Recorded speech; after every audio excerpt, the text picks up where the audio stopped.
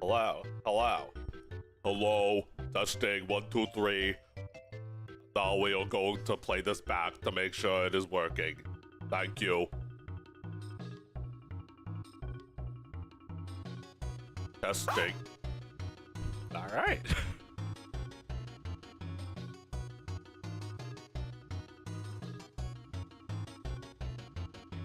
What was the, oh my god. What was the joke in The Simpsons that was like, I have to make a short list of the best Simpsons jokes because there are a couple that live in my head rent-free. I mean, I love the one where Homer's like on TV and he does, and then the newscaster's like, my director has told me not to talk to you anymore. There was another joke that I quote constantly. The one where like the one where Principal Skinner and Miss Krabappel were in the closet making babies, and I saw one of the babies, and then the baby looked at me, and then his dad is like, "Baby looked at you?" Like he believes it.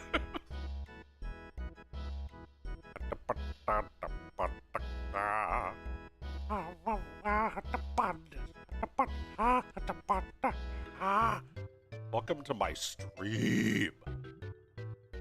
Welcome. Welcome. Welcome. You made stream.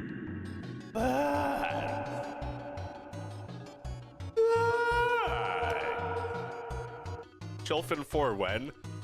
You're the first person to ask for Chilfin 4. I don't know. Someday, when you least expect it.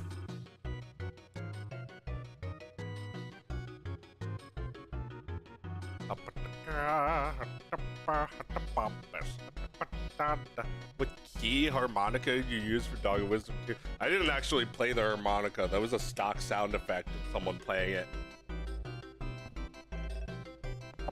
I ask for children every time I pop in here. Well, like I said, you're the first person to ask for Chilfin 4. I'm sure it couldn't be that I've been ignoring countless messages from other people to make Chilfin 4. I don't know if you noticed, but things work a little differently around here than they do in the industry. You see, I don't make things based on supply and demand because animation is not a product. I mean, yeah, I guess it's a product, but I don't think animation is there to be consumed. I think it is unconsumable. It's like a plate with crumbs that will never end. Or something, I don't know. Like, when you make a great animated film, you know, it could be 1 second long, or it could be 3 hours long, it doesn't matter. People should want to watch it over and over.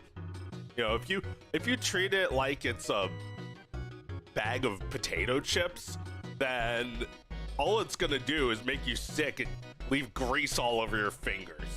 That's not filling. That's not filling. You know, a little bit of animation in a commercial is not filling for the soul.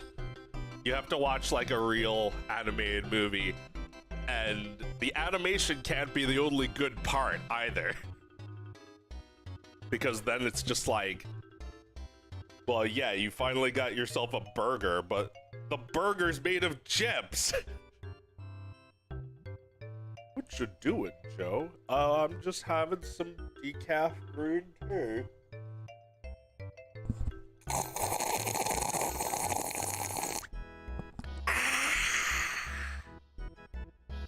Let's see, how do I sound? This good? Can you hear me? Oh.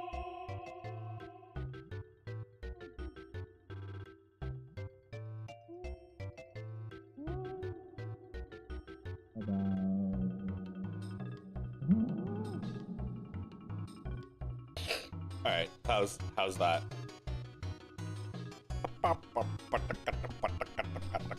Joe, do you like pink lemonade? Well, I don't dislike it, but I have to admit, I have no idea what makes it pink. So I'm not sure I can say I like it versus regular lemonade any more or less.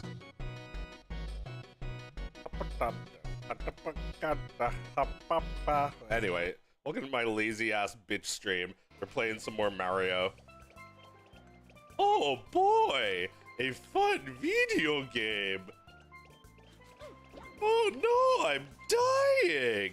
I'll also get my camera up.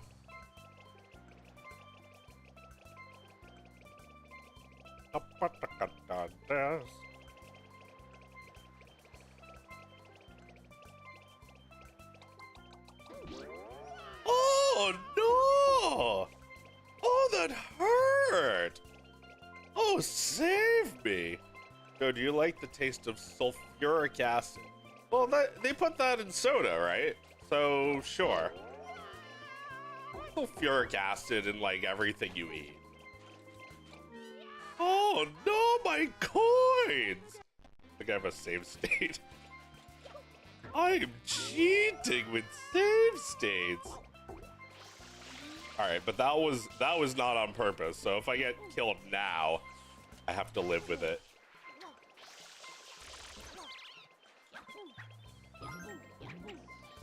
Be the every coins. So how's everybody doing? What's going on? Welcome everyone to my podcast, where we talk about animation. Welcome to Joe Gaming, where we play gaming.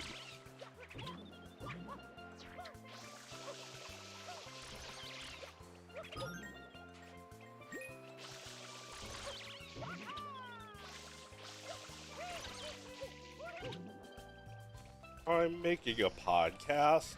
I'm making a podcast. Everything is too hard, so I give up.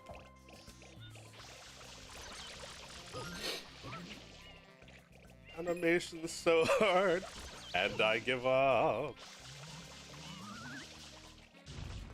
Oh boy! 4 coins!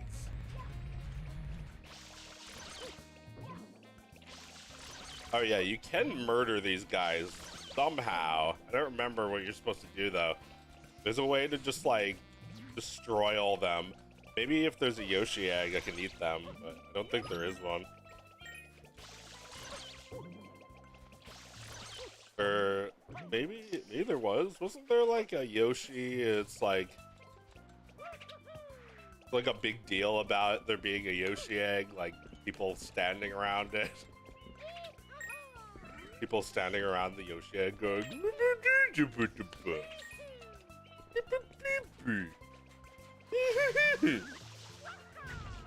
Oh shit.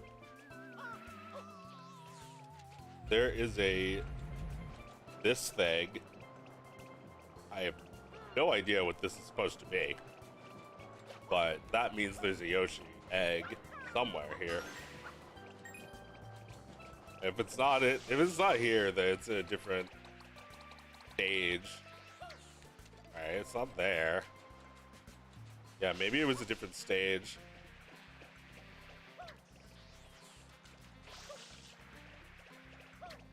It's like there's a reason everyone remembers this as being pain. And if there was a Yoshi egg where you could like eat these assholes, maybe it wouldn't be so bad. Actually, it is so bad without these guys. Because anything can kill your watermelon. What are people saying? Are you halfway done with the game? Well, probably not, because halfway would be 60 shines. I only have 47. I have 45 blue coins, so that's like another few whatevers. Going on? Some fucker.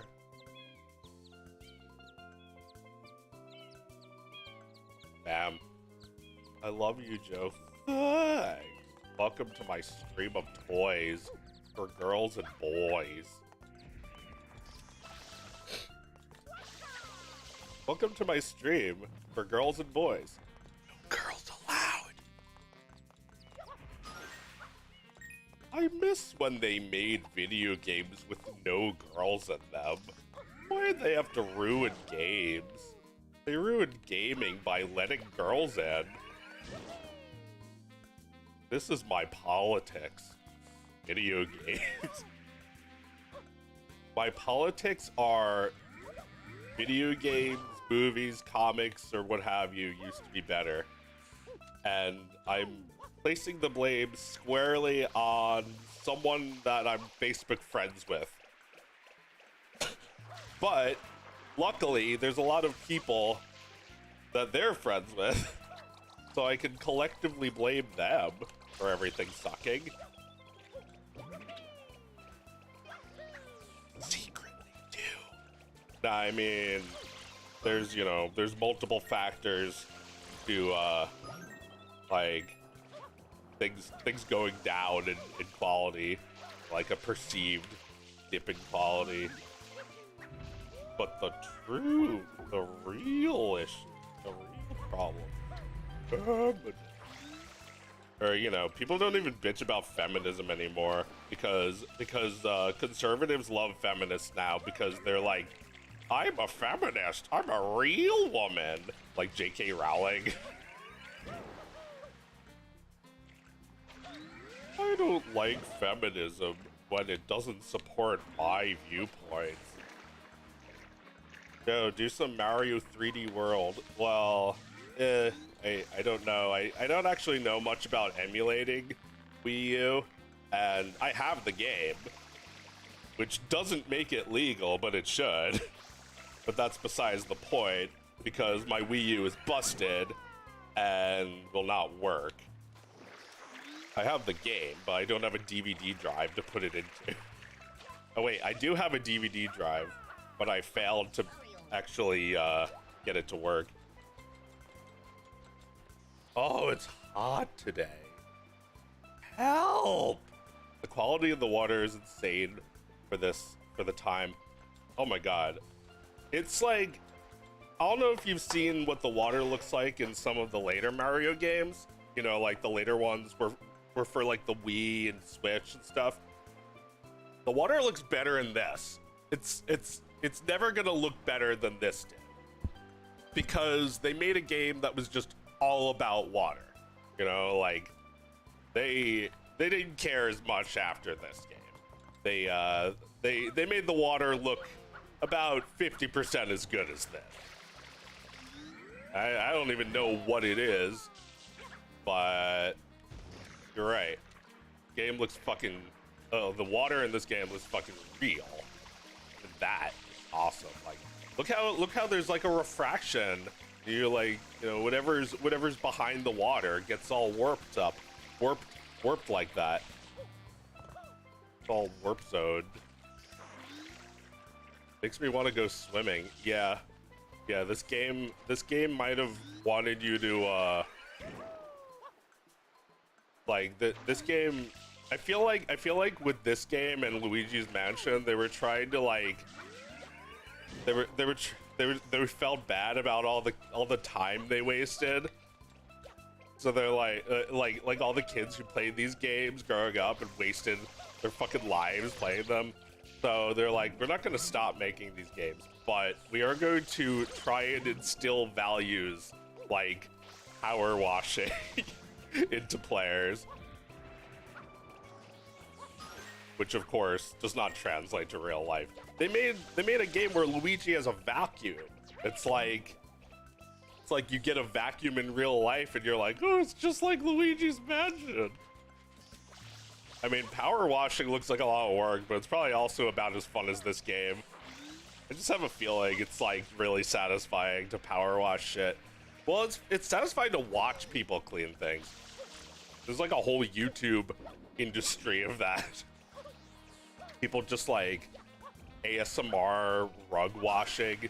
It's like, I can't believe that they actually are able to make a living washing rugs, but only because it's so satisfying for random strangers to watch them do it.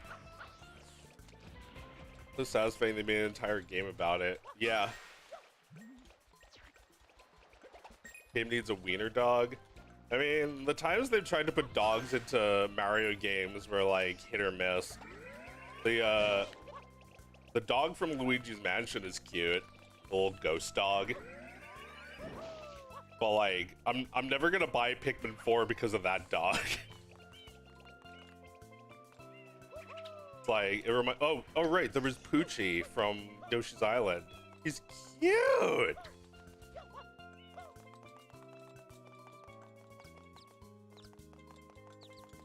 Game is missing a giraffe and a chihuahua. Yeah. Visuals in this game are top notch. Yeah, well, I always thought this game looked more cinematic than the later games because it has a lower frame rate. I want them to have I want them to have done that instead. Or I don't know. I don't give a shit. Nintendo can do anything they want because the fans can just make a hack that fixes it. If it's like one little detail, like the frame rate is off. This game isn't inclusive enough. Where's all the murderers and pedophiles? Yeah. Yeah. Well, what's the PC term for pedophile? Minor attracted person. Is that PC?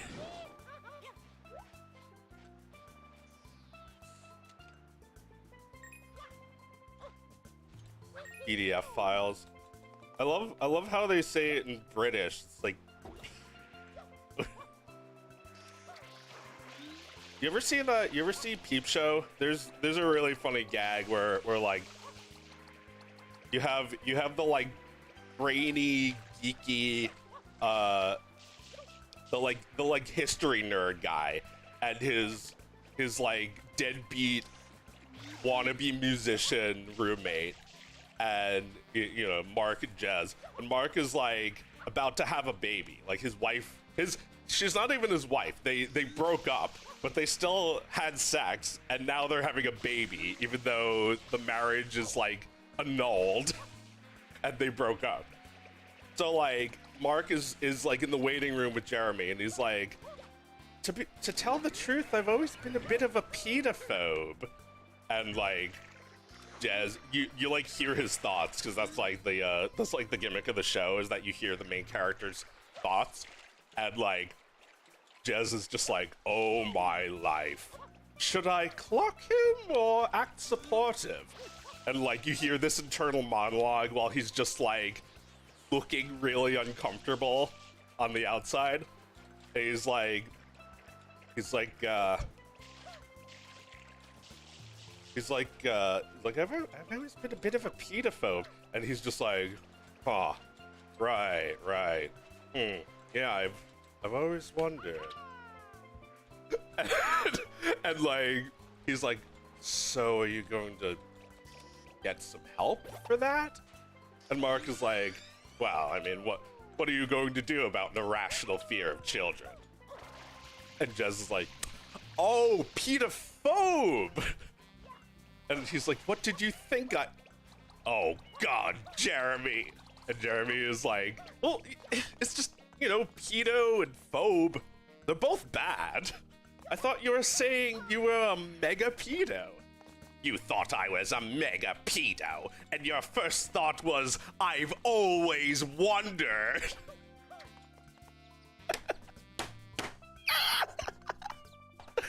Holy shit. Sorry for ruining the best moment of the show for you, but it's still worth watching.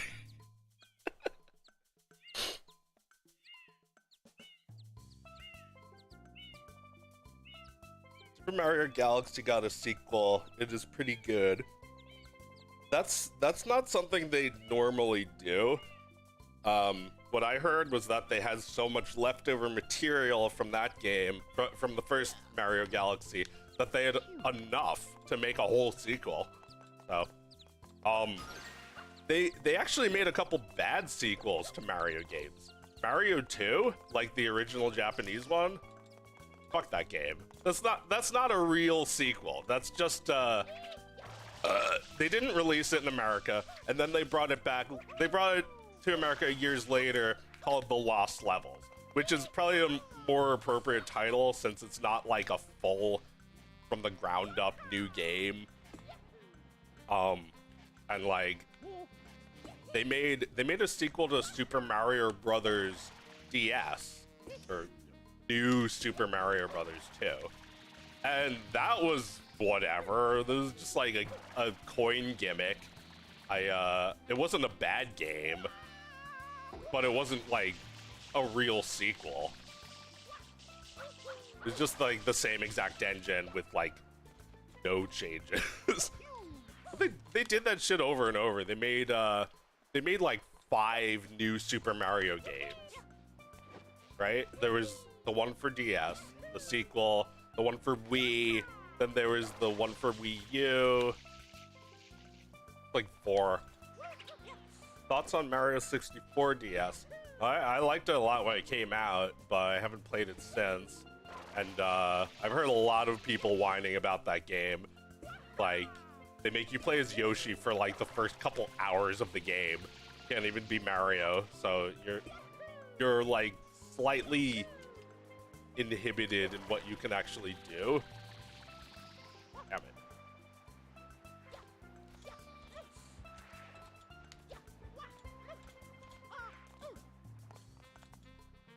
Camera.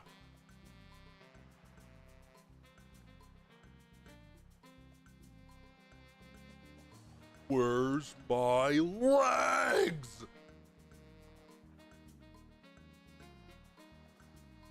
There's a cartoon that when I was in college, one of my classmates made a cartoon about a cube and a cone. He was doing like a really cheeky interpretation of the class assignment, I think. So like he was just like, let me make the worst cartoon ever, and the teacher really liked it, and so did I. There's a cube with like massive like buff arms but no legs, and like his first line is, "Where's my legs?"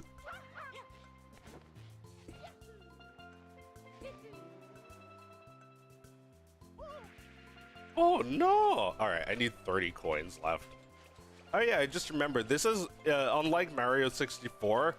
You get booted out if you get the 100 coin star. So there's no use trying to double your money. There's no doubling up.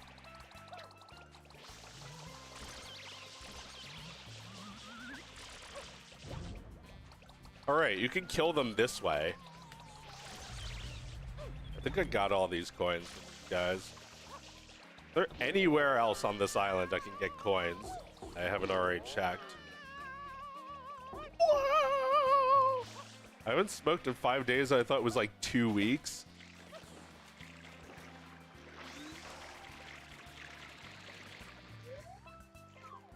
Yeah, I missed some of these. You have an Oculus Quest? No, I currently don't have VR because it's not working. Not sure what the issue is, but I think I might need to reformat my hard drive. Something's fuckering up. No. Alright, well that's what I have to do.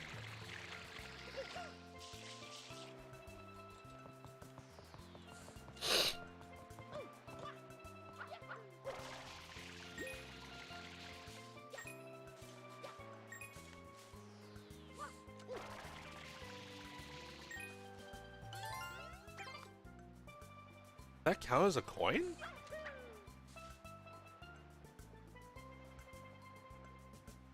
You play sports? Nah. I mean, I would for fun, but I'm not very good.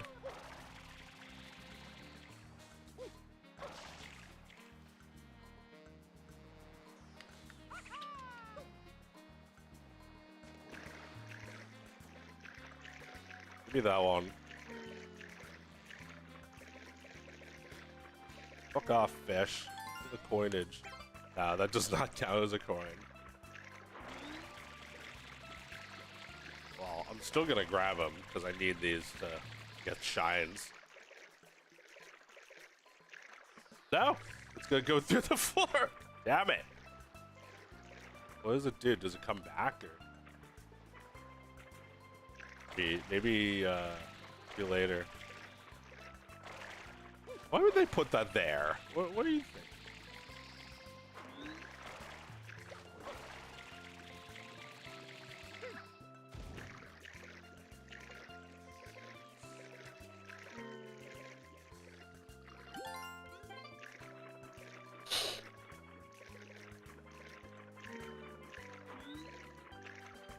All right, 13 more.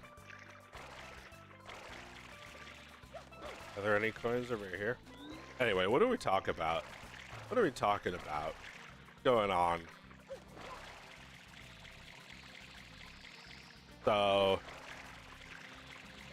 I've been hearing that animators in the animation industry are getting ready to strike. Like, I don't know what the rule is. It seems kind of sick that you're only allowed to strike at a certain time, but you know, these people are doing this so they can get benefits and whatever. I just don't think they're gonna get them.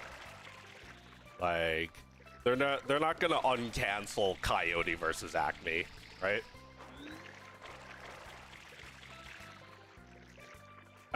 I feel like why has that not just been like leaked online? SAG is on strike right now again. SAG? The actors?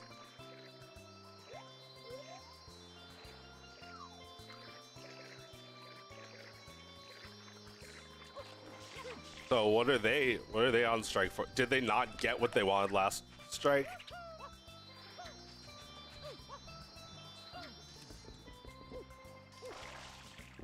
Not as big of a deal. I don't fucking know. But that's what's happening. There's no strike, no animator strike yet, but like coming up, I guess. Has something to do with getting better protections in the video games industry. Okay, so Screen Actors Guild, that means any and all screens, I guess, not just the silver screen. I wish that the industry was safe to find work in. I feel like there's nowhere that your job is safe, right?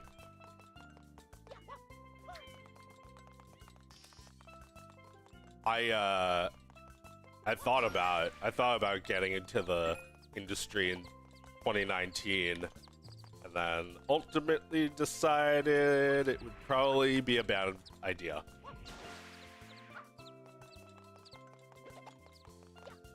Oh wait, no, I need 20 more. Fuck. I don't know if I'm gonna find them.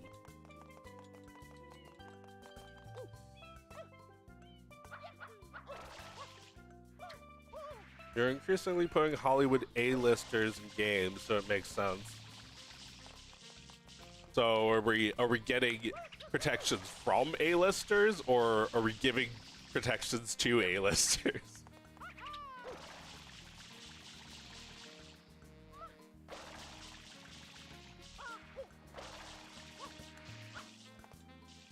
Don't tell them about indie animation.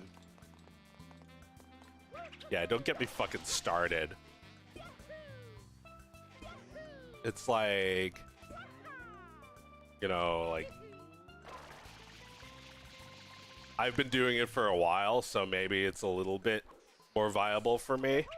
But you tell any of these people to go indie, and they'll get so mad at you.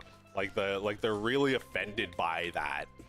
Like, all right, well, you can't fucking do it, then don't do it. Like, you want David Zaslav to give you money? Good luck. It's not gonna fucking happen, though.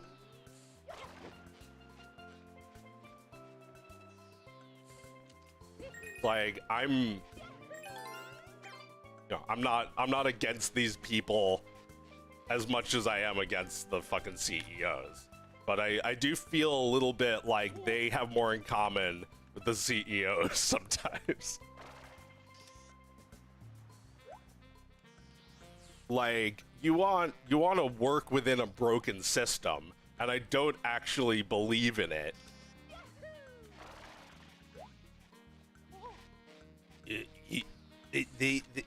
Disney told them, and they all believed it.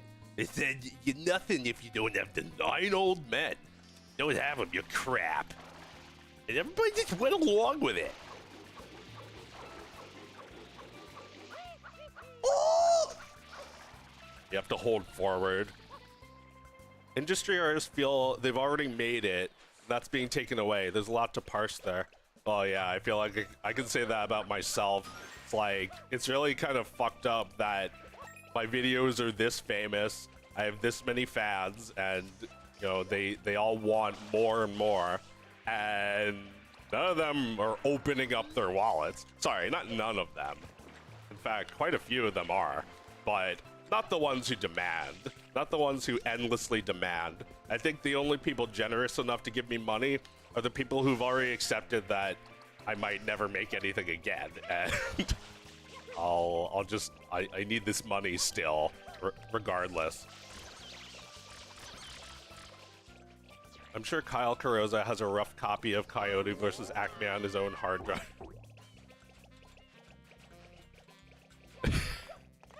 Yeah. Oh my god. Kyle Carrozza. Disgusting. It's like... Oh my god. No! I don't even know if I want... I was like hesitant to even talk about this, but whatever. Disgusting fucking asshole. He made for years. He made non-stop these like simple images, like these really basic bitch images of just like character designs and a little bit of graphic design for a title, and said, "This is my pitch. It's my animated show." Oh yeah, and he was like that shit too. He was like that. Somebody was like, if your pitches don't succeed, you can always make them into comics or something. And he berated that guy, saying that he deserves better than that. He's not going to work for nothing. You know, now that he's unemployable because he was arrested for child porn, I think he probably would have been better off working for nothing. Because now he's never gonna work again because no one's ever gonna pay him again. You know, it's a very sickening brush to paint the entire industry with, but I think there's a lot of people like that like they feel they are entitled to more. What? Oh, whoops. It's like, I don't know, why don't you make more? Why don't you, like, make more videos and shit? It's like, I didn't even make the FrumpleQuest series, and I'm asking people for more money. Like, how about I just make it and not ask them for money?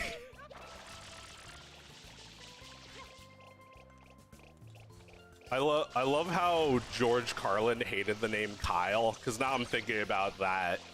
Thinking about how he hated Kyle.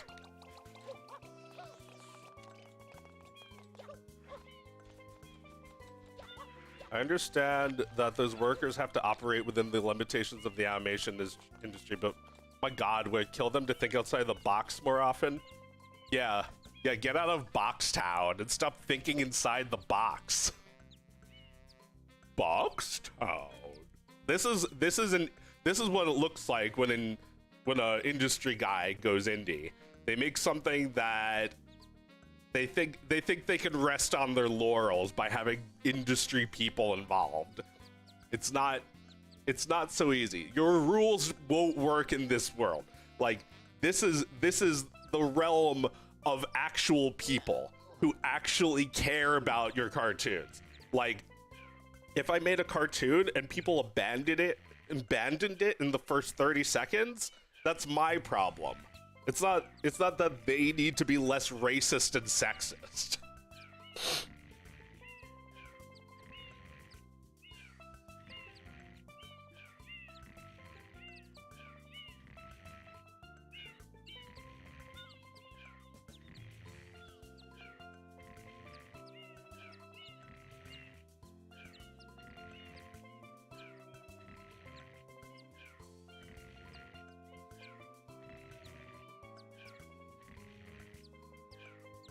Yeah, like, I thought about getting an industry job, but I probably would have been so depressed that I killed myself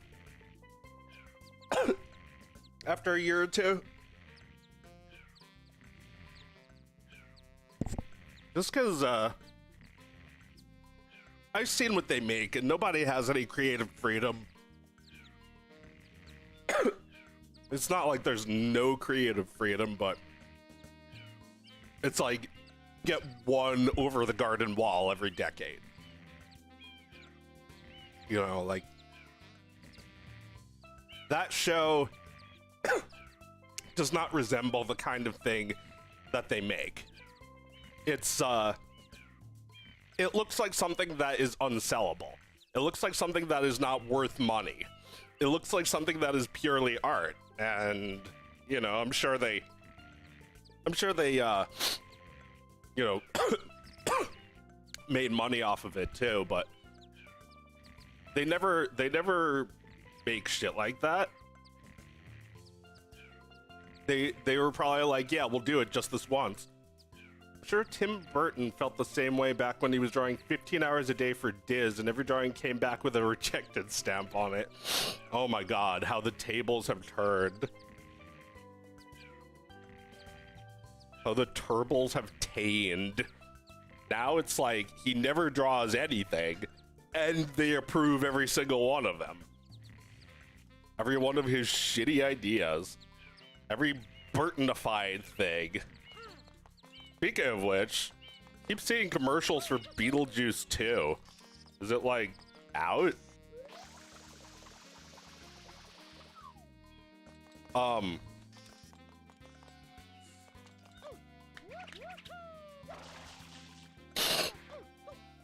It's like, you ever make like a funny sound? Like you ever record your voice? I was talking about this recently. You ever record your voice and make a funny sound? You know what's a great example? Courage the Cowardly Dog. They would constantly reuse the same exact sound clips, right? Oh my! What's And Courage would make a entire repertoire of completely non-reproducible sounds, like I'm sure that guy could do more of that, but he can never make the same sound again. And getting back Tim Burton and Danny Elfman and what's her name, Winona Ryder, is not going to produce the same sound as it did back then. Although I gotta be honest, I gotta show my hand here. I don't really like Beetlejuice. I love Tim Burton and Winona Ryder, but Beetlejuice was just kind of I thought. I wasn't like super into it. I mean, the worm is fucking awesome, but I wasn't like a huge fan of it. I was like, this was a movie.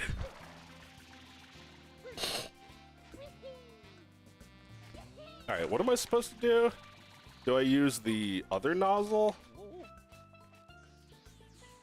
Like the forward one? It might not matter. I think holding forward makes you go further. That's it. Hey! Alright, now I just need 5 more, if 5 more even exist. We gotta get Beetlejuice back. Well, yeah, maybe I'll actually like it this time because I didn't think the first Beetlejuice was really that great. The Beetlejuice cartoon was fucking annoying when I revisited it. Much prefer the movie. Oh yeah, I remember that cartoon. I actually watched that cartoon and not the movie as a kid. And that cartoon is pretty bad. Like, I'm imagining it now as looking like some of the worst cell animation errors, like just like shitty, cheap cell animation that looks really inconsistent. Or I guess inconsistent would imply it's good sometimes. Maybe a little because it's got like the same art direction that is just like ripped from the movie. So there's like a little bit of like you know, like I like Beetlejuice and Lydia's designs. I think they're a cute cartoon couple.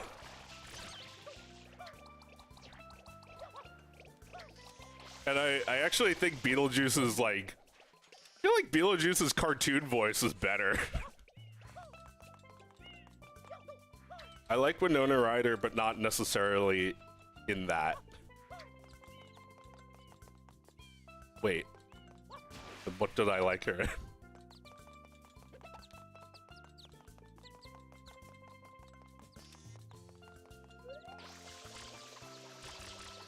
I don't remember. I just remember being a kid and being like, who's she? Winona Ryder's hot. Hot.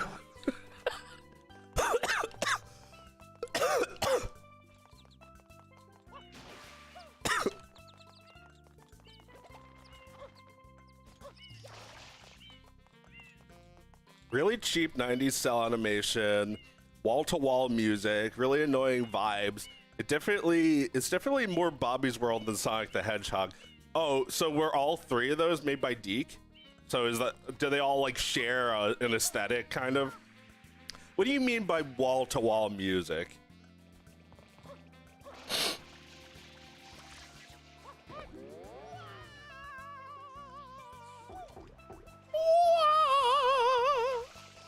All variations of Lydia are hot, including her stylized cartoon variant.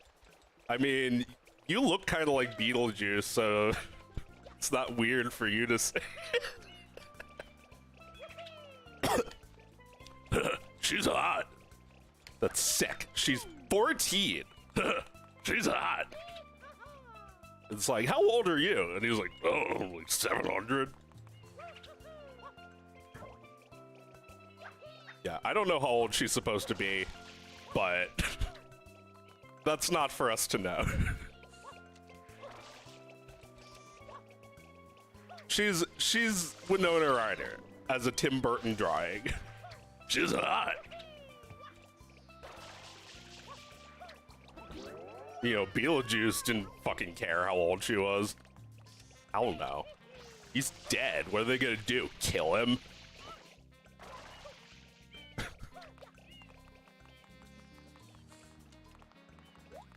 I mean, who doesn't love a goth girl? I'm surprised Joe hasn't jumped on the goth wagon yet. Goth wagon? Well, you know, I'm not gonna act like I like someone just because of what they wear, you know? I'm not gonna generally like an aesthetic, unless I guess she's really goth inside too. Let me know when the goth wagon comes to town. I mean, there was a goth wagon in my past. She we never dated. It was kind of sad. Yeah, I was pretty heartbroken at the end. But she was a goth. She was a goth girl. I don't know. Maybe only like 70% goth. She didn't even wear black lipstick. Oh right, I already got these coins. Where the hell do I go to get 5 more? Maybe killing some of these other watermelons will do it.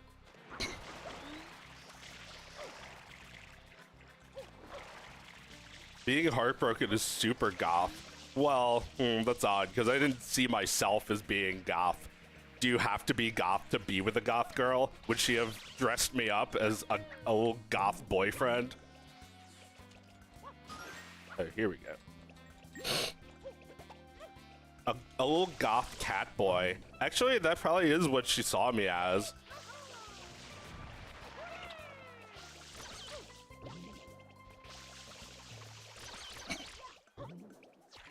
Yeah, there's nothing more goth than Edgar Allan Poe being heartbroken. There's nothing more goth than him being sad.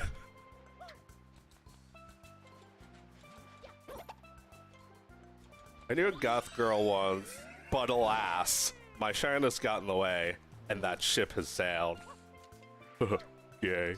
Nah, I'm sorry for your lots. I also let that ship sail. I mean, I was too shy, but then I got another chance, and I still blew it. So, sorry to say, but I did get to second base with her. That's not the music. There we go.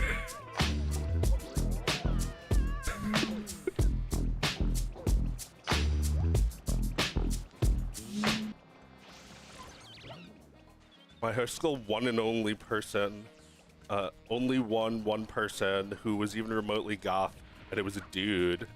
That's really goth to be the only goth person in your whole school. That's like supremely goth. To be the goth kid in the animated sitcom that is your life. Oh, a plenty of coins. Look, dust, a dusting of Mundus.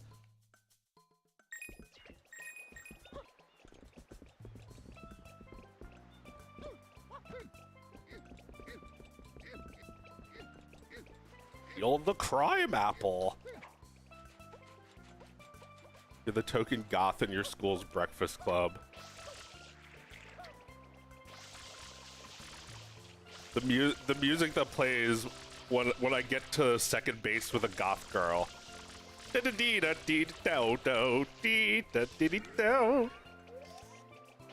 the shit. This one's really hard to get for some reason. I guess you have to spray it in the right spot. Ah! Almost got me. You have to start over the flood.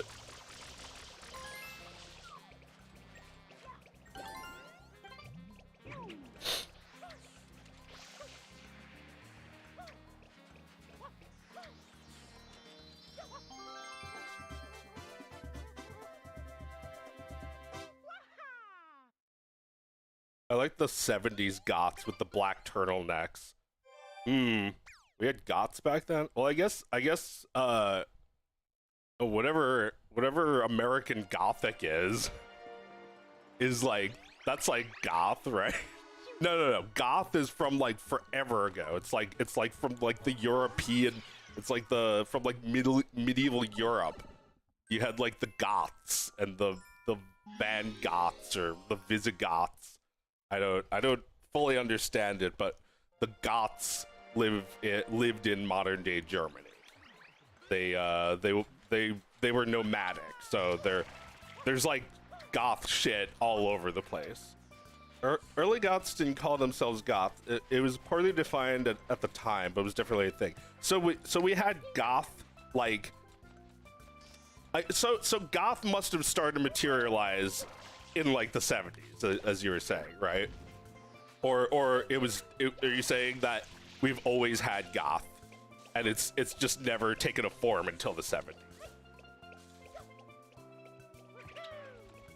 I mean, you are more into that than I am. I'm like maybe goth adjacent.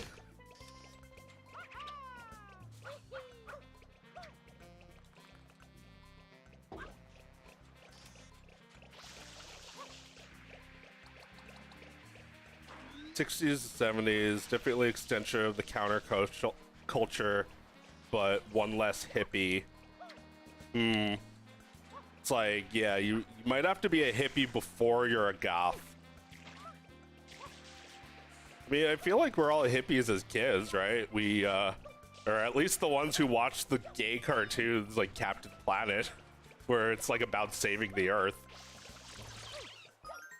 Is that what happened to us? That we I don't want to be here anymore. Let me get out of here. I got the shine sprite, right?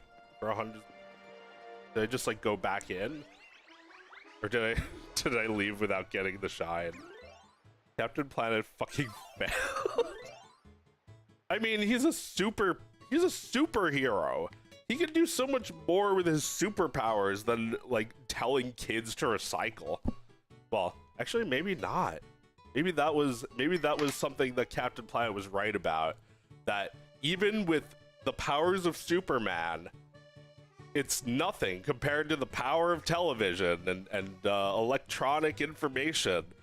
It's like, why don't I tell kids watching at home then that they can save the Earth?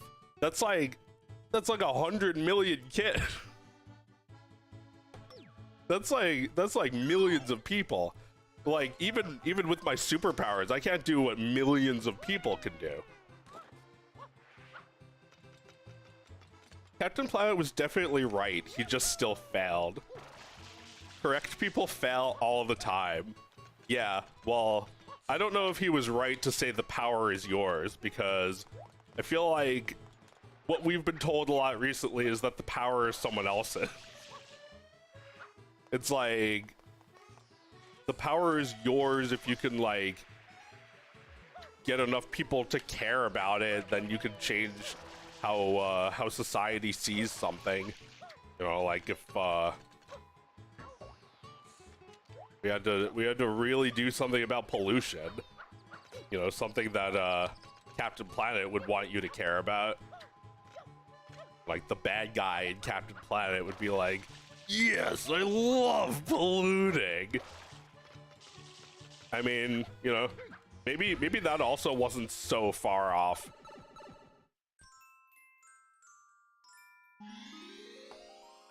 Captain Planet should have been president, maybe, because he is trying to get a large base of support for his democratic issue.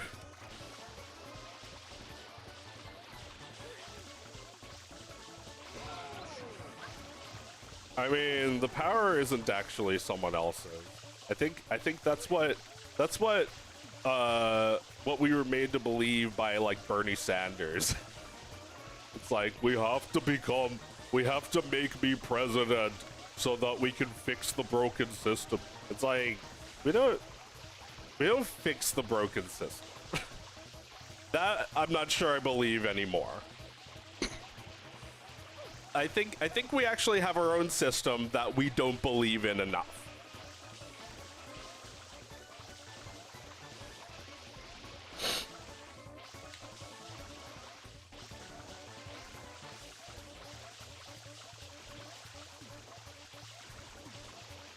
You know, like economics, for instance. We should get rid of Netflix. We should make it illegal. We should get rid of Disney Plus and Hulu. Here's my Captain Planet pitch to you. Those are big polluters. We do not need them to pollute so fucking much. Do you know how much it costs to like watch a fucking video? I don't know, but it's a lot. Those stupid sites, we would save so much electricity if we got rid of those. And made everything available for torrenting, which it already is, by the way. No way you can ever get rid of that. Somehow, apparently. Unless you were able to police the entire world, which they sometimes can, but not not all the time. Just look at what Kyle Carosa got away with. And they're illegal downloads that are not immoral, but actually moral. Like, you ever go on YouTube, it's like, free movie. It's like, oh boy, free movie. Oh wait, there's a catch, right? So here's the catch. You can watch Terminator for free, but you can't watch Terminator 2 for free. So, you know, it's not that Terminator is terrible or anything. But now all you think about is wanting to watch Terminator 2. You don't want to watch Terminator 1 if it's free, or worse, you watch it and then you want to watch Terminator 2. It's like you're never free from want. But, you know, if you realize, oh yeah, I could just easily torrent it, then you torrent it and you don't even watch it. You stop wanting it. And that, I think at some point Facebook figured that shit out and got mad because it's cutting into their profits. It's like, fuck you. We don't need to endlessly churn out garbage, like, to keep streaming platforms available with content. We don't need any of that. Basement dwellers make better content.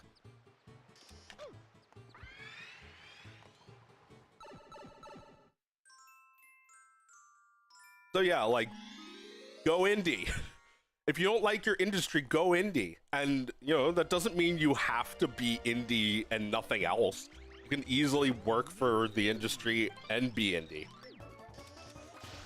The only person who does it is Aaron Long. At least the only person I can see. It's like, Aaron Long is the creator of Sublo and Tangy Mustard. And he also works in Burbank or something. But maybe he lives in Canada. I don't actually know. Probably lives in Burbank. But he worked on like Tuca and Birdie. Sublo and Tangy Mustard is a funny web cartoon. So that's a show that gets like it gets way less views than what I get. I'm somebody who's been trying out multiple types of work over the years, focusing primarily on my YouTube. So like, if you do come from the industry and you make a cartoon like Sublo and Tangy Mustard, no, it's not gonna pay your bills. It's not like you'll have like a diverse portfolio like I have. So yeah, in that sense, I'm privileged. It's just a little bit funny to me to see those people acting like I have it good when, like, I look at what I make every month and it's like, how am I even living off of this? It's like, I'm not. I'm not living. I'm in a quantum superposition of dead and alive. And like, yeah, it is possible for me to make money, but that doesn't mean it's easy for me too. I still have to try hard every time, and I don't feel that way about a lot of industry projects. A lot of industry projects seem like something that they were just like, oh yeah, we should do this, and like whether it succeeds or fails doesn't really affect them. I would love to be a little like that. I would love to feel like the show's success isn't my concern. But when you're indie, it is your concern. You can't keep making it. I shouldn't have watched off those two guys before because the timer was fucking going. I'm gonna run out of time. You know, like, if you manage to hold down an industry career like Aaron Long and still somehow find time to, okay, that was good enough. Somehow find time to make a little series, then, you know, I have respect for you. I wish I could get a job in these. I can't. They don't exist. The jobs haven't been there for a long time. and now whoever's left is suffering. There's half a cent, Joe. Spend it wisely. Why, thank you. Yeah, how will I spend this half of a cent? We'll buy 600 Bitcoin. But yeah, like, I think a lot of people have no idea how the indie industry works. And, you know, I hesitate to use the word industry because it's not much of an industry. We're not making billions of dollars over here. We're barely making it. We're hardly scraping by, and it's not for a lack of work. We have different problems. Our problems are, you know, having to work with platforms like YouTube. It's not the worst thing, but it still sucks, and it's a monopoly, and it sucks, and you have to get used to that. I guess the industry isn't too different. There's like 3 places you can get a job at. The jobs won't sustain workers if the industry remains broken. Yeah.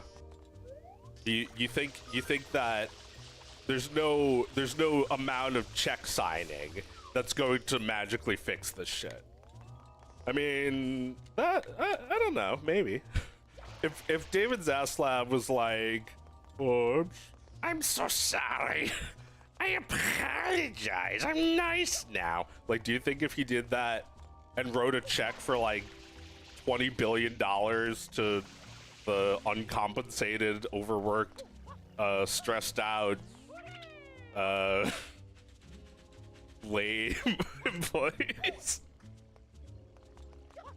like, would that actually fix things? I don't know. It might.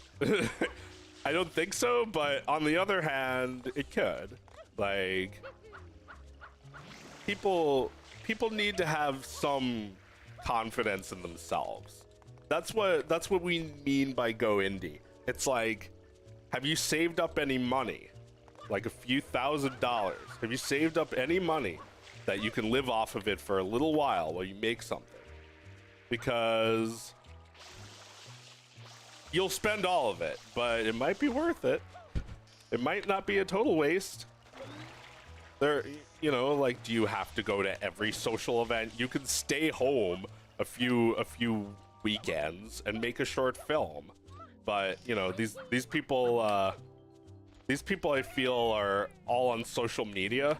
It's like a social media club, and they're all social butterflies. They don't actually sit there like a loser making animations like I do.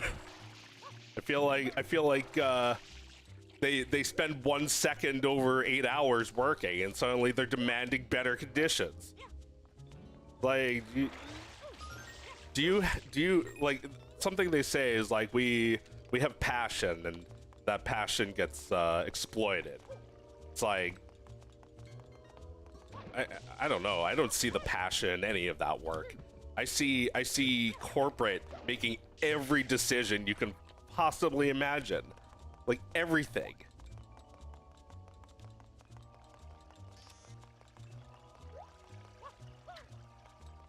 I see projects that people should not have to work on. Shit that's just like a remake or a reboot. Like,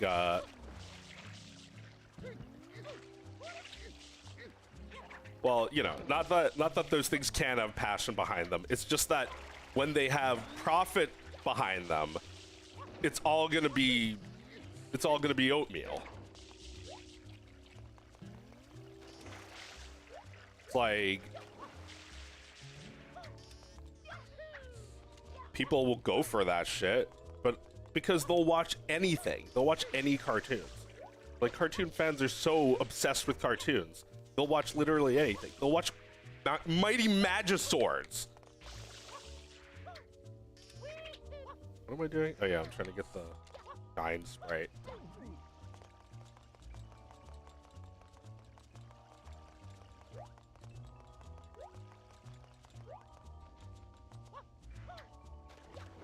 It's like, actually, Mighty Magiswords, he at least actually made that one.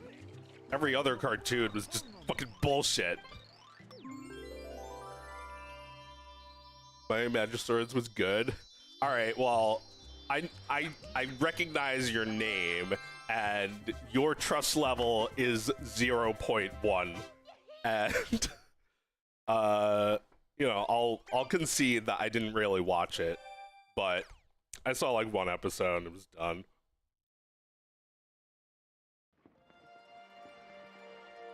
I have an idea for a series. It's about Paul McCartney if he was a shopping cart. He lives with a couple. It's like a mix between Garfield and a family sick. I like it. Yeah, when's episode 1 coming out? Can you make one episode every day?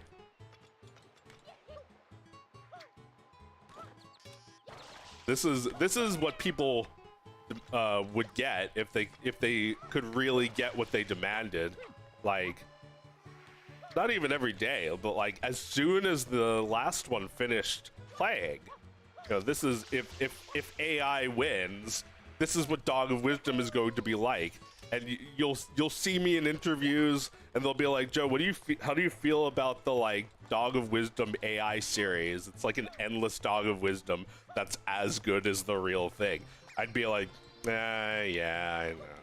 It's like, it's a combination between I need it to live because it pays like royalties or whatever, and there's nothing I can do to stop it.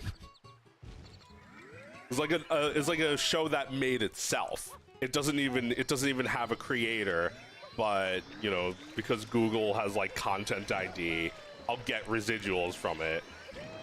And it'll make me millions of dollars because it'll just be a 24/7 Dog of Wisdom channel. It's like, you know why that is bad.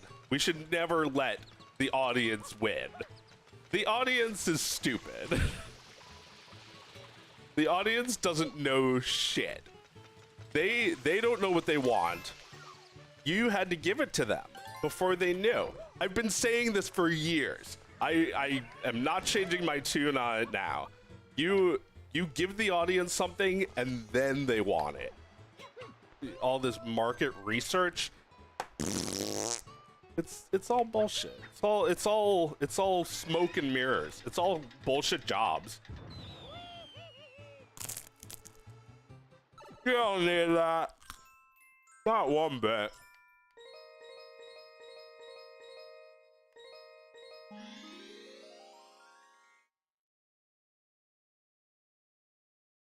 Until it gets banned because the AI used a slur. Look, plenty of people die at Disney World every year. It's not enough for them to cancel Disney World. So,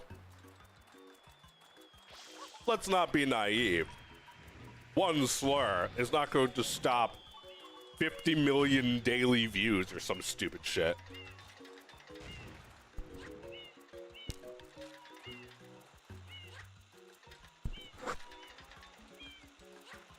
Besides, the dog already did a slur.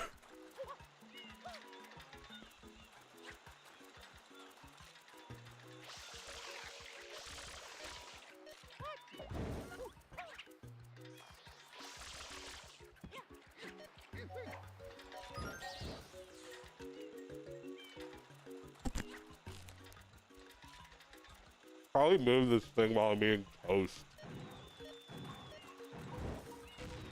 It's like, chat, can you shut up for a second? I'm trying to eat toast.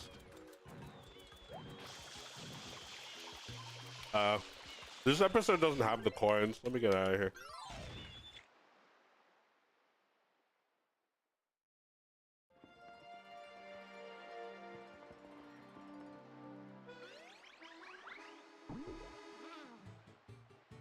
Does AI art even count as art? Not by itself, no. I think you would need an artist, or, you know, a human, to call it art. To declare something art is to make it art. But a computer does not have the capacity to do that. So yeah, you can call AI art art, but you can also call canned shit art.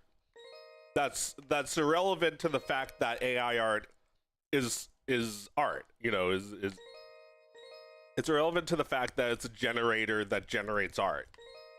Because you could say you know, you could take a yeah, like you could take a shitty phone camera picture of your butt and call it art. And people do.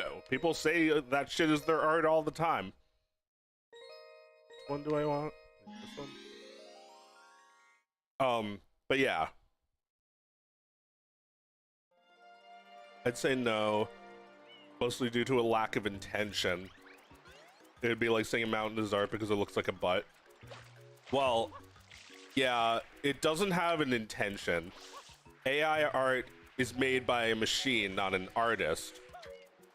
I guess you could train it to think it's an artist, but you would have to have an artificial intelligence that was on the level of human intelligence, which by now I'm just bored of it. I'm bored of hearing about it because it's just shitty hype cycle tech bro CEO grifter bullshit talking about AGI. I'm wondering if when it really does come out, if it'll even be that exciting. It's a promise. It's like the promise of like what was a thing that never materialized?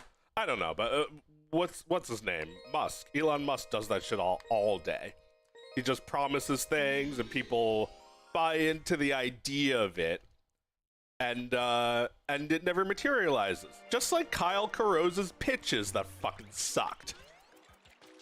I can finally say it. I can finally say it without anyone disagreeing with me. His pitches were trash. It's like, Catman. Fuck you, bastard. You fucking creep. Oh yeah, this isn't even like half of his like escapades. It's like people were hating on him like last year, saying that he murdered somebody. I don't think anyone actually died, but it had to do with an artist getting blacklisted.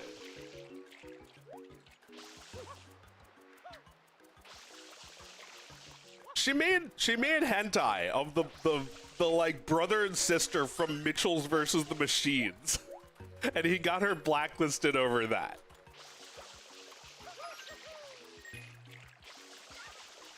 Meanwhile, he had actual child porn on his hard drive.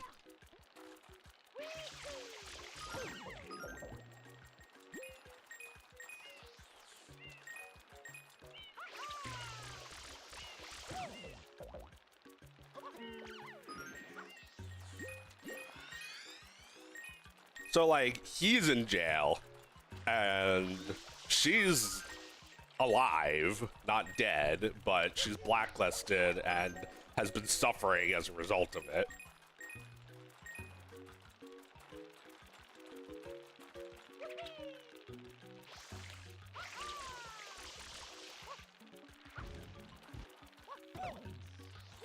Your Sunshine is modern art. I went to the Museum of Modern Art a while ago, and they had some video games, and one of them was Katamari Damacy. That's yeah, that's a piece of modern art, wouldn't you say?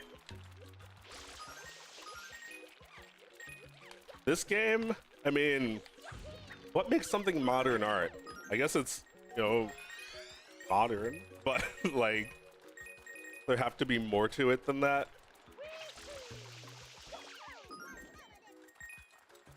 Like, you know, you go to the Museum of Modern Art and it's like, ooh, it's weird, and like, you know, it looks like something that no one's ever made, and then you find out it's actually from the 40s, and it's like, wow, people were wild back then too. Like, whatever. I feel like I remember leaving that museum kind of mad.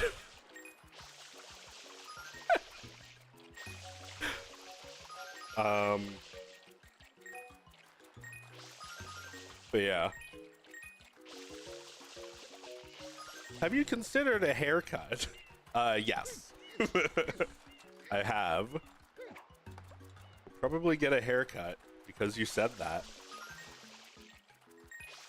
Nah, I mean it's hard to like it's like such a waste. Shampoo and conditioner. You have this much hair. I hate it. Cut it short so I use like 1 drop.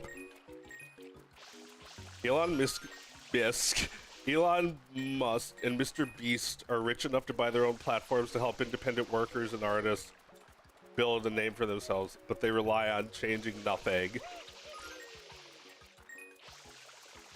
Well, you know, as soon as they tweak the system, they're gonna start crying foul, and you know, maybe leverage their past success to keep it the way it is.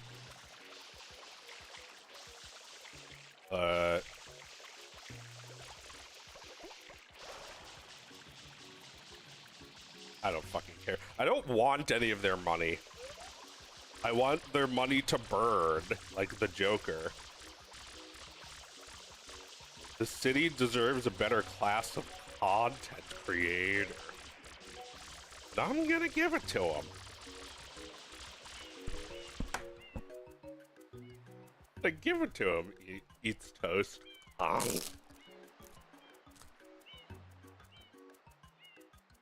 How's that? Loud?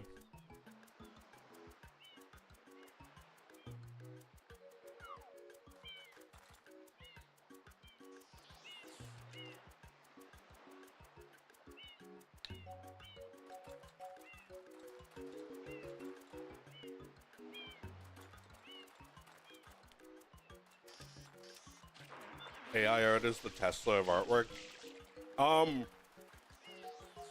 I mean, AI artwork, I can describe it as perfect and generic.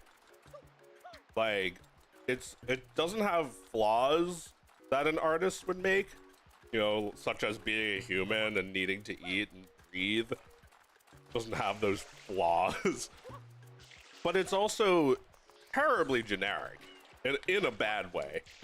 Like, show me any AI generated image and like hold it 20 feet away from me. I'll be able to tell if it's AI or not. I can always tell in a microsecond when something is AI. I mean, I don't hate it if it's AI. I think if I can't tell it's AI, then good. You did it. You beat me. You beat my detector. I mean, you know, I think AI art generating is fun. I think it's fun to make silly photos. Like, nothing I use it for has ever been about replacing artists. You know, like, I'm not a fucking industry. I'm just a guy. Just a loser who plays Mario. But like, yeah, it's obvious that there is a hype about the capability of it to replace artists. So either the technology's gotten really good, or artists make shit that is terribly generic. I think it's somewhere in the middle. All right, I got everything here already. You know, my first thoughts were not to try and sue these companies.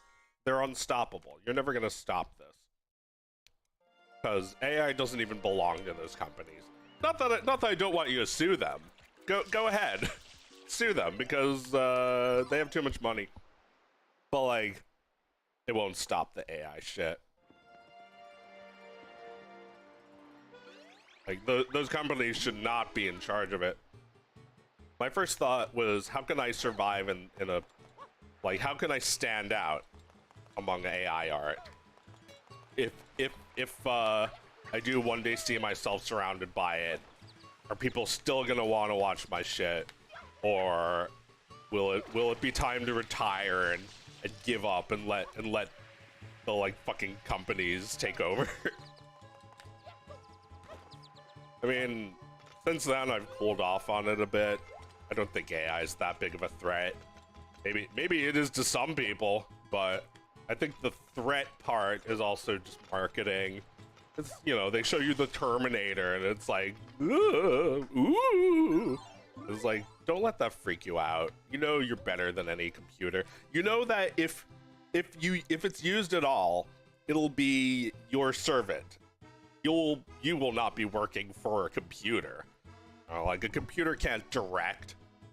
A computer can't write jokes.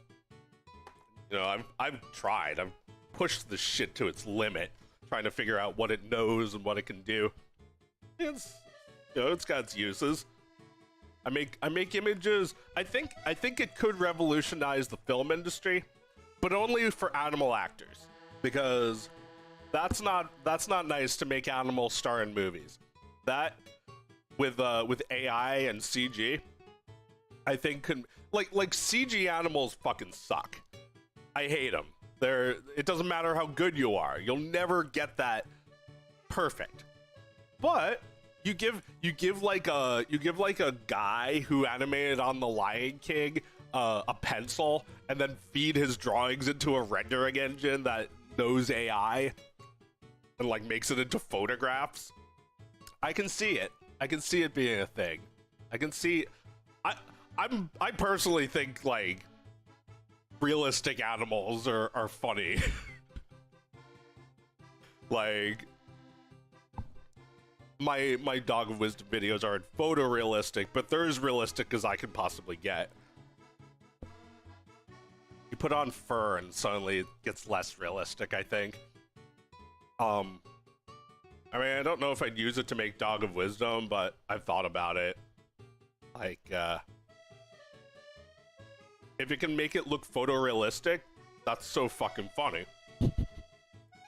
But that's just a plan for if it can do that. Right now, I can't do that. It doesn't follow your drawings. It doesn't operate as a tool for artists, because artists are people who actually do a lot of work manually, and no other people know what that's like. You know, there's examples of where even in art you're doing stuff that's not necessarily your pure intention. Like, for example, if you take like a really big brush and you paint with it, you're letting the bristles come up with it, and you look at it and you're like, yeah, that looks good. It's like, you know, you dab to make leaves. You're like, yeah, that looks like leaves. Or are you not a real artist if you don't do each individual leaf? Even that, you're zoned out. You're not actually thinking about your intention based on the image in your head. You have a vague image in your head. And then AI can produce something that kind of looks like the vague image in your head, with all the nightmares that you might have if you were asleep and had a fever.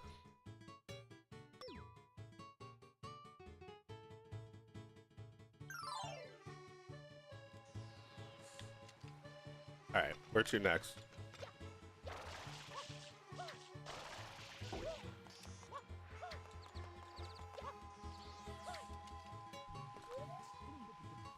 But like, yeah, nobody who's developing this software is an animator, so they don't actually know how hard it is or how much work you put into it, and they definitely aren't considering how much people who use their software would still put into it. Like, you know, they think the whole idea was to make animation take 5 seconds. It was like, how is it going to even look anything like what you made unless you make 1 million drawings to train the thing on your art style, or like on a style you like? It's like, yeah, like the people who make these models, I mean, I'm sorry for being such a centrist about this, but like, yeah, like the people who make these models have no idea the amount of work it takes to actually make art, and they couldn't fathom wanting to do that work even with AI. So these things mean that I will never get the tools I want, or at least not until 20 years pass and people rediscover this shit after forgetting about it.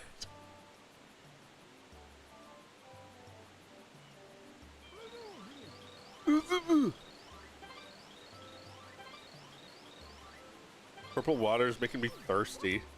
No! Wait, did I need to do something first? I didn't need that spring. Oh no, you're a centrist. Yeah, a little bit. Because I think AI is actually great. Not that anyone who uses it is great, or not that anyone knows how to use it. I'm great with it though, because I make images that are funny. Like a bear in World War I. That's funny.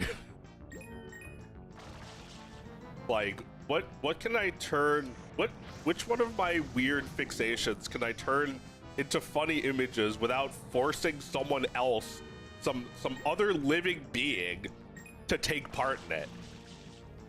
And you know, on one hand it's like, well, they might enjoy being part of it. Why not commission somebody to paint a bear in World War I? I mean, maybe I should, but only so I could have the painting in real life, which is underrated.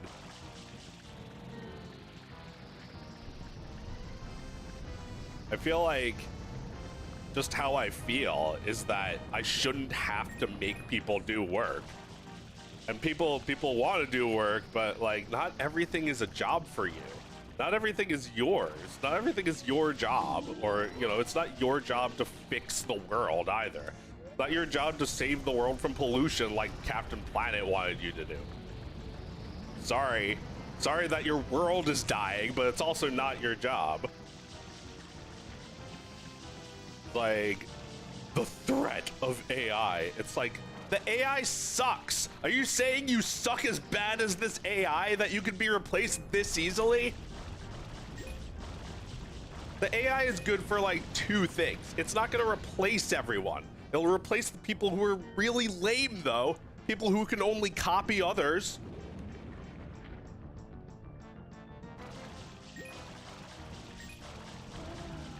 And, you know, like, the idea that everyone's gonna start replacing their art with AI art, like, it's also underestimating audiences. Like, you know, audiences don't, like, they don't care for that. You know, audiences are going to notice that. The only AI art is AI art you generated yourself, because it's what you asked for. But it's only what you asked for. It's not your creation. And that's why it's ultimately unfulfilling as an artist. AI is outdated. It does feel a little bit outdated. That it's like, it was progressing so much last year, and now it's like, or, you know, a few years ago, and now it's like the same fucking model for like a year or two. Like, what are we doing? You've been promising this AGI shit for like 3 years now. Like, fuck all these stupid YouTubers already. I don't need it to progress. I don't want it to progress. I don't need it to progress. I like it the way it is. I'm sure it will progress, and I'll be like, ooh la la about it. But like, what we have already is pretty good. What we have is fascinating, and it might just be a waste of electricity to train another AI model. Well, you know, that's not gonna stop it. But hopefully, if the stock price plummets, then this shit will scale down a bit. And that's what I'm waiting for this shit to scale back, because hard to talk about without people giving you shit for it. because of how ridiculously overvalued it is right now.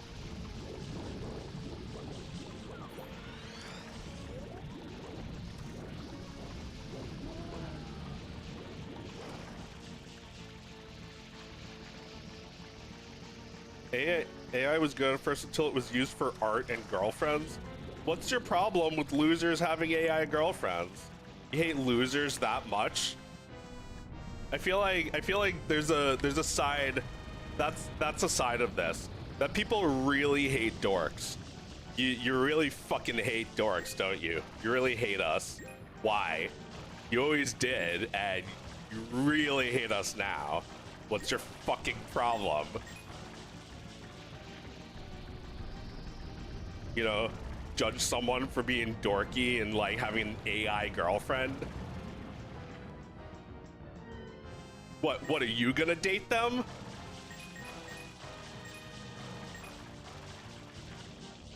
Like, stop replacing me.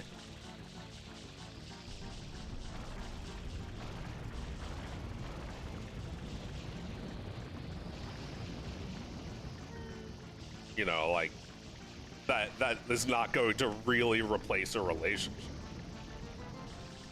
But like, people who don't have a relationship, like people who are completely isolated because it's a fucking pandemic. Now you're gonna tell them they can't do that? Don't be fucking sick. That's sick.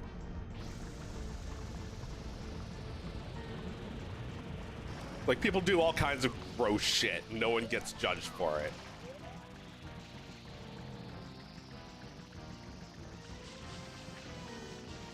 But you can make out with fucking NPCs all you want.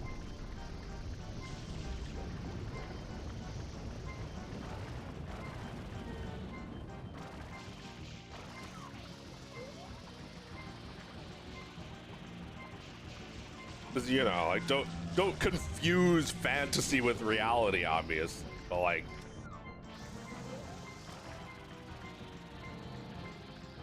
I'm fucked. Oh, they didn't even make a death animation. At this point, this whole AI panic is annoying. Let's get a grip. It is annoying. I think it's just like a fun little toy, and I'm not impressed by the whole Terminator narrative. Like, but Joe, I'm 45 and Terminator was a movie. Like, here's some water. Drink it. You're dehydrated.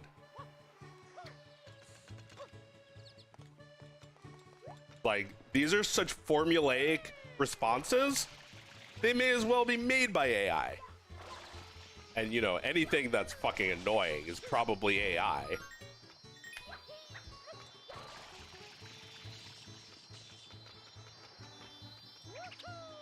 Yeah, I mean, like, you can do so much garbage with this. You can make all the like terrible sitcom episodes you want. Generate sitcom scripts in half a second. But I mean, that only goes by what we already know. I guess it does more than give you data. It does try to combine the data with other knowledge but you have to get that shit out of it. You have to tell it a lot of the shit and then it knows it. So it's like having an idiot sidekick. An idiot sidekick that sometimes remembers that they know everything. They are quite foolish. They never come up with anything unique or clever. You know, once in a while they'll make a funny mistake, but that's about it. It's only the unintentional stuff that was impressive. But like, I don't care that it's not impressive. I still like it for what it's capable of being able to do. I don't need it to be more impressive. Stop pumping the stock. It's done. It's dead. It should die. I mean, I guess it's already been going down. It's been bouncing back. Where is it going? Is it going up or is it going down? This is not financial advice, but I don't think it's going much higher than it is now. I think it'll crash and then it'll come back a little, but we might not actually see that right away. Might still take a little while.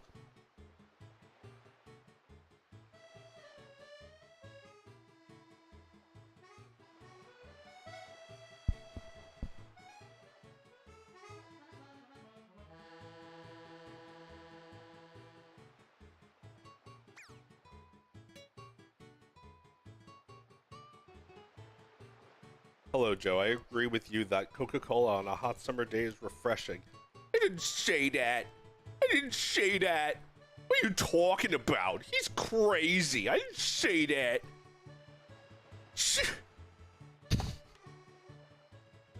I didn't do that. I didn't say that.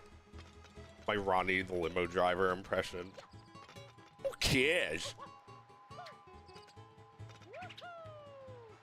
Thinking about doing like I was thinking about doing like a furry Howard Stern parody where they're all animals.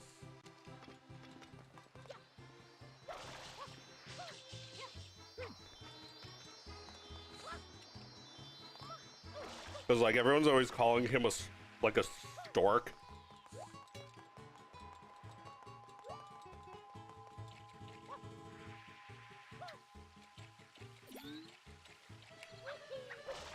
Alright, where am I going next?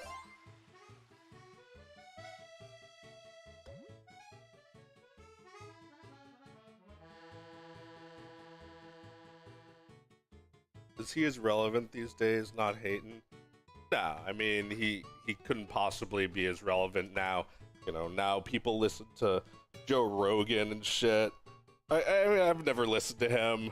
I mean, I heard a little of him on an old Howard Stern episode. He was like not that funny. But you know, like I guess he comes from that same world. It's like I've seen way more relevant guests on his show than on Howard's show. I feel like that was what made it great, was that it was like everyone loved it and everyone was listening, which in turn made it even more popular because it was attractive for celebrities to do interviews on. I mean, you know, the matter that he's not relevant now. Listen to 2007 Howard. It's fucking funny. It's like there was oh my god, it was like the cringiest shit ever. I like put on an episode one day and they were talking about Jeffrey Epstein like in 2007, saying that like, yeah, but the one who accused him is a guy, like, say because they were trans or something. It was like the most poorly aged segment. I was listening to that and thinking, what if like I was trying to get someone into the show, this was the clip that came on. The most poorly aged clip ever. Well, I'm doing that now by talking about it.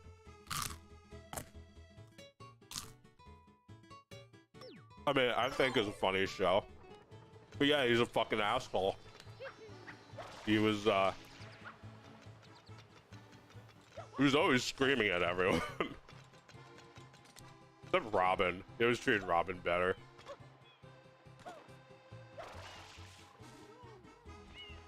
You know, like, tries to make up for the shit he said now.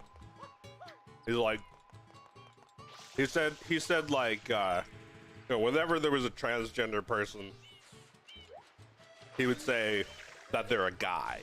Like, he would always say that. He would always call them a dude. And now he clearly feels bad. Probably because trolls are always finding him. So he's like talking about trans women that he thinks are hot. He's like, he's still like a little bit. He still is like, it's a guy. I mean, I don't need him to be anything else. You know, like he's a good entertainer. I don't need him to be right. He's always wrong. He always says shit confidently that is wrong.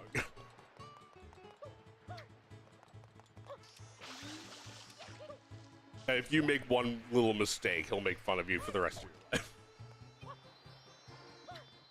life. But like that.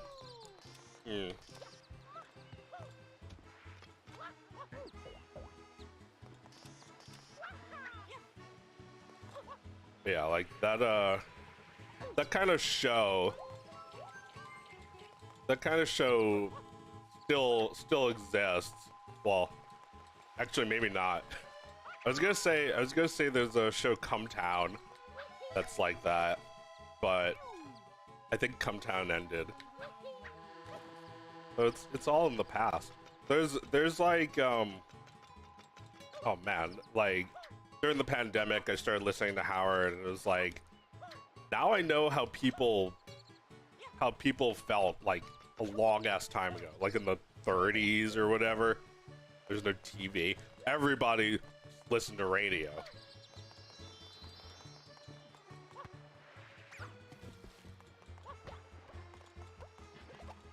Wonder if there was anybody like Howard in the 30s.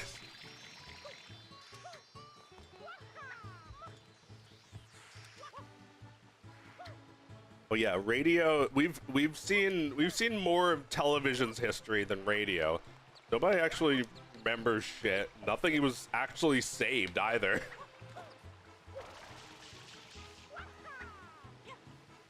I mean, I'm sure there's some old-timey radio programs that you can find, but Hometown, mixed feelings, but it's pretty funny. Yeah, you gotta look at the clips.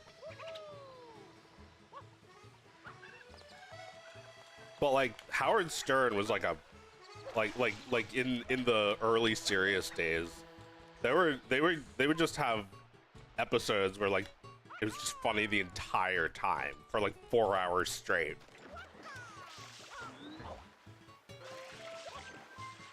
And you know, nowadays it's hard to listen to. It's not never funny, but it's like SNL. If you laugh, it might be at something old, because they do a lot of old clips on the radio, on the like when the show is not airing, which is all the time.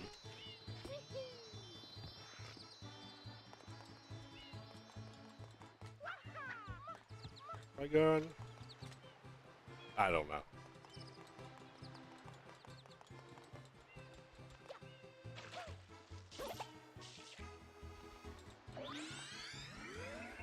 But anyway,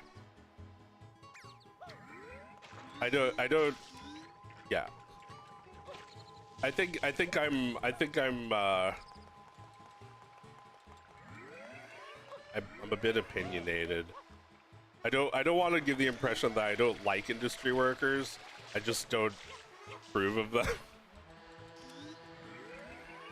Like, why would you do this to yourself? Working on some show that is purely to like generate profit. That's like everything in the industry. Like, well, this'll probably be profitable, so we'll do it.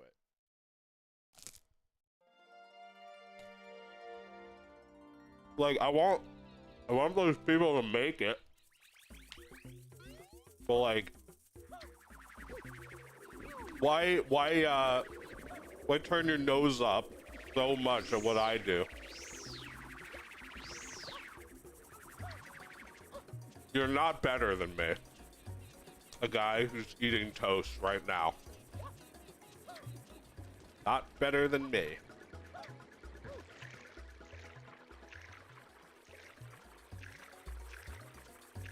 It's just when you're on the internet, when you're indie, your work is all your own voice, which is good and bad, because you can't hide behind a studio for that.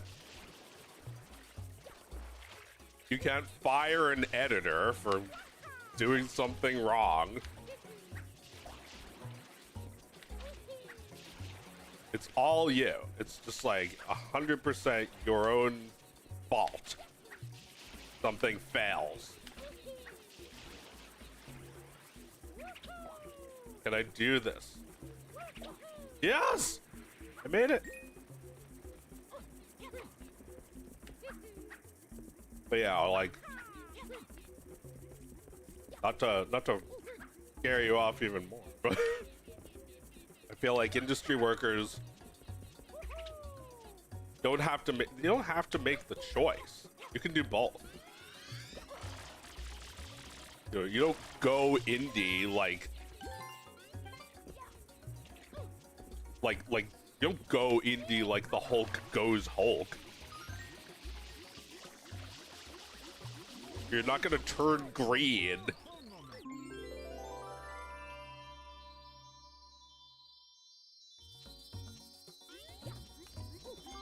I guess I do that. I'm the Incredible Hulk.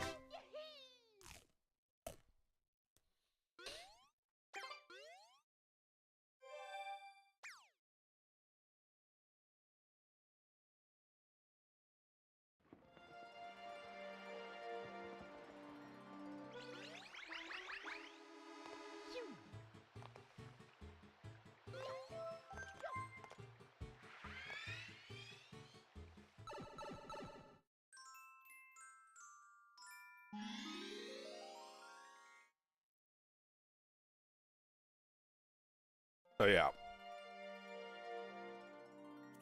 you're not too good to go to make like a shitty indie cartoon. I feel very differently about it than they do, because like they're probably not even going to go on strike for another month. Why don't you use that month making a short film instead of working, since you're gonna be striking anyway?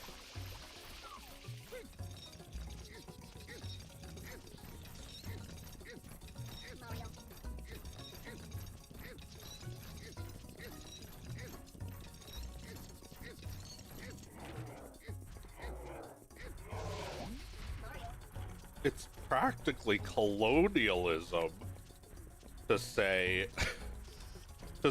just go indie.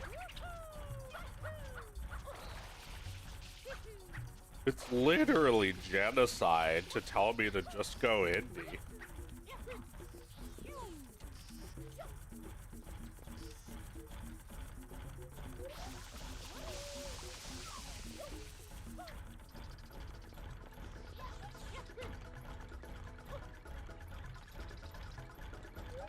It's like, you can't talk so much on this subject if you know so little about it.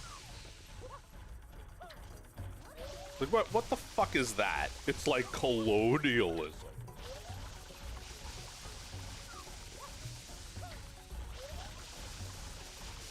It's like, it's sad how out of touch these guys are, because they've been in this industry for this long.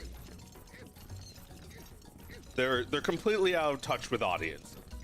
They make shit that causes audience to gag.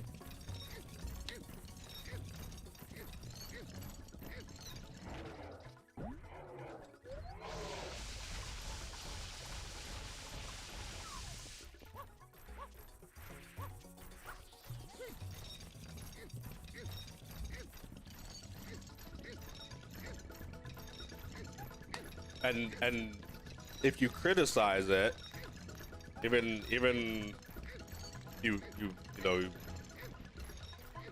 criticize it at all, they will excommunicate you. They don't want feedback.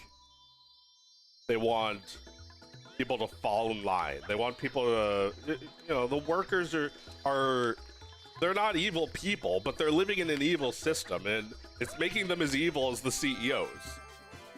You know, it's being paid forward. Their evil money is going into your regular bank account and making you evil. Stop taking their money. They're not giving you enough. Yeah, they're taking money. Goes evil. I mean, I do take Google money. Google is fucking evil. I hate it. But if Google stops paying me, I have no fucking recourse.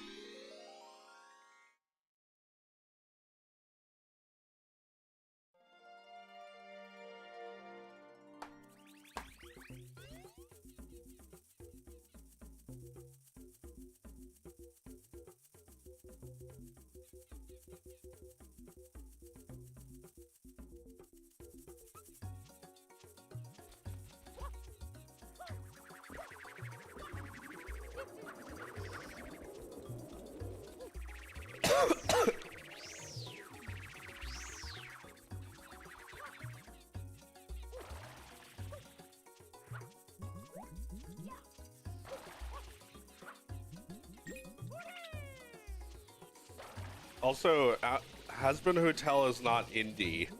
Why do people keep saying that?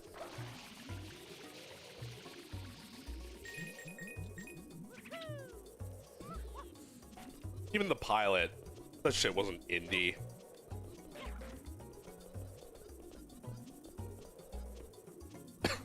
Unless by indie you mean they didn't pay anyone.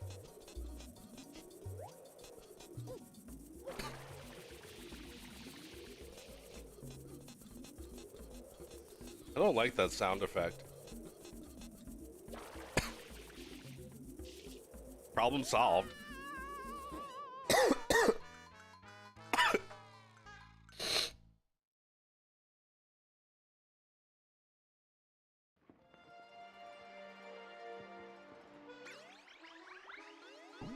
Change the system from the inside, man. Yeah, I mean, wouldn't it look ridiculous if you said that about, like, the government? Like, oh, government's so corrupt, but don't worry, I'm getting a job in the government to fix everything.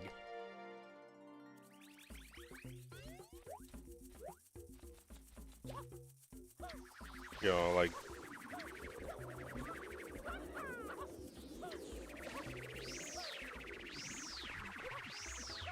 You know, Bernie Sanders should still be president, but he's not going to be president. So like, that doesn't feel like, it doesn't feel like a mature way to go forward. Just like saying things should be a certain way, you know, like we should have healthcare, we should get paid more. That's not a good way forward. I think, you know, if everybody stopped using Netflix, torrented everything, that'd be great. But everyone's too retarded. They can't figure it out. Too hard.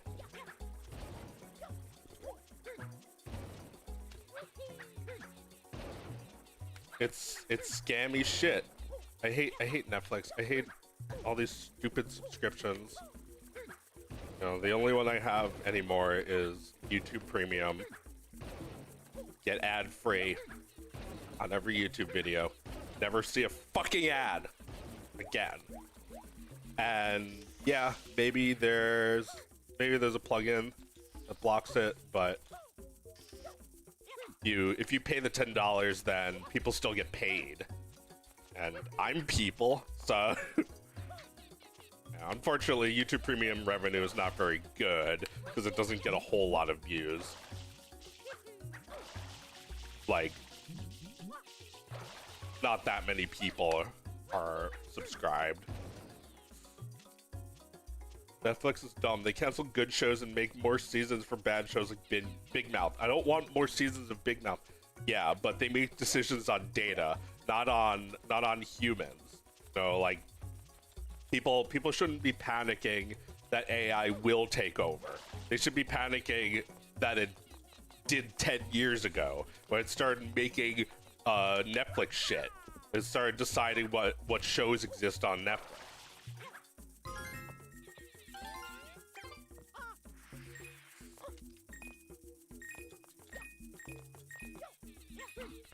It's like, this is popular, so we made this.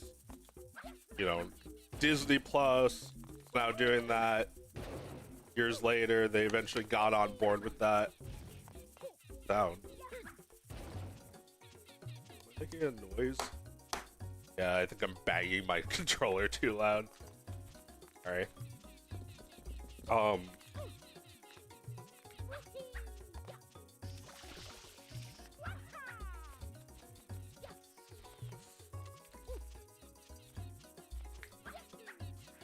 Yeah, like, anytime something people liked was on Netflix, they were always crying because it got canceled after one season. Which, as we know now, is actually half a season. It's like, yeah, I mean, I certainly noticed before I knew the truth. I certainly noticed that seasons of shows had inflated. You would now have 2 seasons of every show instead of like one good season that maybe we'd never get another one. We get 2 mediocre ones. or worse, we get one good one and that's half of the show and we never see the rest.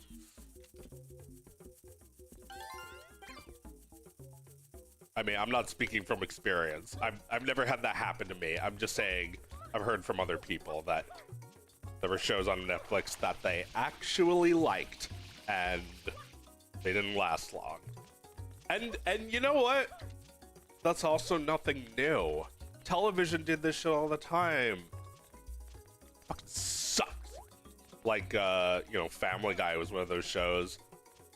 It was popular later on DVD, so they changed their minds. Pretty sweet.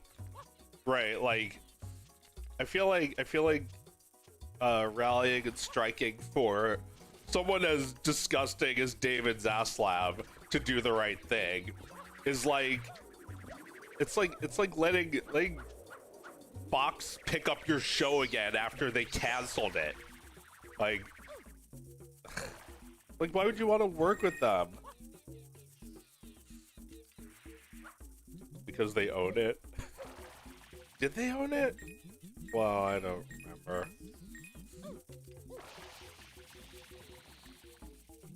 Yeah, I mean, every episode had the Fox logo. Ownership is such bullshit. Like, in the new system, we don't believe in that. Ownership is a joke. You know, NFTs, you can just right click and save it. Like, I think it's only done because we're actually still in the old system. But in the new system, everyone can copy any piece of art. That's what our miraculous digital world is for copying things and everyone having it. You can't do that anywhere else.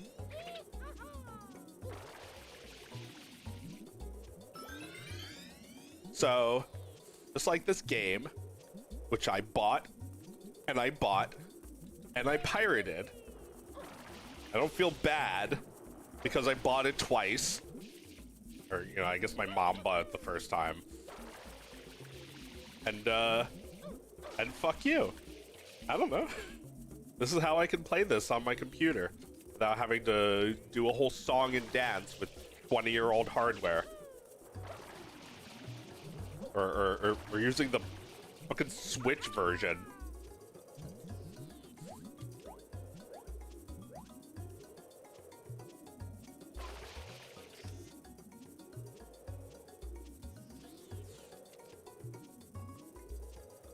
Wow, he live streams. Welcome. Yes, I do. I live stream. Although lately I haven't really felt like doing much work on live stream.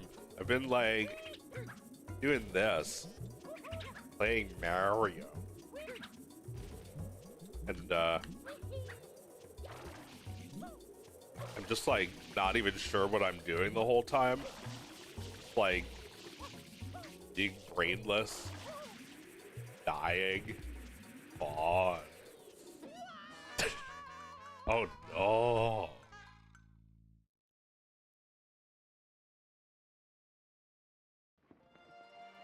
Copyright should last for 20 years. I mean, landlords should be thrown in jail, and then I won't need to make rent, and then I won't need to copyright anything.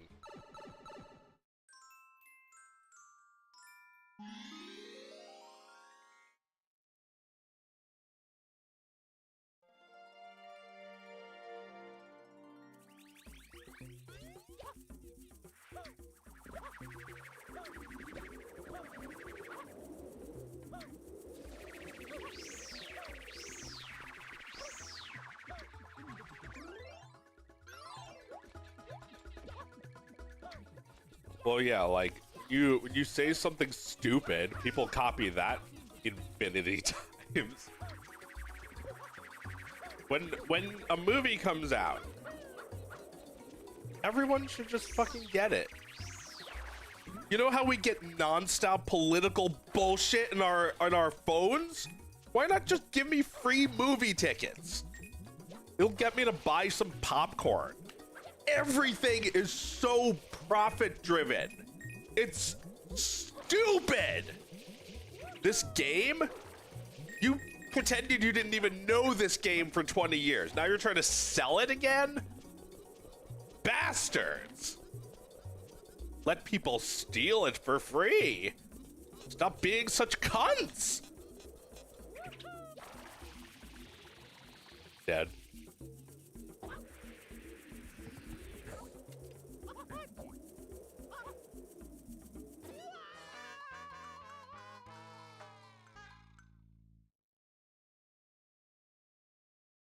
$80. Yeah, well, copyright is archaic.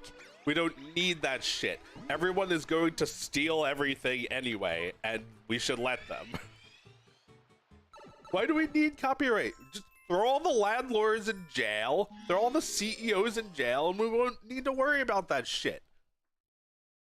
Don't punish your fellow man for rightfully copying something that was good. It's like, are you gonna sue me for playing this fucking game?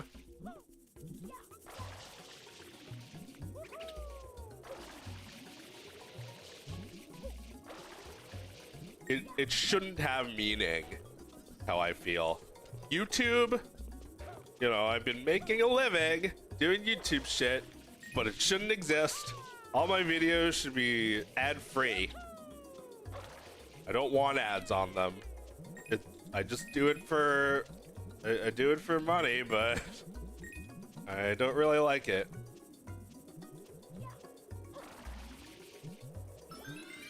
Oh yeah, I have to get Yoshi.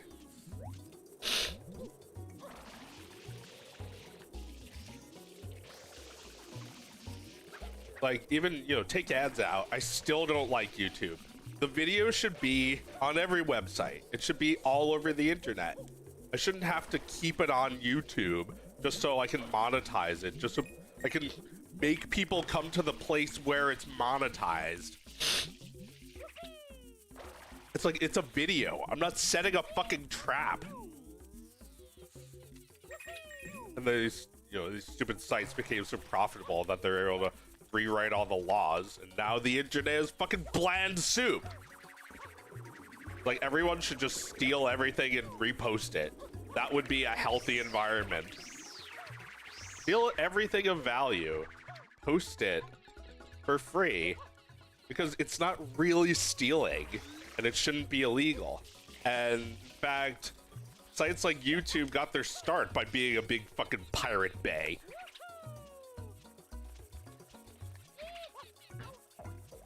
So Google. Everybody was going to Google instead.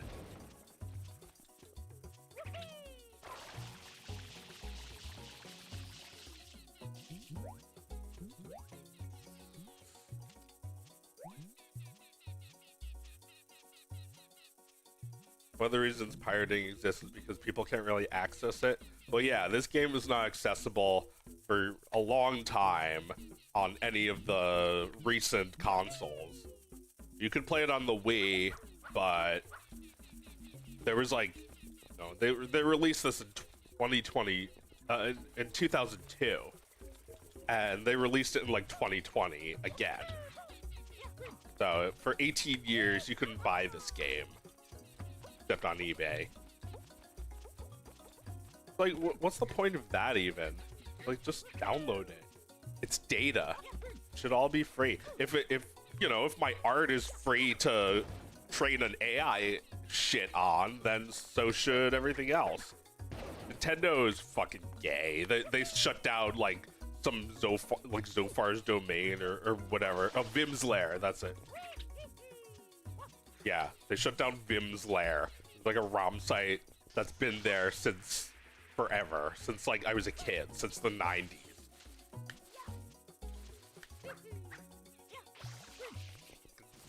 Stupid company. Like, they're embarrassing. Every single one of them is fucking embarrassing. Like, you don't need a big company anymore. You're not doing anything good with all that money. It feels like every company is just like barely making it. Like, is Pixar making sequels because they're fucking desperate?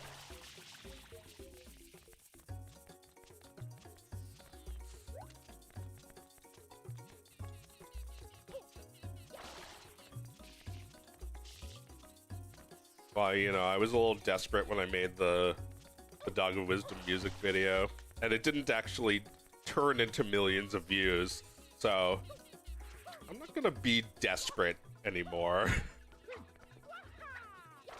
Because people can probably tell. I mean, nobody commented on it saying it's desperate, but I probably would have. This is so fucking desperate. Sad. Oh, it's so sad. It's so sad to see what Joe has become. Not my uncle. Not anymore. Not a good uncle. You mean Israel parody?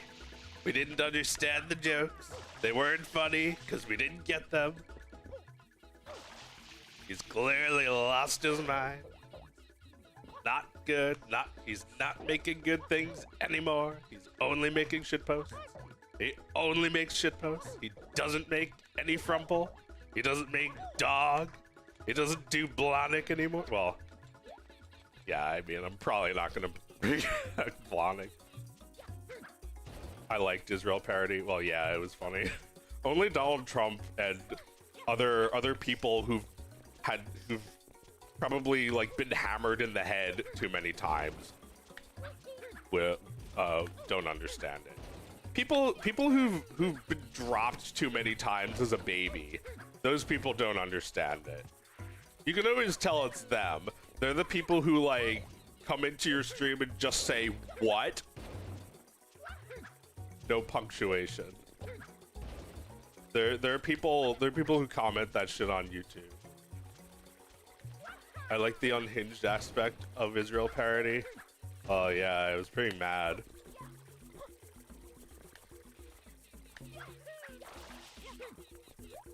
The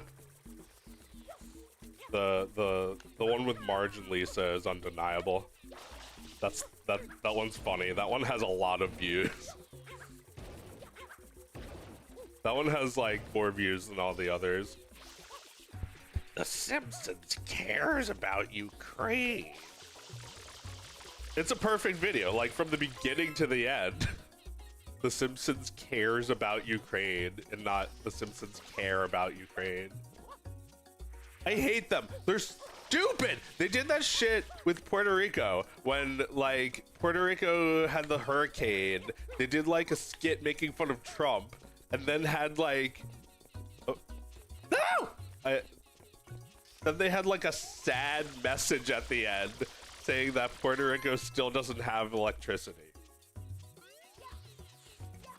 Like, shut up, The Simpsons. You're not doing your job anymore. You think this is all about you. You think everyone is thinking about you and your impact.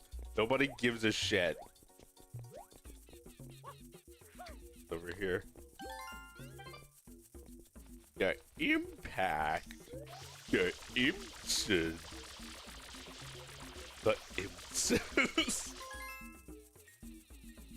Simpsons slowed the progress of nuclear energy by at least 30 years. Yeah, we portray a really stupid populace in that show, but the sad part is that we're even dumber than that.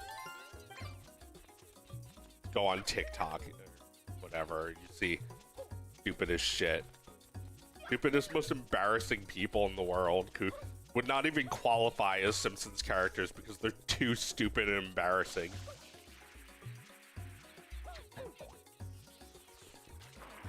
But yeah, like the Simpsons characters have like morphed over time from characters into like people you don't even like. Like Mo was always just like the, you know, the angry asshole bartender. Like, you know, his whole thing was like screaming into the telephone. But like, they made so many shitty episodes that I regret to say that I've seen many of them, where they try to humanize Mo and give him like a girlfriend. And it's like, you don't have to do all this. You don't need to expand on the character more than this.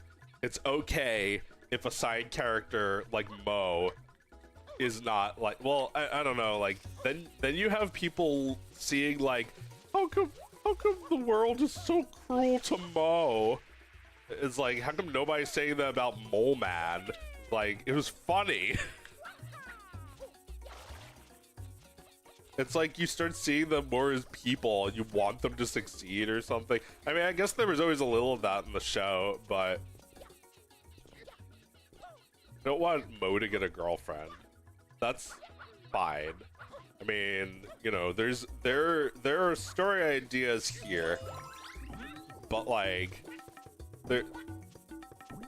I feel like that's not the character. Can't have a girlfriend. Well, he could have a wife, I think. A wife that he never sees. I love Mo from The Simpsons. You should date him. I hear he's single.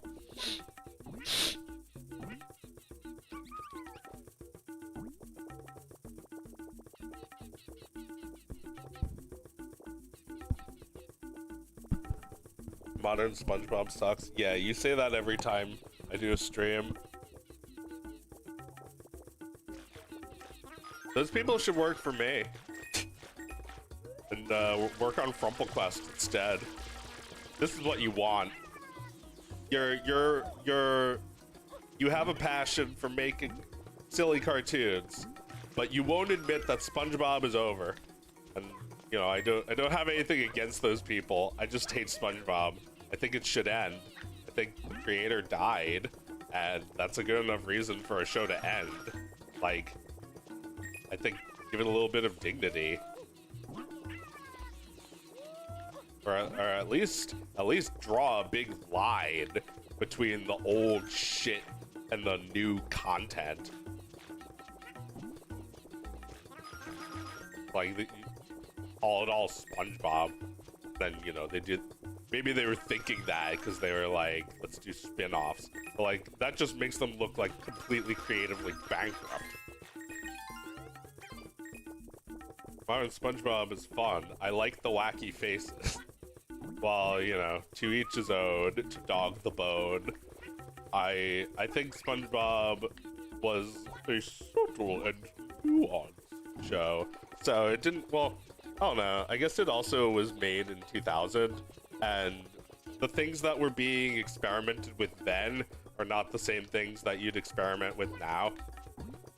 So like, either you just make the same show, or you do something else, which is what I think the better option is just make something else. The SpongeBob already was a series for many years. It's been explored fully. You don't have to keep making it. You know, stop listening to them. Stop listening to your shitty bosses that you hate more than anything. Stop falling in line. You're never going to get better conditions because they built a company off of bad conditions. Anyway, maybe I don't actually know what I'm talking about there, but I've just seen, for me at least, I've seen the places, the industry is a place where I can never find work. Not a very habitable place at all. All right, I was supposed to get the, yeah, he's gonna die. Damn it. What fruits do you want? Same one? Take that. Coconut. They need a job, dude. Well, yeah, they can't simply go indie, but I think, like, what should happen is some of them should, and the rest should get jobs at those people's indie studios. Like, why is there not even one fucking competitor? There's no fourth Cartoon Network. No, there's like Cartoon Network, Nickelodeon, Disney. There's no fourth one. You're telling me that nobody can put together like a little bit of capital to launch a network in this day and age? How could that even be that expensive? You could just like, well, you couldn't get it on TV probably, but who cares? Everyone's on TikTok. They're not on TV. Get them off of TikTok and onto the, like, I don't know. I'm hesitant to say we should make another app. I feel like that shit's over. What we should have is just, people should just figure out their own channels for spreading videos, because I don't actually agree with video sharing sites like YouTube. I mean, yeah, it's great if you go on YouTube and you can find a video you're looking for, but like that video should be on YouTube and everywhere else. I, you know, might disapprove of you putting it on Instagram, but only because Instagram sucks. And that, you know, that upload's not in my control. I'm not getting any money for it. But I wish that wasn't the case. I don't want to turn on my fellow man with 1 IQ who just like re-uploads shit. Because that's what you should do. Actually, you have to have a little more than 1 IQ to re-upload shit. Because those people figure out how to get it off of YouTube. If you had 1 IQ and you just like, damn it. It's like, you know, back in the day, it was a little easier to just like download videos until they built a system for complicating it. And, you know, there's a lot of shit like that. Netflix, cryptocurrency. We've built a system for complicating things. So much fun. Nope. Damn it.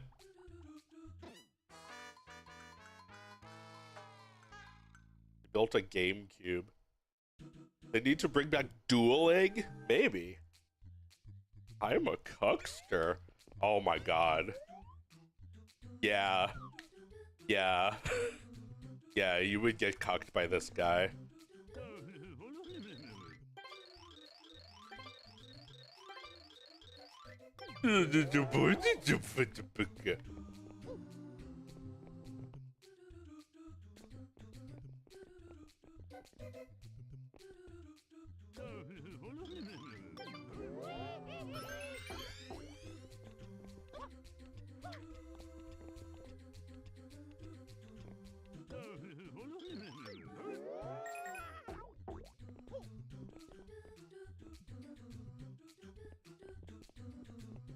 Damn it.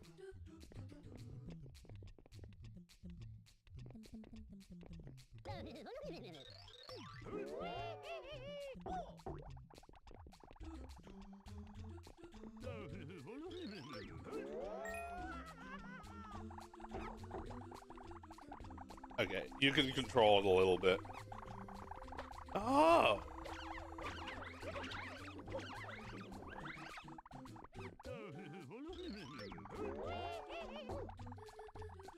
That's a Flash cartoon. Mario gets cucked. Yeah. Great Flash cartoon. This is why indie is so much better than real cartoon. It's like you should just make the kind of cartoon that you think Nickelodeon wants you to make, but without all of their notes and specifications for it.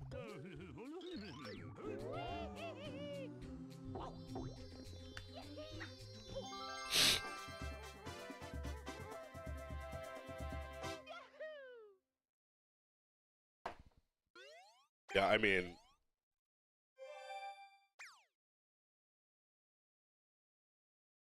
Nickelodeon has not made a real show in forever. Like, you know, they've brought back SpongeBob and TMNT and Alvin and the Chipmunks. Those don't count. What about all of the, like, fucking shows they had? I remember Cartoon Network decided a while ago that they're just gonna stop making cartoons. They canceled all of their cartoons. This was like 2006. What the fuck happened?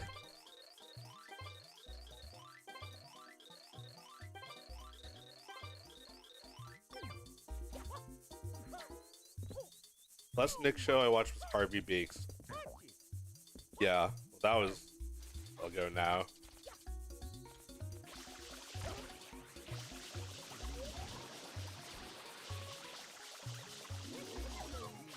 And that didn't last.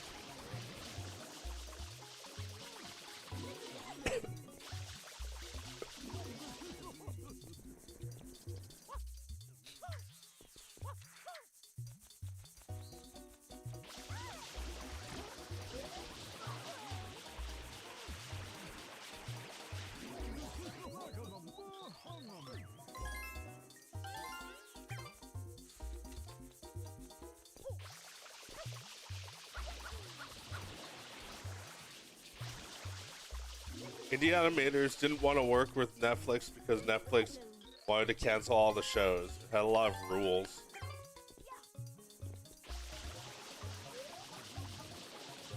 Yeah, I mean, Netflix never seemed like a an option.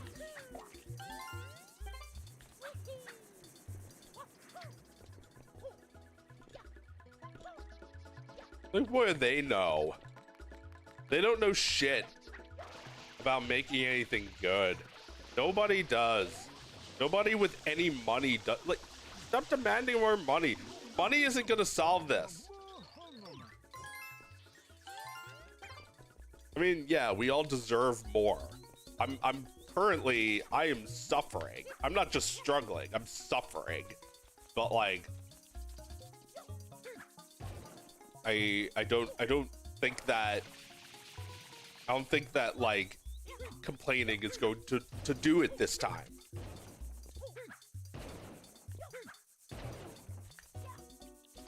The more I cry, the more I lose.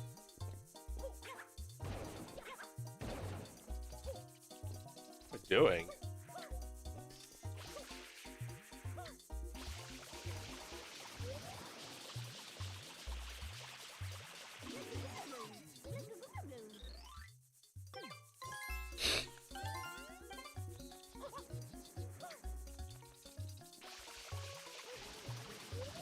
It's like, you have to go indie because it's the only way you're ever going to get to make what you want.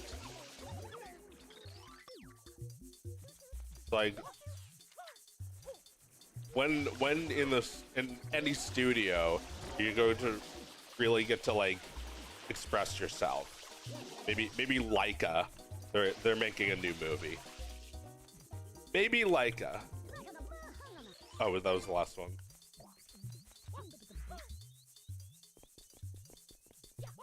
Maybe there's one animation studio in the English-speaking world that is a good place to work at.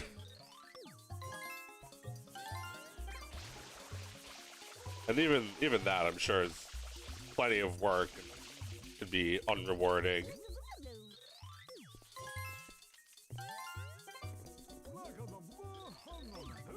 But I guess they're doing something different from other people, so I would rather work there than anyone else, than anywhere else. Pixar makes me want to tear my eyes out.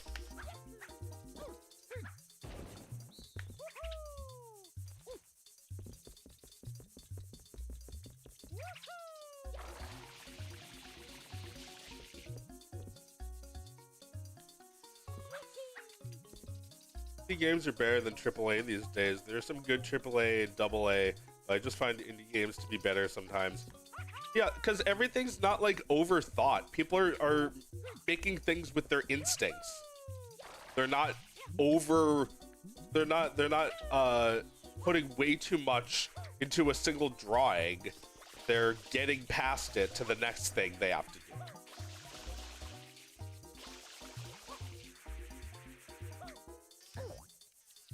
Who's got the shine?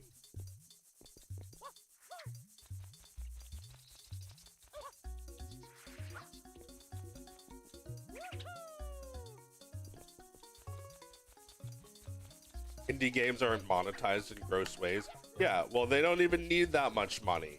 The more money your industry makes, the more it needs. Like, what is with you? You're addicted to money. Like, spend like $1 million on one episode. That is a waste.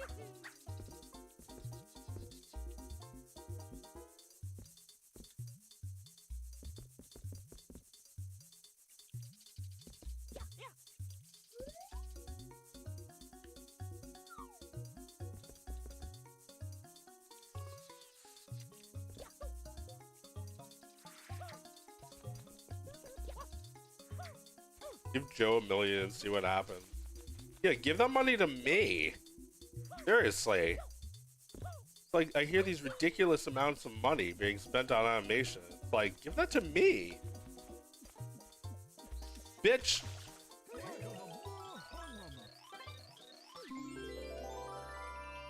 I'd like to see Joe make a game. Are executives good people or bad people? Yeah, I don't know. I've never met one. They're not good or bad. They could be either.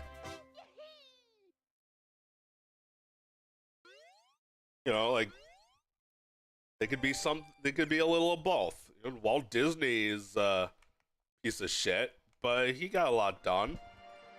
I'll give credit where credit is due. You know, he took risks and sometimes lost a lot of money. So that makes him better than David Zaslav or Bob Iger, because, you know, even though he was a degenerate, like a gambler using his money to make more money, he was doing it in a different way than they do now. Now they instead of betting on, you know, a roulette wheel, they bet on like an analogy I can make. Like what's a bet that just you always win? They roll a one-sided die to see how much money they're gonna make. You know, if you were to flip a coin, heads means your movie makes $10 million. Or, you know, that's not even a lot. let's pretend it was still 1930. Your movie makes $10 million, or make zilch. You get tails. You get zilch. Nothing. Now, this one-dimensional coin should not exist, but I feel like that's what they're flipping nowadays. They're making safe bets that are like it's like a huge story every time one of them fails, because they're usually pretty safe. Like I hate you for being safe. Make something real. Give the money to me. Give the money to a schizophrenic. Give it to Wesley Willis. That's what they did. Maybe they were just like doing different drugs in the 90s than they are now. So they were giving money to Wesley Willis.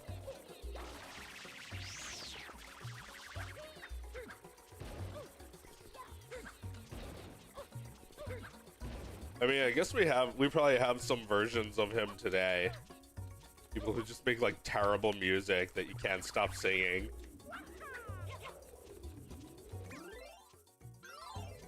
Where is he?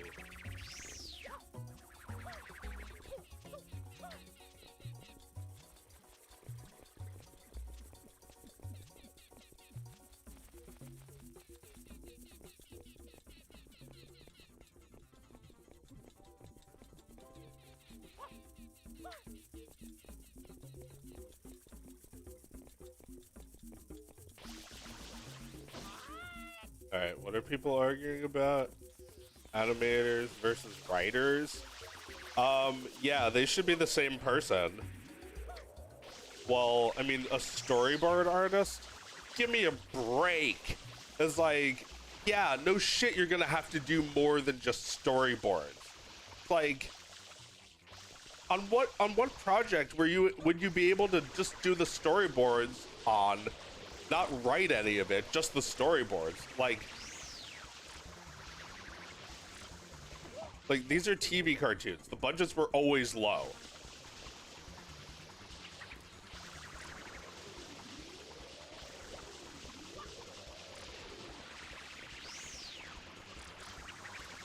And like, yeah, they would never admit that it has anything to do with their shows not being like, you know, maybe they don't really have anything to bargain with. Their shows aren't bringing in the revenue for the company. You know, I've seen people say that animation, like, kept the industry afloat throughout the pandemic, and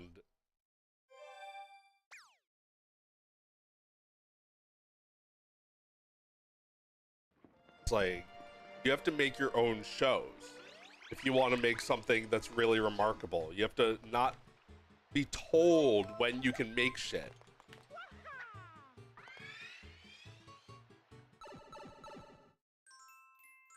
It's like people were also watching YouTube videos during the pandemic. Nobody's thanking me.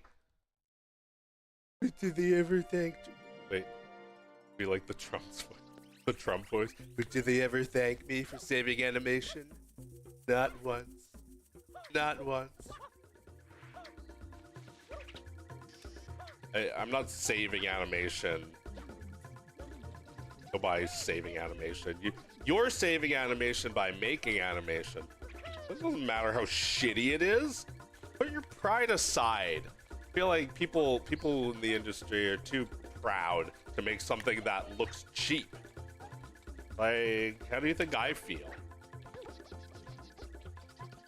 Like, my ideas are great, and my cartoons suck. If I worked in the industry as a director, maybe I could get other more talented artists to make my shit look better. But I did not choose that path. And I feel like now I can't. Like, it's not a very inclusive industry. For you know, for an industry that boasts about like diversity and inclusion, it doesn't seem very inclusive. They're constantly like threatening people who criticize them with blacklisting. It's like, is that your only bargaining power? That you could stomp out people under you, that they'll never come and replace you? That shit makes me so mad. It's like, you know, we see you talking shit. Blacklist. You think the original Ren and Stimpy and the reboot are the same? Go learn some history. The fuck are you talking about? What does Ren and Stimpy have anything to do with learning history?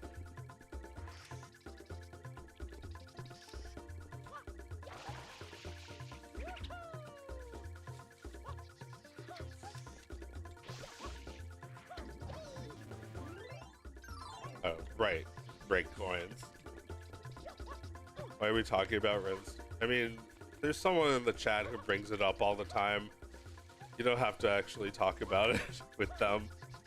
You can talk about something else. Like Ground Keith and Miss Citrus. The next big thing. It's the one. Oh, I died.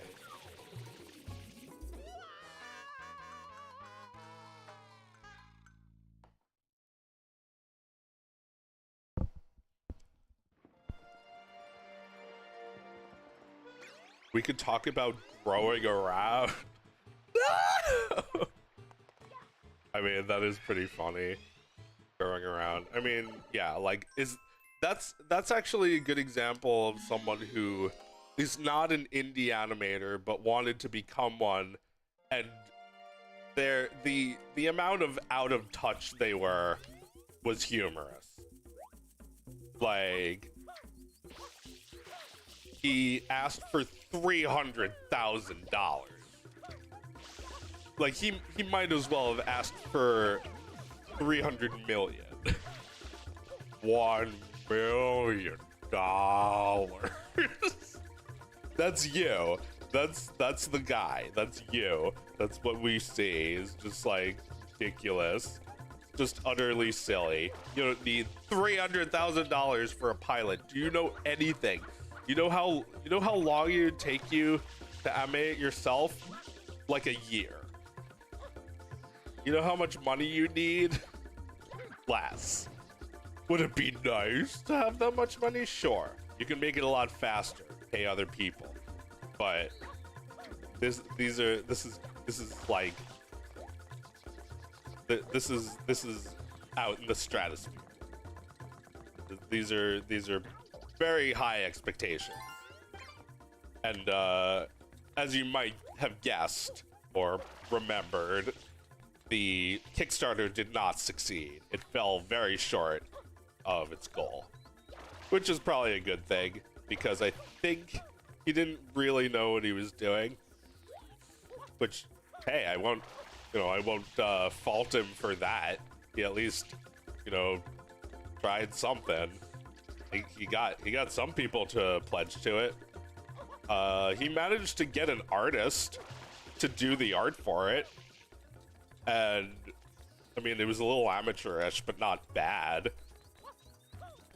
And then, his skills as a writer were sort of the main issue. We found out that he didn't have any writing ability, and as it turns out, and I know this is a big shock, but simply talking about other people's writing as a profession doesn't make you a good writer. All he does is pick apart the worst of the worst episodes of the Fairly Odd Parents and that sort of thing. You don't have the experience in making cartoons, so you don't know how much money you need. You don't know, he was like, before you say that's too much money, here's a detailed explanation of why it's not too much money. It's like, I don't care. No one cares.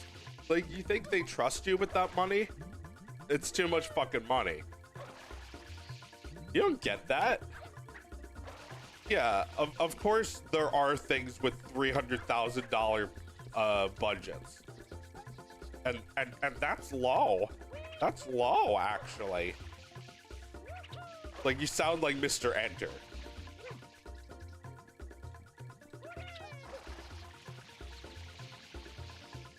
Like, the amount of waste that's produced is obscene. You're paying these people. I don't blame them for laying them off. You're paying these people to go online and complain about their job. Like, it's not a strike, it's all the time.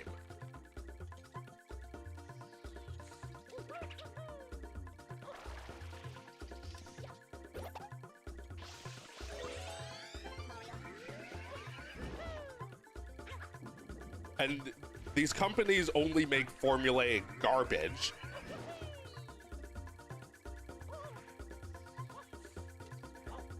So, of course, AI is going to be attractive to them. You don't have to work for these companies.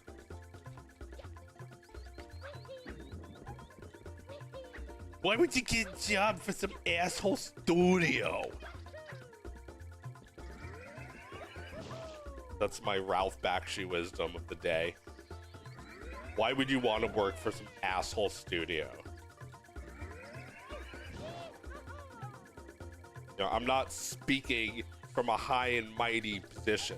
I'm not Skibbity Toilet. I don't make millions of dollars on YouTube. I don't even make a living right now, but I'm doing my best. I'm trying to work my channel back up a little, keep it more consistent, come out with some new videos and not keep people waiting. You need a job? I mean, I probably need a job and I need to do shit online because I don't know if one or the other is gonna be enough anymore.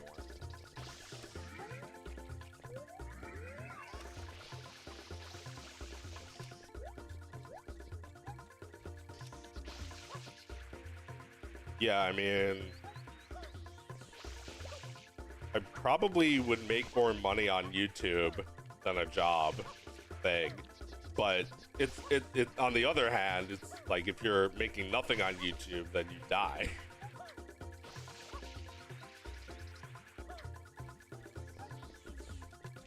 Where are the red coins?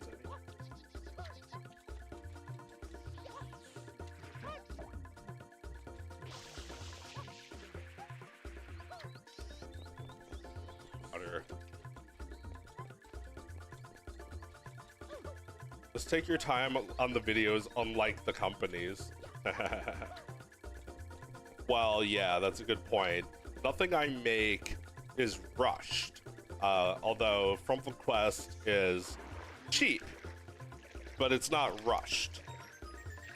It's just cheap. I'm not in a panic to deliver it. I'm actually working less and making more.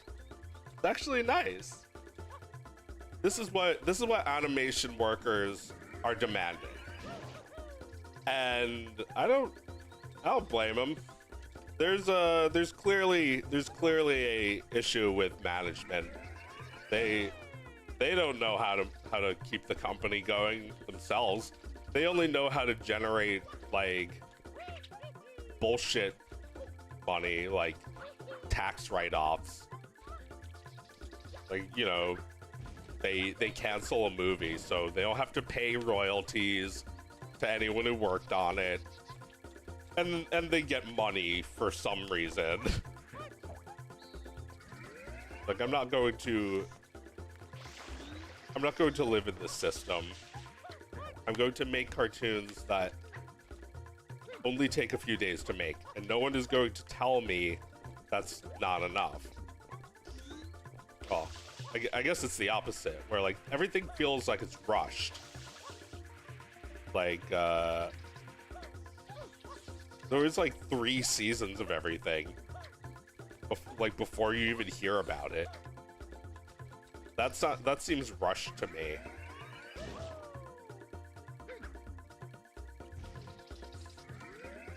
Well, I don't rush things. I do take my time. Try and make them good. But I also like making crap. I like making shit posts. And this is kind of like a shit post and a cartoon in one. So it'll, instead of a month or a day, it's like a week to make one.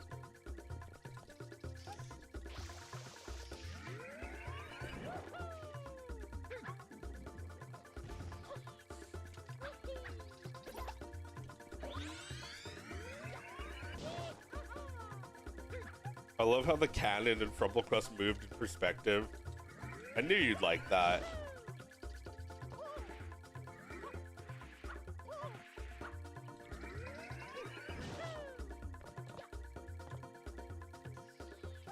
Yeah, I also like that. It's like he moves it the tiniest amount, but like you still have to like draw it. I mean, I guess it would have been funnier if the entire cannon was redrawn. Maybe I'll do that next time. Like, have him rotate it even less, but make the entire thing redrawn.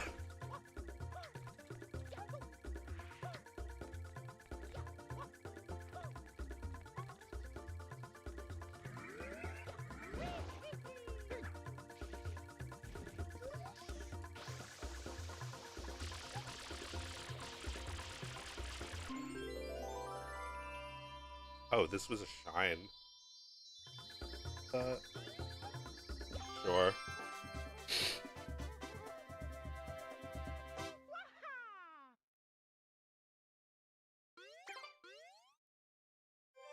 Originally 3D All-Stars? Yeah, this is Dolphin.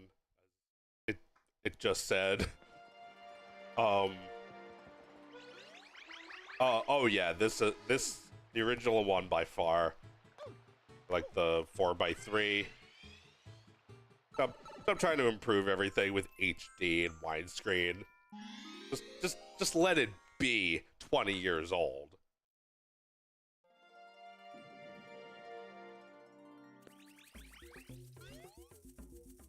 The Ren and Stimpy reboot has one of the producers explaining the literal joke to the audience. If you think that's good, then you have to redefine what you understand by writer cartoon.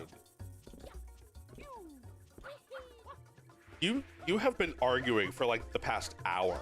What the fuck is going on over there? Right, I know what that is. You're talking about how a cartoon, an animated show, will be made by screenwriters instead of storyboard artists. The storyboard artist shouldn't merely draw what the writer tells them. The storyboard artist should think for themselves. The storyboard artist doesn't need a writer. Writers are idiots. Well, no, I mean, writers are fine, but like, I guess you also need to be a writer. Oh, what's the matter? You're gonna complain that's another hat you have to wear? You should have to wear that one. That's a good hat to wear. The writers, storyboard artists should be writing the story because you, the director, you're also the director, are deciding how every single element of this film is going to go. At least for the part that you're directing. You're the writer, the actor, and the director. If you do story, because you have to pitch your storyboards. You have to show them to somebody, do the narration, do the voices. You have to get them to see not just your work, but the proper way it's supposed to be seen, which can only be done by you, the storyboard pitch artist.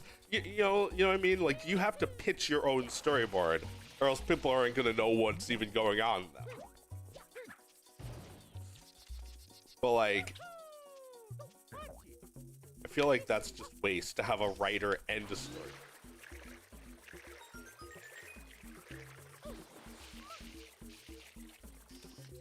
Joe is explaining it. He's not even talking about. I don't know what the fuck you're talking about. Talking about how a storyboard artist should be writing a cartoon, not a writer. Although I suppose there are shows where writers knew what they were doing, like King of the Hill. You know, I feel like that's a writer cartoon. It shouldn't really be made. Shouldn't really be written by the storyboard artists, right? I don't know. Like, he's a caricature, so it can't be live action.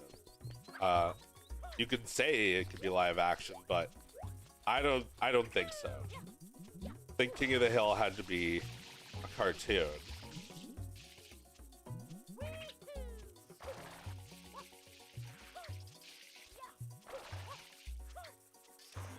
Love when non-artists comment on what us artists should or should not do. I mean, I don't give a shit. They can say whatever they want. You can tell us that we're going to go extinct. Doesn't make it true. I think being a writer is I don't know. Doesn't seem like a real job. Doesn't seem like a real job unless you're writing whole books or something, or like, you know, like the people who make comic strips, they're actually writing something and drawing it. So like, that's, you know, that's what a storyboard artist should be like. They should be like a mangaka, someone who interesting. Somebody who is responsible for every panel on every page. How come Japan gets this and we don't? What the fuck? Like, we're not nearly as disciplined. We don't have the discipline that they have. And like Korea, they get paid nothing. They're much more disciplined and they get paid nothing. They get paid way less. Writing rooms feel weird to me. Yeah, that doesn't seem like an idyllic image anymore, like it used to. You know, like there was like the writer room on 30 Rock. It was like, this looks like a fun place to be. But like now it's like people just on their cell phones. Like, you know, nobody has any ideas, so they go on their cell phones.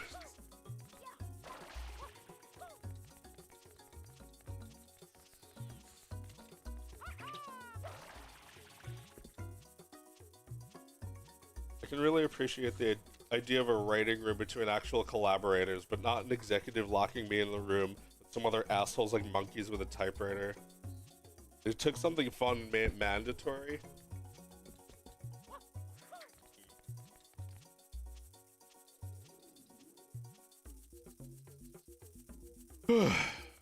Anyway, I'll be right back.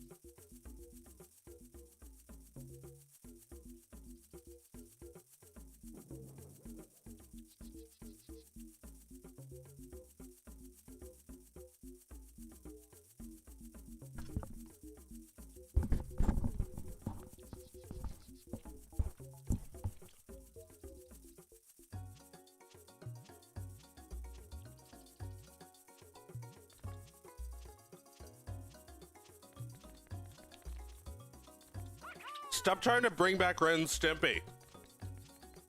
I don't care. It can't come back. It was lightning. It struck once.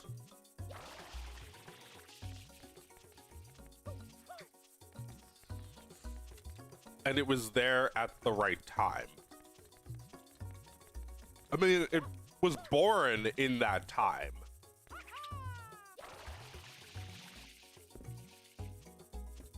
Not everything, you know, a cartoon is not alive. And it doesn't always have any life left in it. I don't want to watch more Ren and Stimpy. I barely even want to watch reruns.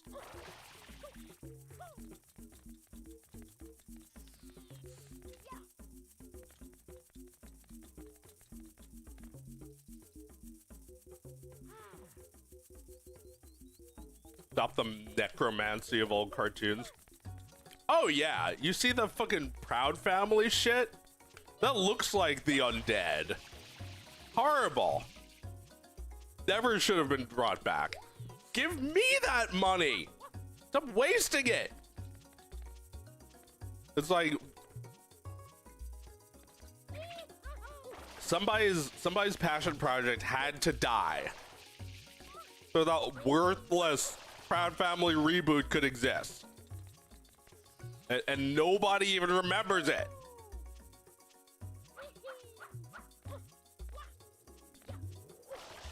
Don't throw good money after bad. Stop holding out hope that these evil companies are gonna let you make it. Nobody needs to let you make it. You don't need to be freed. You're already free.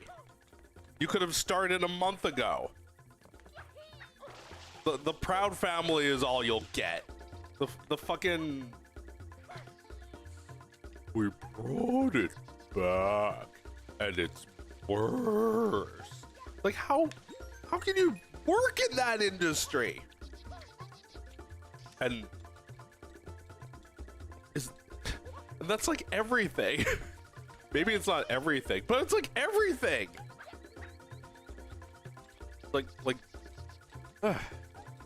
Like over the garden wall. It's like the one example I can think of that was like an industry made thing that wasn't like, it wasn't like crap. It wasn't made in the same like profit motive way as everything. Well, it kind of had this. Maybe there's like a. Maybe they have like an initiative to make one good thing, because I feel like I remember Cartoon Network like doing that before or something.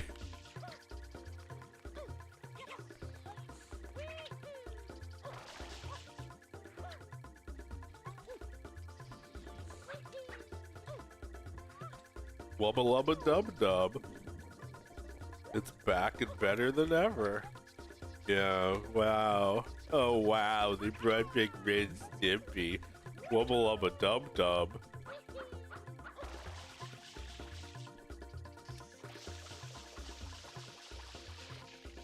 How did I survive all these years without my beloved Ren and Stimpy?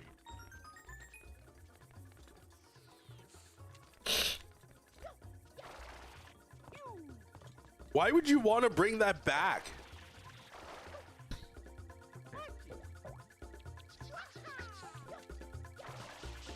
It's like, oh, don't worry. We didn't invite the molester creator. No! We didn't bring him back. Like, why does that make it better? It's still created by that guy. And it's his project, so only he really knows it. And he can't make it good. So there's no point in trying.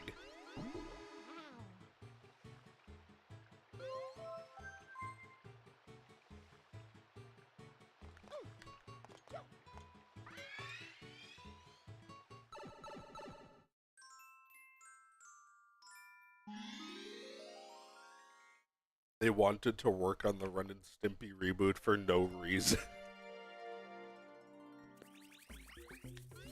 Just like you look at an old show and think that that's a job for you. It's not. You're just tracing some disgraced pedophile's drawings. It's stupid. I would kill myself if I worked in that industry. Everything I do, I would feel ashamed of, and I'd feel like there was no point to any of it.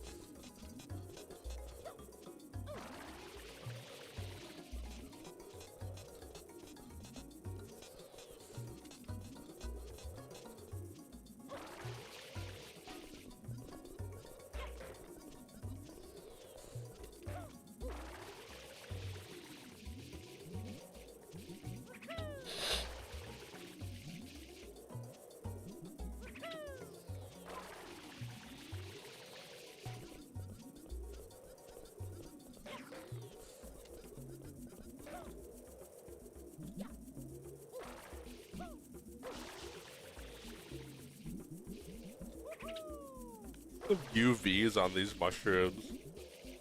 I can make this fucking game. Actually, I had trouble UVing mushrooms too. When I was working on some mod.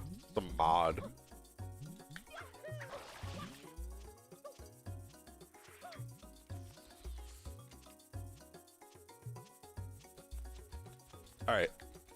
You're both banned if you don't stop talking about Ren and Stimpy right fucking now.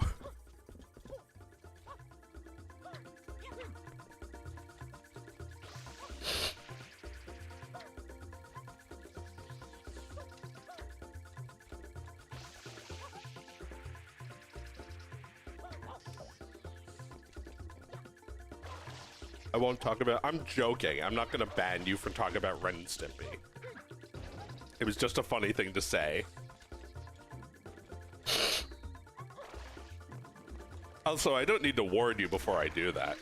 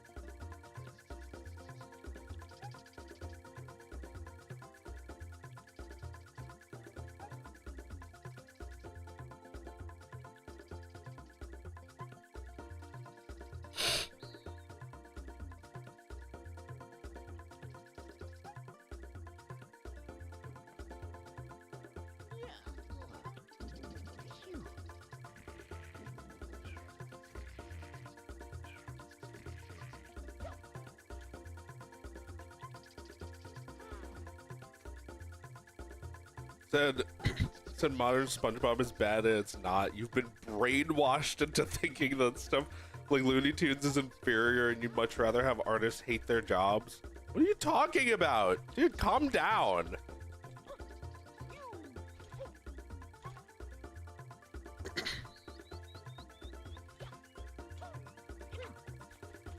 It's like people can hate something without them being brainwashed.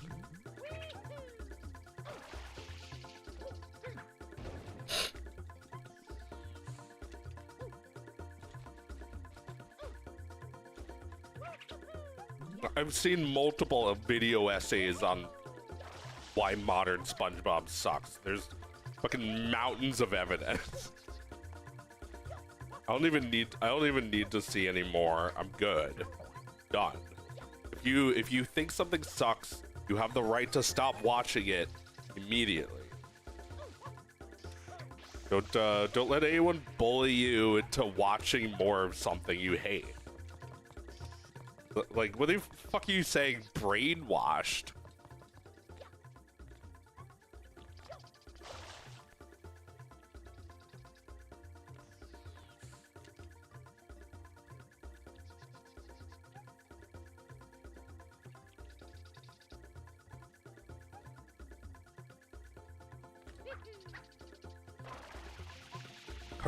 Cartoonists love working on Looney Tunes and modern SpongeBob. I take serious exception with you putting those in the same sentence. Like, Looney Tunes is classic. Modern SpongeBob is just piggybacking off of SpongeBob. There's no comparison. Cartoonists having a fun job? What is this, daycare? I don't care. Make something that's good. That would be fun for me.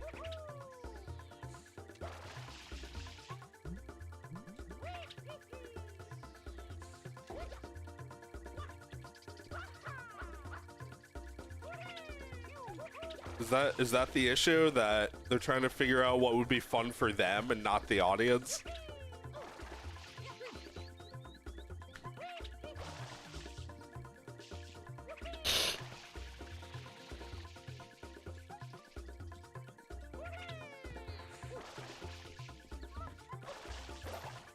I'm not saying indie animators are necessarily better. They also have their own problems and stupid shit that they do.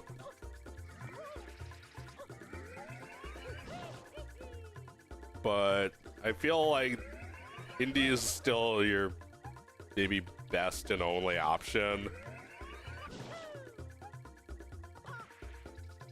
My best and only option. What is Dog of Wisdom Part 4? Yes, thank you for helping to demonstrate the kinds of problems that we have. Just non-stop demanding from people who have direct access to us. You gotta stream playing video games so people remember you exist until the next time you post. It's stupid. It's fucking stupid. And yeah, I would love to just make a cartoon show that nobody watches and forget about it and hope that my job doesn't somehow go away. But instead, I'm just, my balls are constantly to the wall with this shit. I'm just constantly doing my hardest, working my hardest, doing my best, trying to engage people as much as I can without boring them or you know, turning them away. Like, can my job be like a little easier?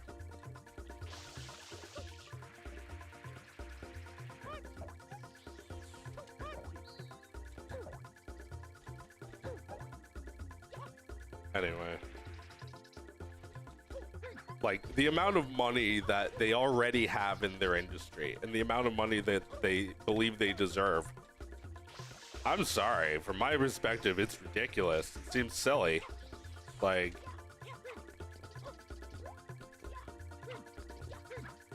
yeah, I know they suck. I know they canceled your project for a tax write-off.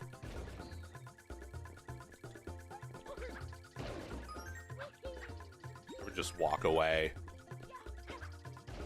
Walk away. I just leave LA.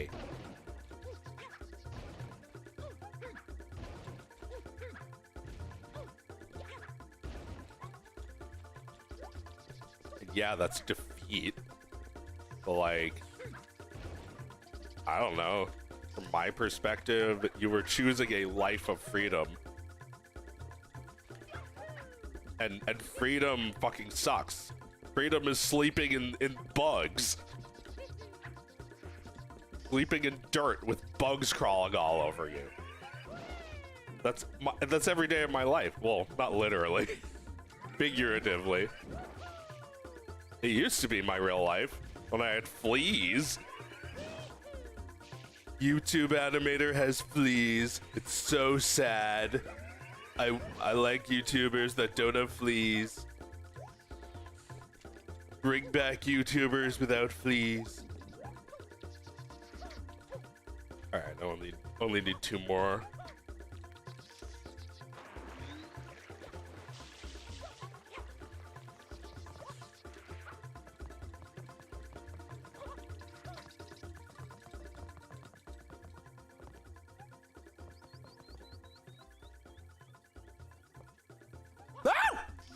Alright, well, let's move on to a different level, I guess.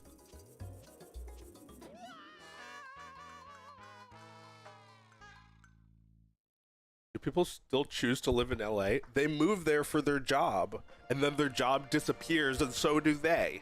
It's a tale as old as time, and it's extremely predatory, and people are trying to still make this shitty system work. Oh, fuck. I said I was gonna go away. I said I was gonna give up. I'll give it one more go.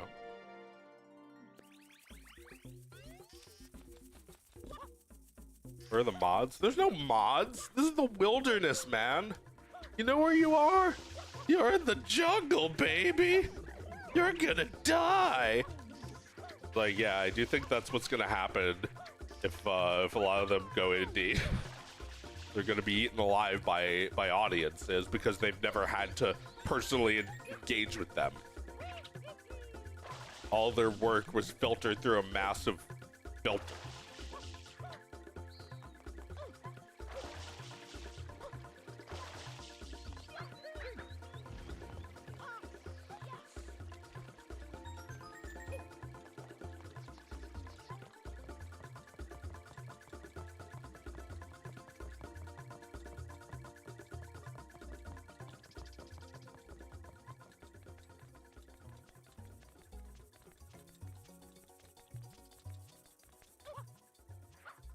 It's like there's a stagnation in the industry. It feels like everybody's gotta be friends with each other or some shit.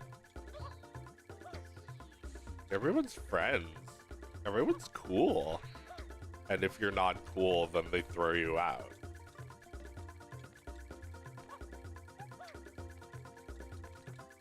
It's like, I don't know. That kind of hurt for a while. Until I realized that these are not even people I want to be around.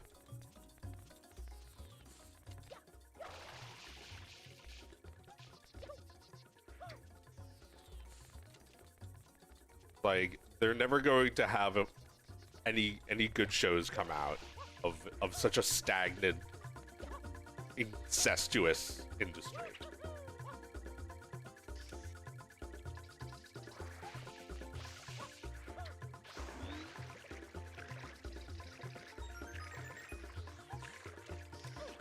Hey, Jumper, you know, incest is legal in Oregon.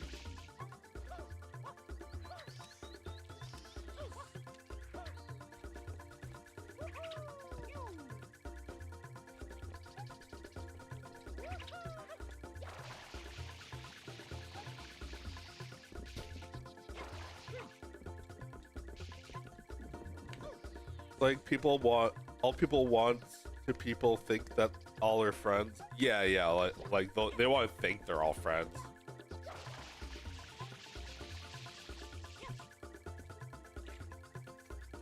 Sure is peaceful now that Alana is gone.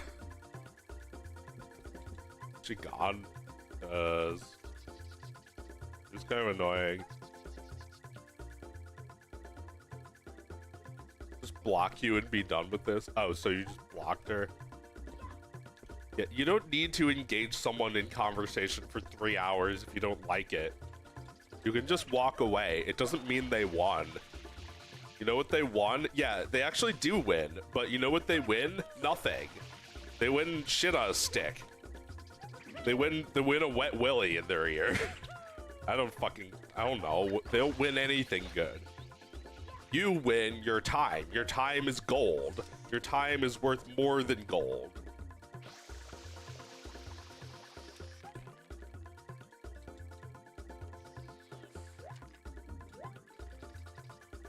And you know, don't be like Mr. Breast. He's like, my time is so valuable that he doesn't even enjoy his life. Thinks that, oh, I'm wasting time. I'm not wasting time. I'm doing exactly what I'm scheduled to do. Chillaxing. Because I need to in order to be charged for tomorrow when I get back to work and put my balls back to the wall. Although I did kind of want to get some of these things off my chest today, so it feels like work. A little bit. Get a better camera? No! Refuse. Go indie! No, I refuse. Yeah, I mean, not everybody has what it takes, but don't knock it before you try it. You can make boobs allowed. Come on. Everything's so fucking lame. Make a cartoon where there's boobs allowed. Like my sister Meredith. They made a boob cartoon. and like she drew boobs in like the most ordinary, like non-sexual way, but like somebody went through the whole comic like as fast as they could without reading any of it, and it was like, boobs, gotta find the boobs, found the boobs, and like furiously masturbating to the boobs, and then like as soon as he was done, he announced that he was done, and that now that he has post-orgasm clarity, he recognizes this cartoon is really well written. I wasn't very good at telling the story, but that was a Meredith story. I gotta make a clip of that one.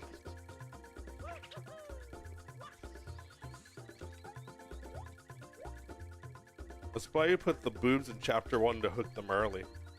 I mean, it doesn't matter when you put the boobs in. Don't worry about those sorts of things, like hooking them early. If it's good, it'll hook them. You don't need gimmicks.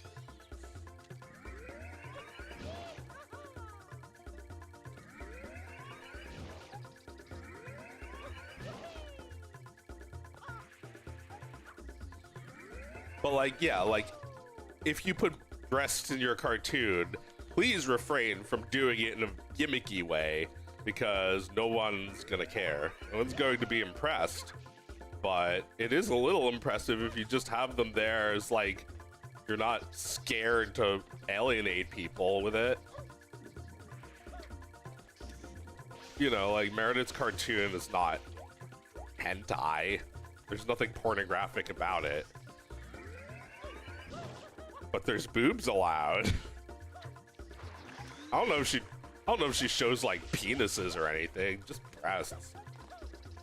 It's like you don't start looking at the characters as sexual objects immediately just because they have boobs.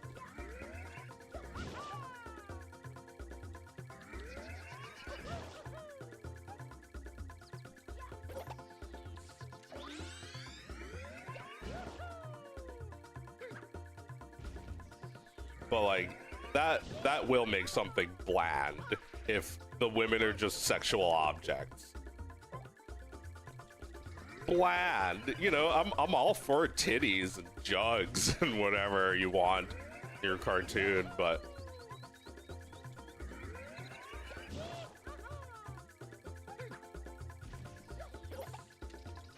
is like, you know, if it's just for decoration, that's not actually that exciting because we've seen that plenty of times before.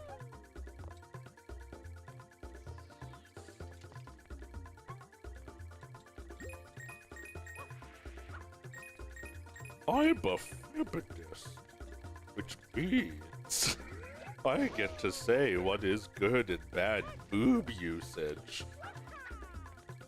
I'm the boob expert, the judge of boob. What do we have here?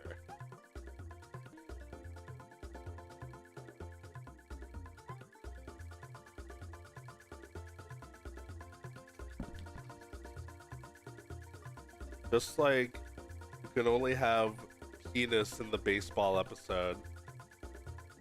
Once upon a time, you could only have boobs in the beach episode. I could.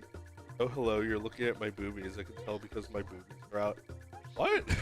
Why did I repeat that?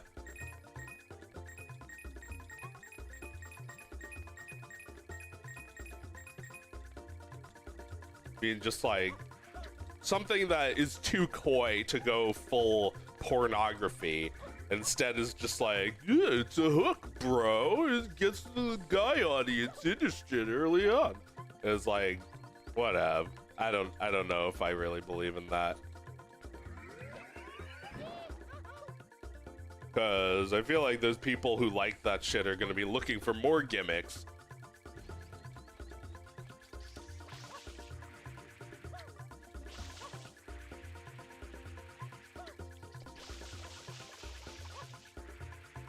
That Mr. Weeble video.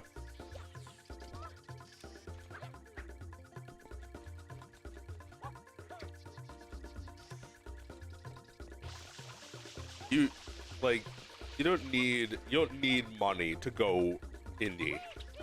Just need to have literally anything to say. Like, look at the Weeble guy.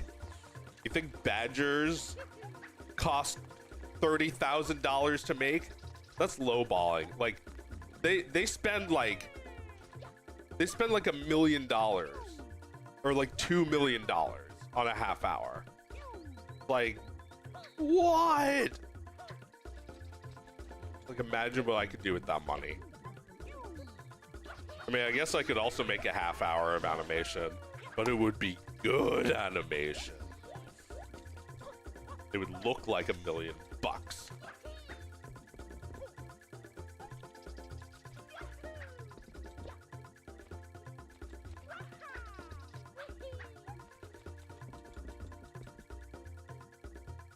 Can't wait for the $50 million 2-hour Badger CGI animated movie. Oh yeah, now it's much better that they put so much money into making it. Audiences aren't stupid, although they do prey on audiences' stupidity to make money. It's like, oh wow, it's finally getting a movie. Like, that's not even exciting. We're you know, I don't even know why the Skibbity guy agreed to that. Letting Michael Bay make it into a movie. Like, dude, you're already better than him. Like, you can do what he did with nothing. That was the point. You fucking idiot.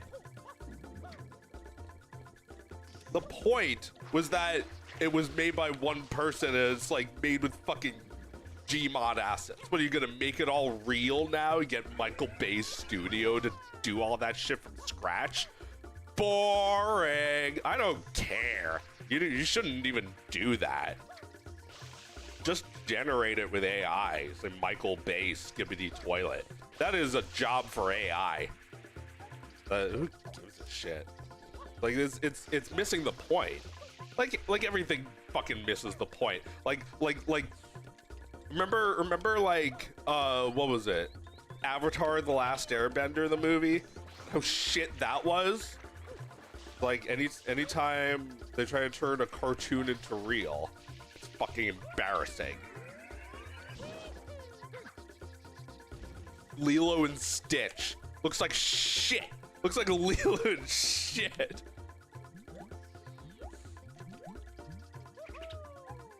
Where am I going?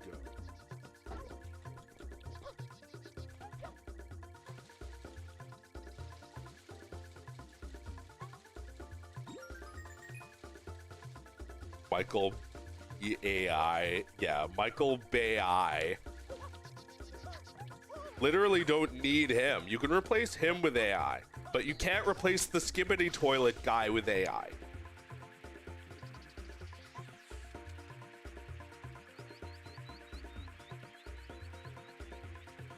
It's like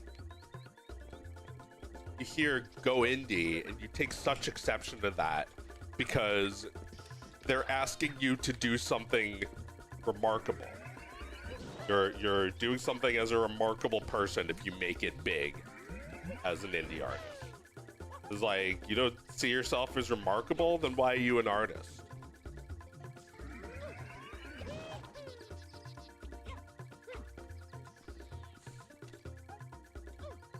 If that's how you treat art, then you could easily get a new job as something else that you're passionless about.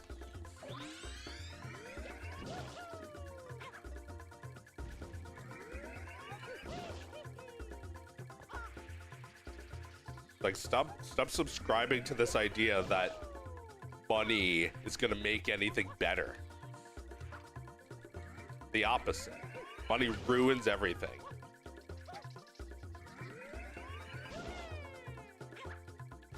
You know, like if I'm like 75, I'm like 40, I'm like 35, and somebody gave me $1 billion to make shitty Dog of Wisdom movies, I guess I'd probably take it.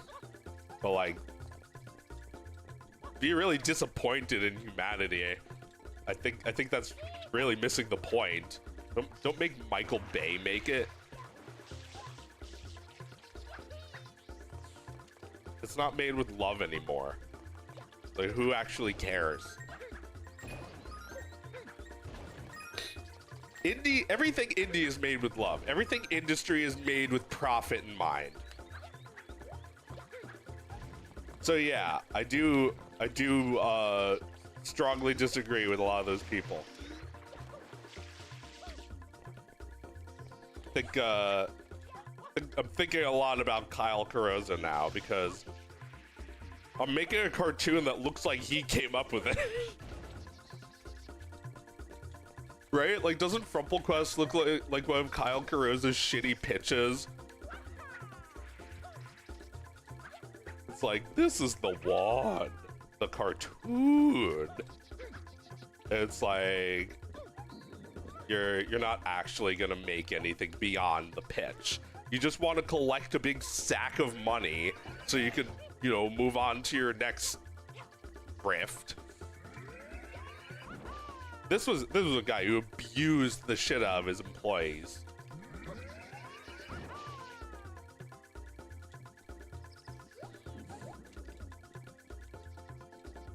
Like, stop taking orders from people like that.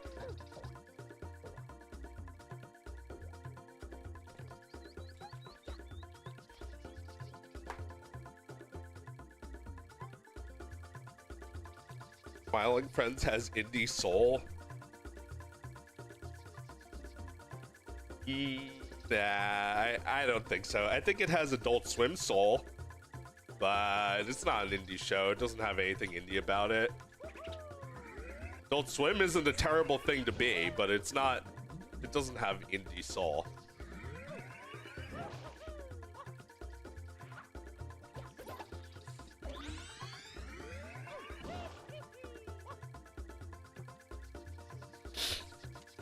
But Joey's got the money. Yawn.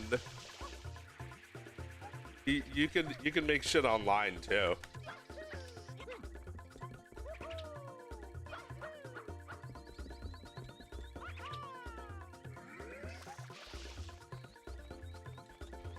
Smiling Friends is like if you put indie in a wrapper and sold it. Yeah, maybe a little. It's like if you made a yeah.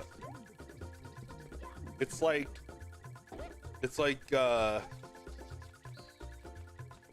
what's an example? Like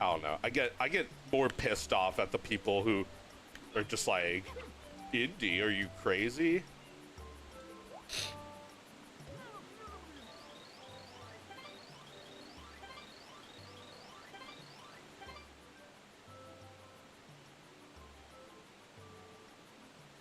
Like, wow, congrats, you made them do what they already did without your help. Yeah, yeah. I mean, you know, YouTube isn't great. It's another shitty corporation that you have to choose between. But like, you had so much like, you know, like the people who work on that show, they had so thank you, Hasim 42. Like those people. We reached our sub goal. Oh, neat. Neat.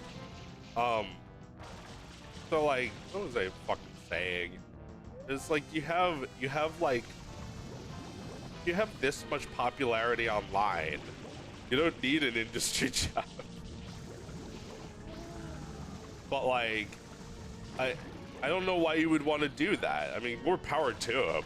But like, why would you want to go from something that lets you say whatever you want to something that censors everything and over-examines literally everything you write and you know, calls you a racist every step of the way, and then like complain about this in the show by making like an annoying CEO character. I just don't understand why you have to. Why Adult Swim doesn't care about us?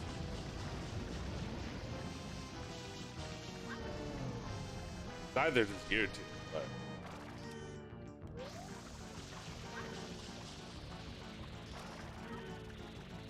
they don't want to make everyone's show though. They want to make the one show. They want to have one show.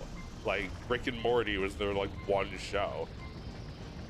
What do they care about anymore?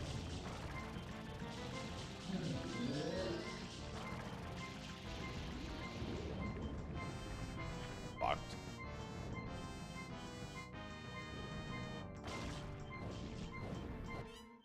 Damn it. So close.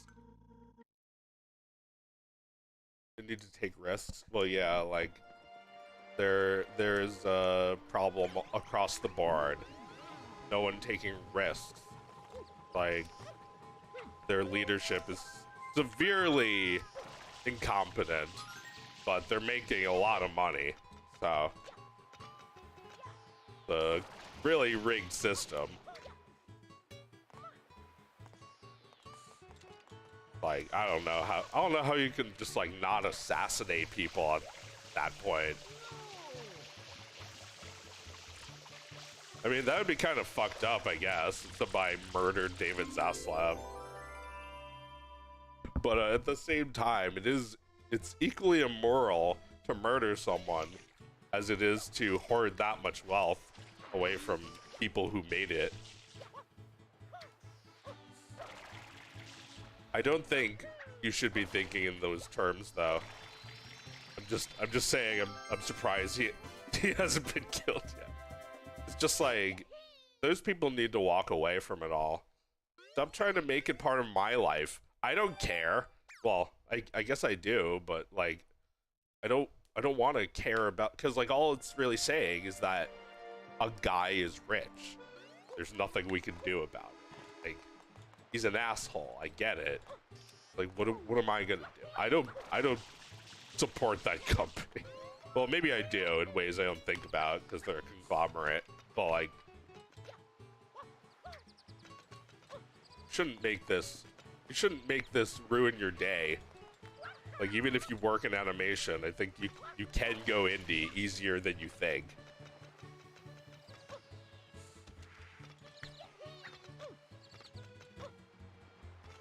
I mean, I wish I didn't have to get mad. Like, I would love to be supportive of people who wanted to go indie. I know the industry is heavily gate kept, but there's no indie industry. It's just human beings, just people. So we're all flawed. We don't have billions of dollars. If you sue us, we will go down like a wind could blow us over. But it's because we're actual people. There's nothing wrong with being a person instead of part of Disney or some shit. Sorry, I'm not judging. They get me mad. I don't think I don't think that those artists are doing their best work there. I think they're being used and abused. Most of all, not making anything good. Because if they are making something that people wanted to watch, it just like gets shelved. And then Velma comes out instead. Like I would kill myself or the CEO if I was in that situation. Like, you know, it's an unfair world, but don't have to engage. You can go indie. You know, if you're listening to this and you want to become an animator, you're not sure what you should do. I would say go indie. Be a person. Don't be an asset. I mean, yeah, YouTube exploits us too, but they take less from us. They don't force us to move out there. That takes so much away. You have no choice about where you can live. It's honestly, there's no reason for it to not be remote.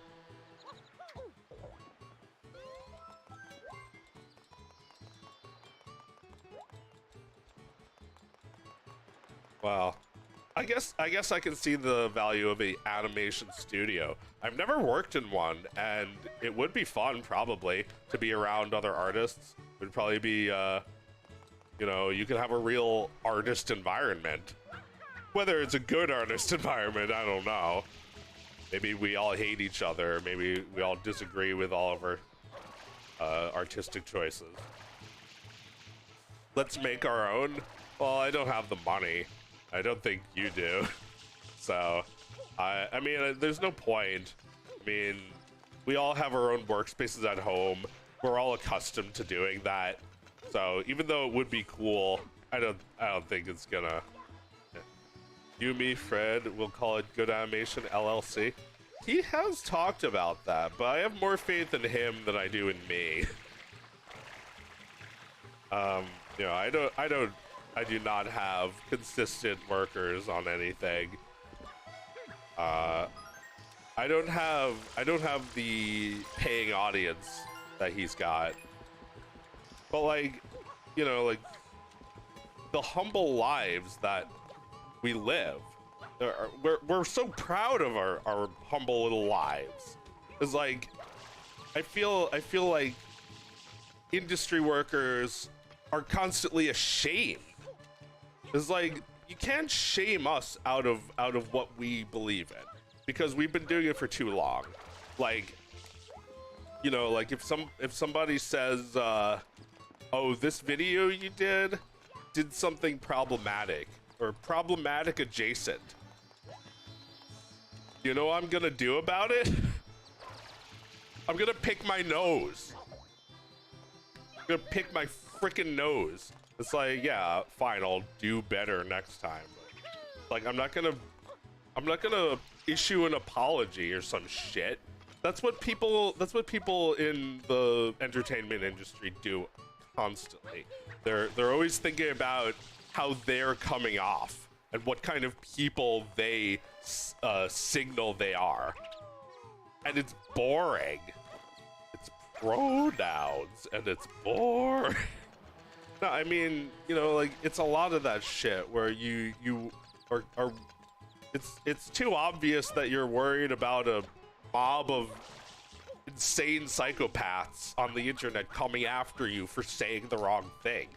You shouldn't have to worry about that. That's not really one of your jobs. Like, sure, you be as sensitive as your instincts tell you to be.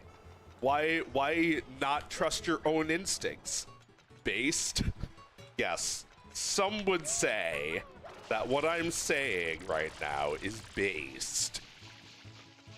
I think it has, yeah, it's a much bigger thing though than just like, you know, sensitivity and you know, political stuff. It's got to do with like everything, that every artistic choice you have to be based in. Like, you can't let anyone tell you what to make. You can't let someone tell you what to make because it will get views. You can't let someone tell you what not to make because it's offensive. You have to decide that. Like, that has to be your decision. If you think something you made really was offensive, you don't have to release it. You can be that guy who prevented you from releasing a bad thing. I think that's what they all want. They want to save you or some shit. Like, come on, just pick your nose if somebody says something was offensive. There's nothing you can do about it. It's like, you know, everybody in the industry is up to date with the most recent, like, woke stuff. You know, everybody gets a new firmware upgrade while they're sleeping. Making movies for Ben Shapiro is not the only alternative to making Hollywood activist movies. Yes, that's true. I feel like I feel like I'm going insane thinking that there's nothing in between those two things. Hollywood activism movies where like there's clearly something that they want to get off their chest about police brutality. Not that I've actually seen any of these movies. I have a feeling that they're there. So like, you know, like they'll recreate scenes of police brutality.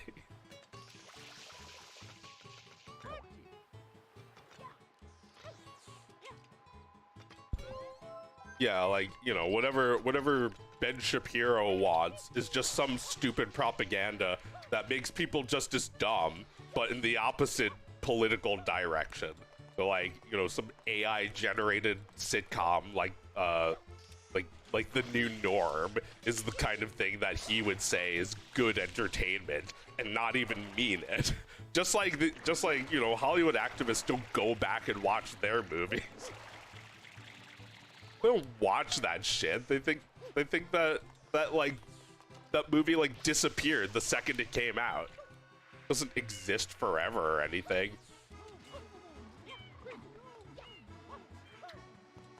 But yeah, like it's there's over examination of literally everything.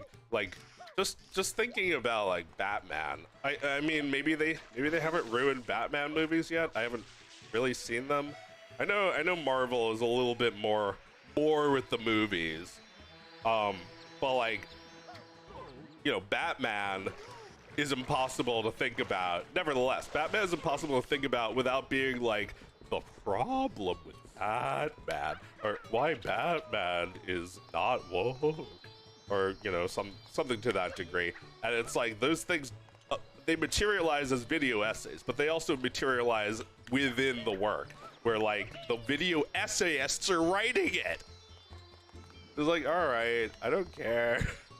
Just go on a YouTube video by Mr. Enter saying all the same shit as this, talking about why this story doesn't make sense, or why you know, something was offensive 70 years ago and we don't talk about that today. Yeah, they did that with Animaniacs. They like showed Pepe Le Pew for a second because like the company is afraid to show him at all. And they're like, they see Pepe Le Pew and they're like, yikes, oof, that did not age well, not at all. Buy my coffee to defeat the wokies.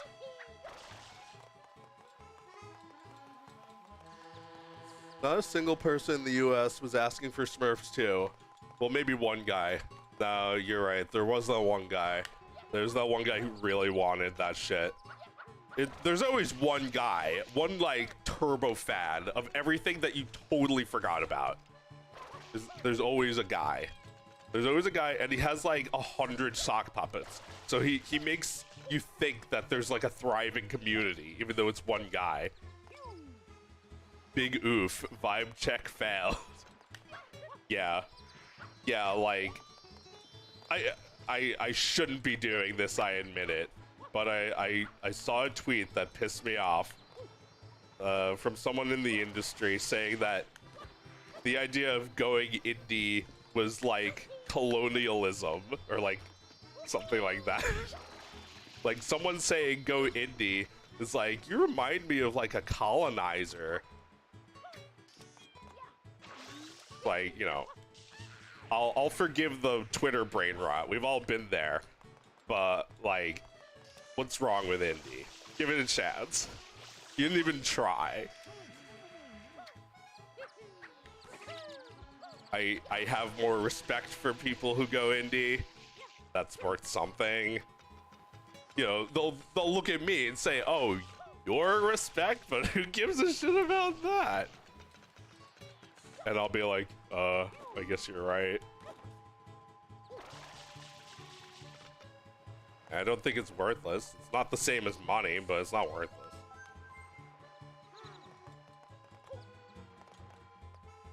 Going indie is literally going back to hunter-gathering.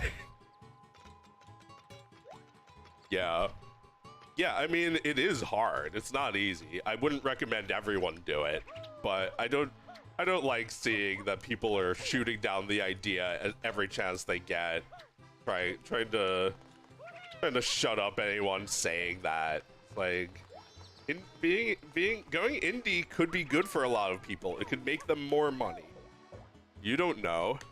They don't know. We don't know. It's like you're what's the opposite of indie? D? So you're dependent? You're a dependent artist? Well, what's wrong with me? Why is David Zaslav more preferable to me? Or you, I mean, like yourself, as in indie part, the in part of indie. I mean, you don't have to do everything alone. There is supportive indie artists that know each other. There's also a lot of cliquey people that don't really animate anymore. So I don't know. I mean, I'm an asshole. So you have to like get past that if you want to hang out with me. I think it's because I'm indie. It's like you can't let everyone getting in your way. You have to show them that you're indie. I don't know why I'm doing this, but it's fun. The literally Hitler guy. The opposite of indie is D. Die.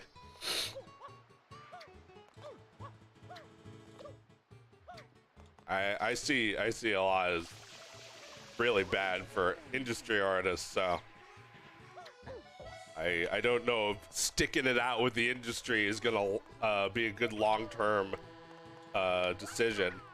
You know, like Aaron Long's cartoon probably doesn't pay the bills now, but if everything else disappeared, he'd still have that. You think about these companies paying millions of dollars for IPs, it's because people love them. They're really valuable. Your cartoons that you came up with, you know, my cartoon, like Andre and Victor, something made up by myself.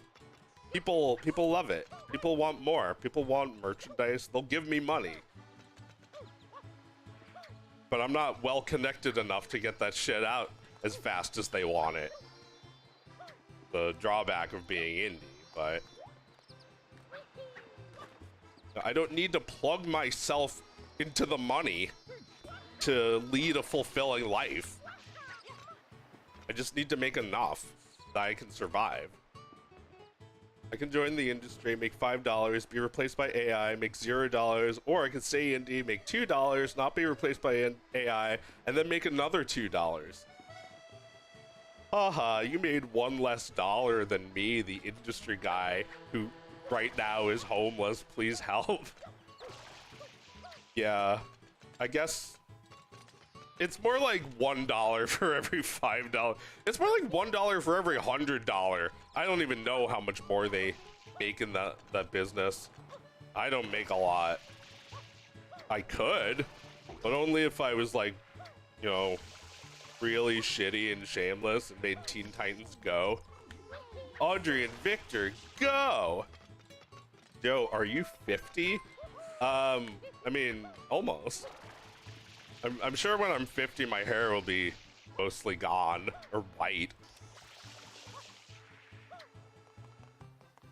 Work in the industry until a bored Twitter person decides to dig up edgy Newgrounds art from the early 2000s that you forgot to delete on a dead forum back in Wayback Machine. Oh my god.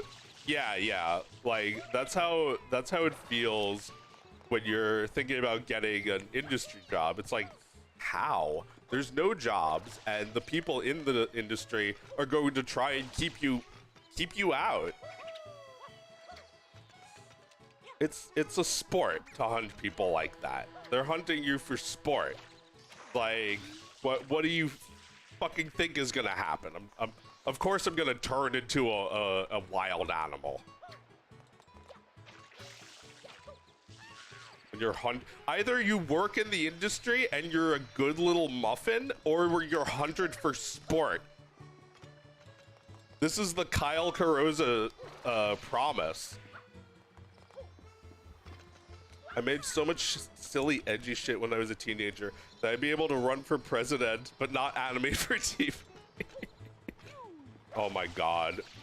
It's pathetic. I wish it was different, because they do have the people and the resources still to make something good.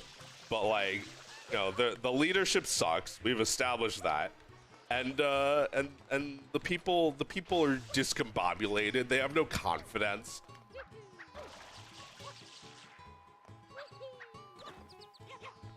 I want them to go indie and find out if it's better. Maybe they'll have to leave LA, but it's not the end of the world. It's like I lived in Pittsburgh I lived in Pittsburgh. I don't even have to keep going. I lived in Pittsburgh in a studio apartment for 4 years, making my videos. And it sucked. It sucked so much ass. It was cold. There were bugs. It was cold and there were bugs. And I was deeply isolated and lonely and unhappy. It was the pandemic. It was from 2019 to 2023 that I lived there. So it was the entire pandemic, basically. I mean, I guess it's not over yet, but like the meat of the pandemic, and it was fucking. It's not even Pittsburgh. Pittsburgh would have been a lot livelier than where I lived, which was like an hour. It was like 20 minutes out of Pittsburgh. It was like I felt like an alien on another planet. And I hear people saying that they want healthcare. I can't even imagine having healthcare. It's like they make enough. It's like, yeah, they make enough, but are they making enough from your industry? Like, you know, the CEO sucks, but maybe it's not even the problem. Maybe the problem is partially greed. Maybe the other problem is that the TV networks are failing. I mean, it's nobody's fault. It's just the time we live in.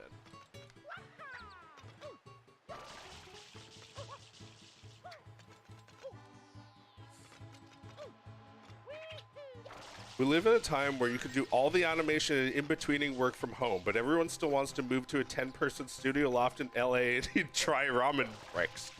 Yeah, it's true. Good way of putting it. Pittsburgh still ain't great, but yeah, I'm really glad you got out of that place. Yeah, that was depressing.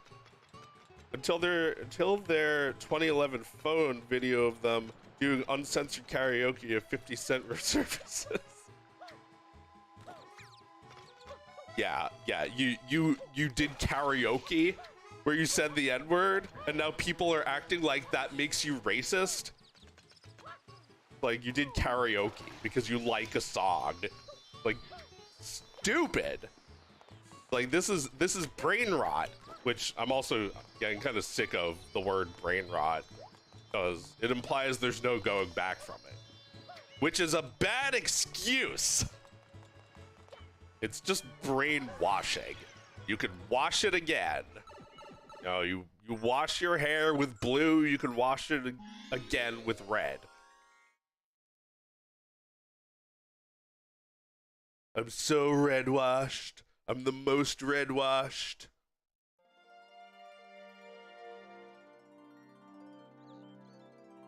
I once said the F word. Well, do you realize now the amount of damage control I have to do? Dude, we worked on something together. You did 3 syllables of Pete's voice and Pete the Power Cuck. Now I have to make an announcement to all my fans saying that blah blah blah, Chris is a stupid poopy braids and I don't like him anymore. Yeah.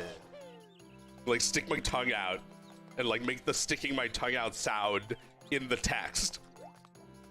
It's like I'm, you know, and like everyone's like, what happened? What happened? And I'm like, he said the F word.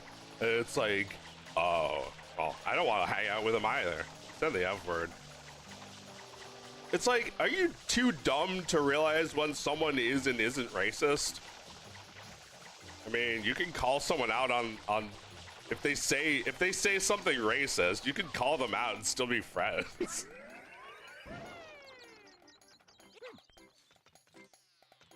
There's an idea that you can't still be friends because, well, I guess because you know they won't hear it, but they won't hear it because you're trying to attack them with the internet. They're not gonna be less racist now. I'm more racist now. No, no, how could this happen again?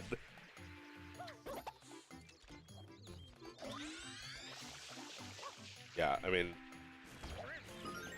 industry is like, it's not, maybe it's not too far gone, but it's too toxic right now. I can never work there.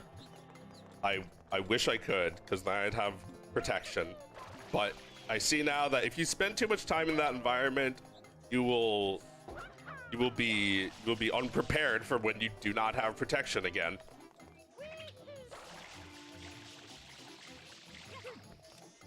Like,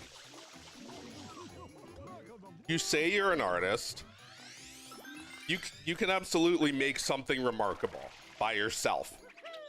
People don't believe me.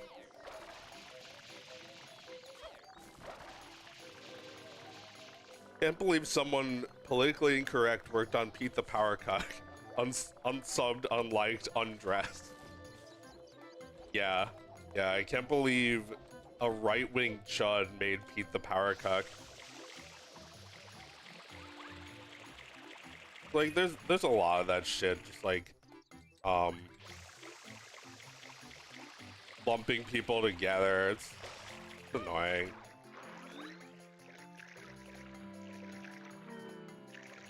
It's because AI can't tell the difference, so why should you? And it's like you see something, and it's like, ooh, yeah, people are gonna be mad at that, aren't they? So like you sort of form your opinion based on some vague idea of what you think people are gonna say. Like, I'll tell you right now, that's AI. This like public opinion, that's an AI opinion. not that people didn't come up with it, but like it's been reproduced so many times that it's easy enough for an AI to start saying and sound just like a person. So when you say it as a person, it's like, I don't even believe you're a person. You just sound like a computer. Like if someone said that kicking puppies was bad and then everyone started repeating that, it'd be creepy. Like you know, they mostly do it when it's like the right timing. Like you say Black Lives Matter after someone gets murdered, but like you shouldn't form an identity based on whether or not you think Black Lives Matter. Most people don't understand the issue. Most people don't care. That's where you get those conservatives, these people who think they're just like outside of this nonsense, this like insanity. Those people don't give a fuck about police killing people. But like, you know, the people who say Black Lives Matter, I don't know if they really give a fuck or if they're just looking to distance themselves from those other bad people. Oh shit. I still say stuff is gay and retarded. Yeah, I've been doing it a lot more recently. Like, God, it's so fucking gay. Like, you're not retarded. You know what I mean. If you were retarded, you'd think I meant gay. But I mean gay. Like, not like gay.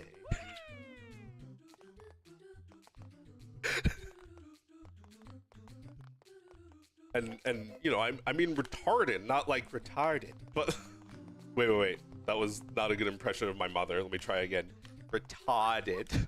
Like, my mom is from a generation, sorry to call out my mom, but she's from a generation that freely use the word retarded to refer to people with autism. You know, we don't call them retarded or the retarded anymore. That was once seen as inoffensive. I think maybe it's because we got so used to using it as an insult. I mean, I get really mad when things are dumbed down, and I think dumbed down is just synonymous with retarded. Or like, stop dumbing down, stop retarding the shit. You're dumbing down everything and making it like you're infantilizing people, which is also something that unfortunately a lot of autistic people get. They're infantilized, and they're not allowed to really think that they can be independent.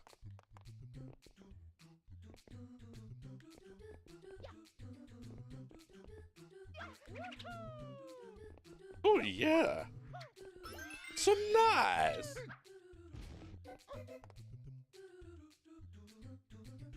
Just because I'm retarded doesn't mean I'm stupid. Because you suck dicks doesn't mean you're gay. Yo, can I have an R-word pass? I mean, you don't need a pass. Just don't say it too often, I guess.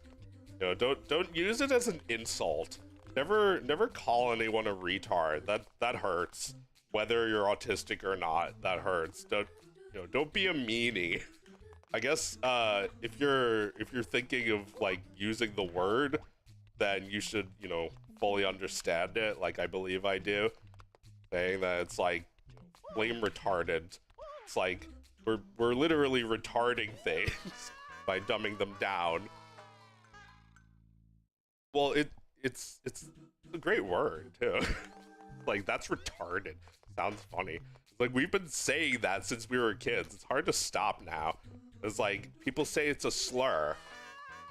Maybe if you use it as an insult, but I'm not gonna stop using it to describe like retarded decisions.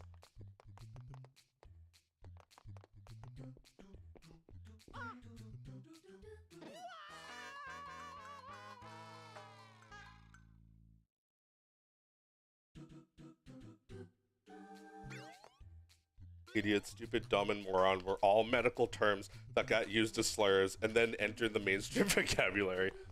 That's true. They all meant that. They all meant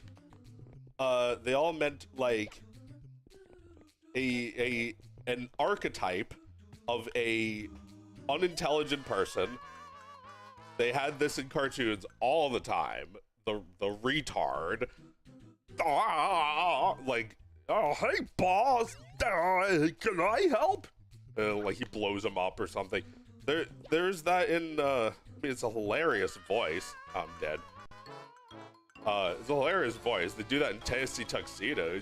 Hey, I know what you do. It's like, it's an undeniable voice. It's funny.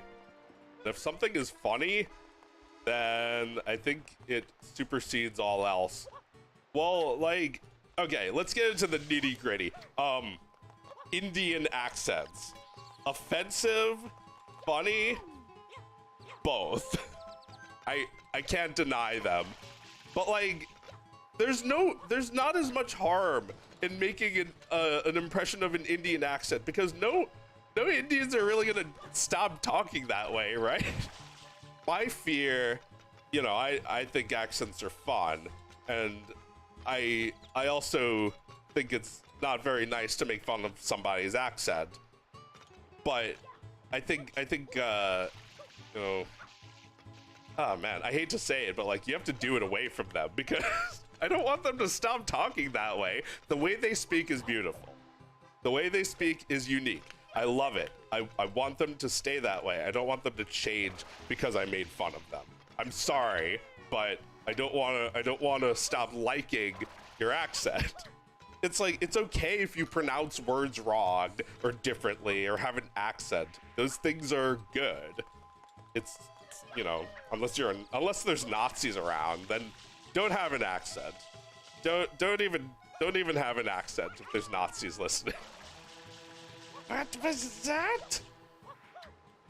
It's not good grammar.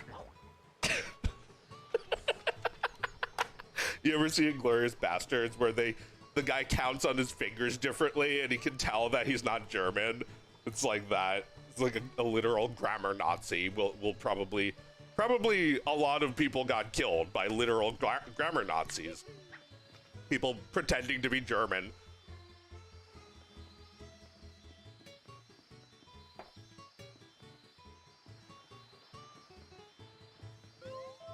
Hello, I am Dog from space. Hi, Space Dog. Welcome. A dog in space. What a show. Best show I've ever seen about space dogs.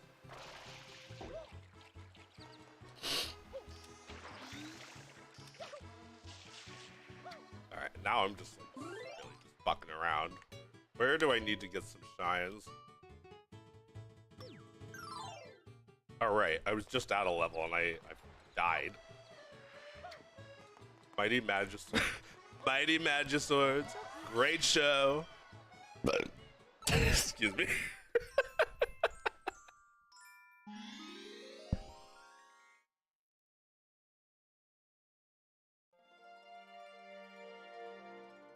Kyle Garoza, great guy.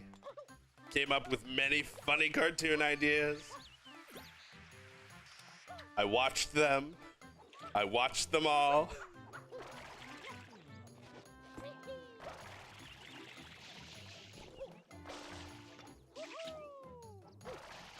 What does he say when he's caught in a lie? Or I guess like it's not a lie if he believes it. Oh my god. It's like a cymbal banging monkey in his brain. Or a brain. Was thinking of giving Kyle Carosa a place on the cabinet? Cabinet? Do you have like a lolcow cabinet? Can we troll indie animators? Yeah, go right ahead.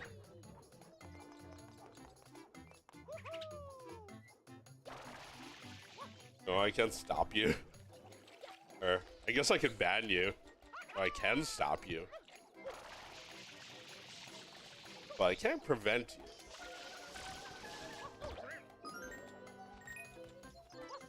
That's what I think too much industry work tries to do. They prevent you from having criticisms. It's like, What's the matter? You work for a big faceless corporation, so you don't want them to think you're human and make mistakes? There's mistakes all the time. There's Garfield episodes that go onto Netflix without rendering.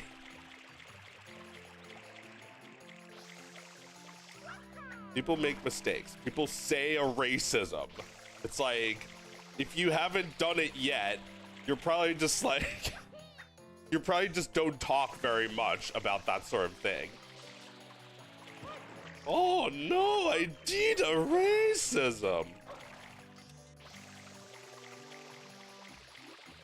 I apologize. Please don't fire me.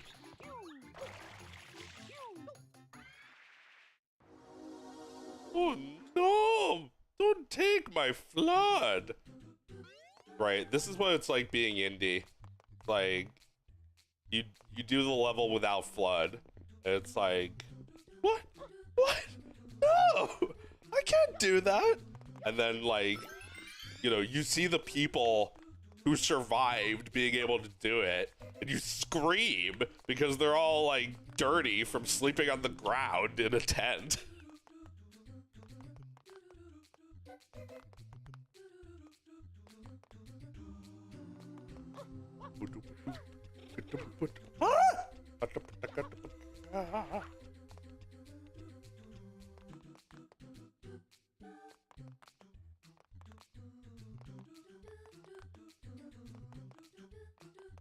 I knew putting the export to Netflix option on soft damage was a mistake.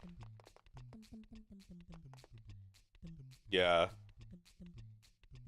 It's just like 3DS Max or some shit. The bus never coming back? Coming.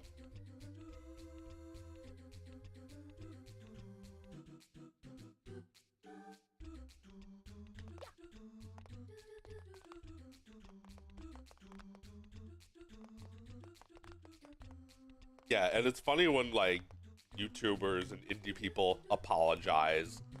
Like, bro, who are you apologizing to? Your boss doesn't exist. He's not making you do this. You don't need to apologize. I lost subscribers. Well, they're idiots. They're retards.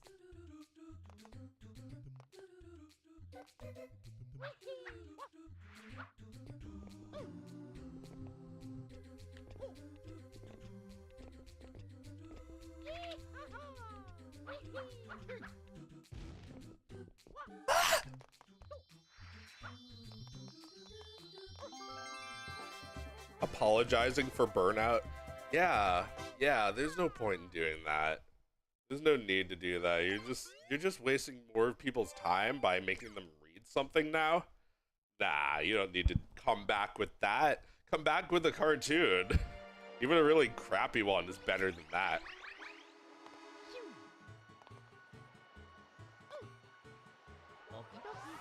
Your boss's YouTube? Yeah, but you shouldn't let them tell you what to make. They don't know they do not know what they want. People don't know what they want.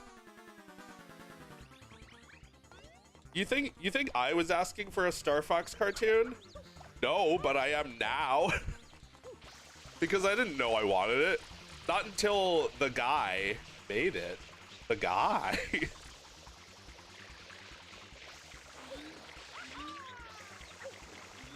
It's like people think they understand because they've seen it, but really it's just their imagination grew to the size of that thing, and it's hard to think outside of that box after you've become so fixated on something.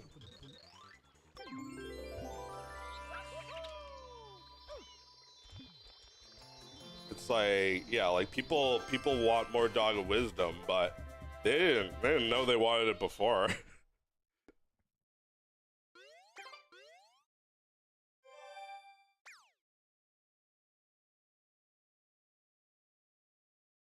Same energy as putting your coat in a puddle so a lady fair doesn't get her fucking shoes wet.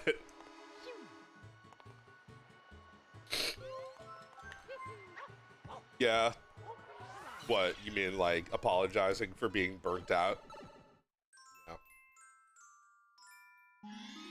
Yeah, no, you don't want people telling you what they want, because I don't think they know what they want. I think they figure it out after you give it to them.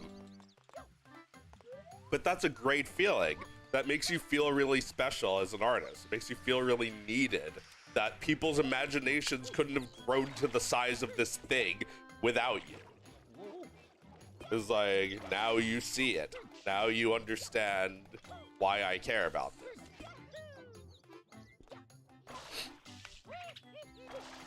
You know, like SpongeBob is a cartoon about marine biology jokes.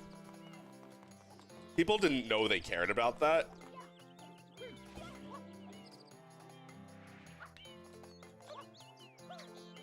You can't find that out using data and research. These are things that get into people and are there for the rest of their lives and come out in interesting ways later.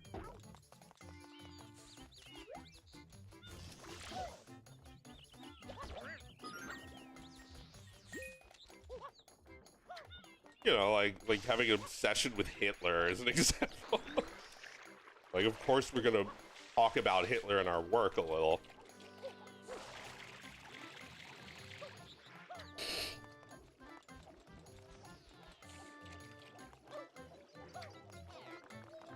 But people don't know that they want that.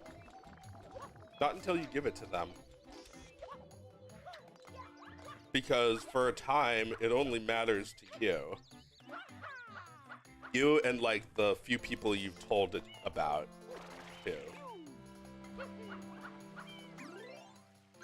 I gotta get the red coins.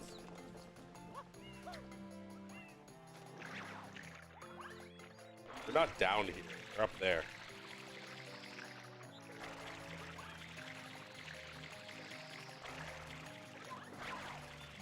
Sometimes you'll give people exactly what they want and they end up hating it. Like the Homer Simpson car. That's a good point. That there's that episode where Homer meets his estranged brother, and the brother, you know, in a very similar to me right now, was ranting and raving about how everybody sucks, how everyone's a fucking loser and a failure. And how everyone is out of touch with what everyone actually wants.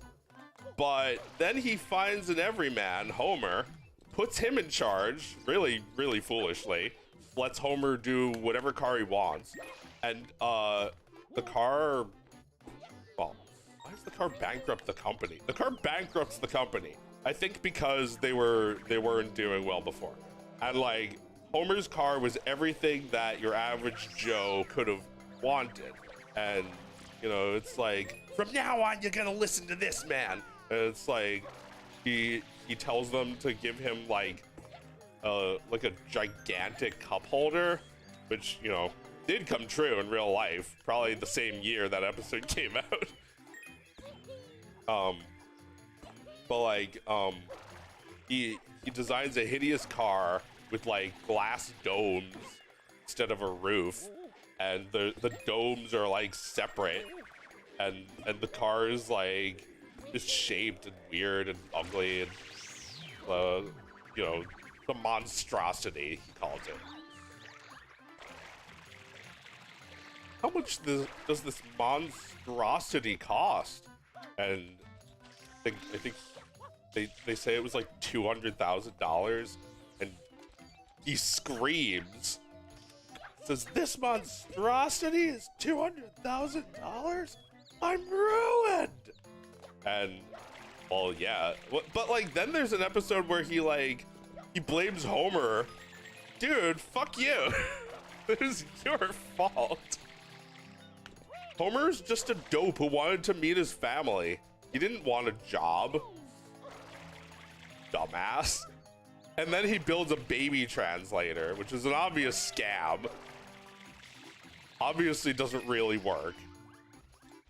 Give me a break. A baby translator? Nah.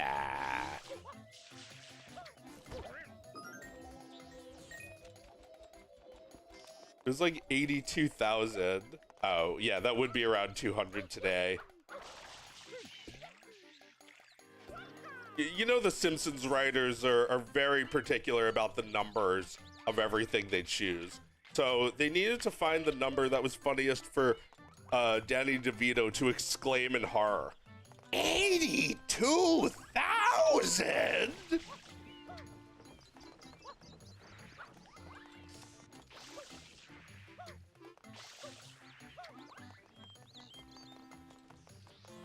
It's funny that in real life people think baby translators work. Oh yeah, I saw that there's like apps that supposedly translate your cat, and like I saw someone using it and it was bullshit. It didn't work at all. Wow! Stop translating what I say.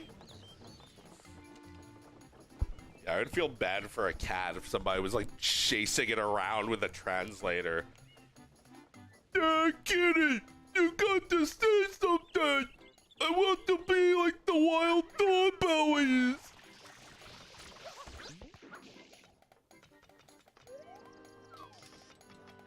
Okay, that was offensive, and I should apologize for it. Nobody does that voice anymore.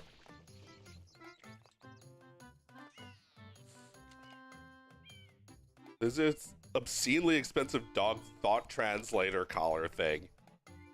You can pick from like 30 different voices. I know what my dog is thinking. I mean, not that I have a dog, but I know well enough what dogs are thinking. They're not complicated. Dogs don't have complex conversations. They don't have the kind of brains we have. There are some ways that we're really similar. Maybe I'm wrong. Maybe dogs do have extended conversations. I assume they mostly just like get a feel for each other, like they smell each other. Then it's just like, you know, the other communication is like howling to find out where they are. Dogs. Yeah, I mean that doesn't seem like it would actually work. But even if it did work, I'm not sure I really want to know what my dog is thinking. Hi, it's me. Cute. It's like, see? She's cute. Hi, I'm the son of Sam. See? She's the son of Sam. Hi, I'm cute. I'm the son of Sam. You should kill your family. Aw, I should kill my family. I'm the gun of Gab.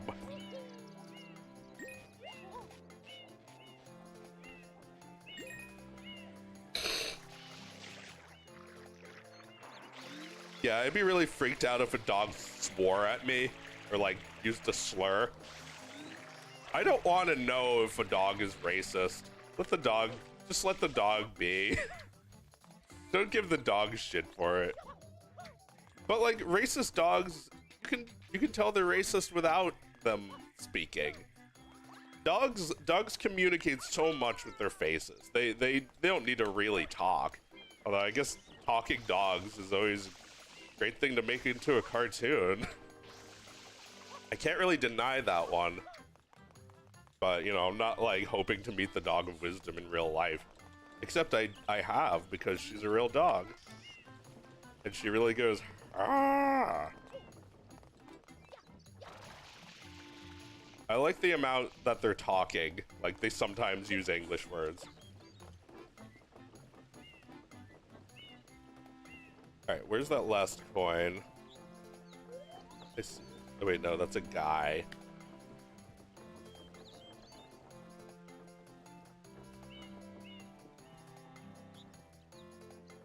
Well, now 5 stars on Amazon. Cool technology, but I learned my dog was anti-Semitic. Yeah. Yeah, the dog is not,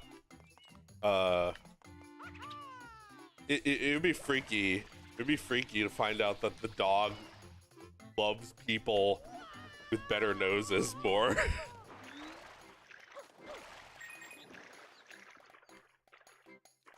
I like the undernose. I don't trust your nose. I'm racist. I'm gonna say the N-word. I say the N-word because I have the N-word pass. I bought the pass at Amazon for $1.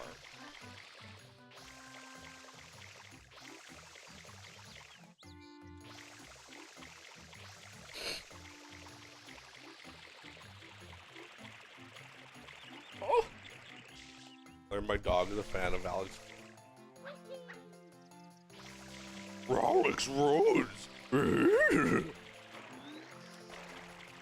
Help! The Rufferman is reading my ride!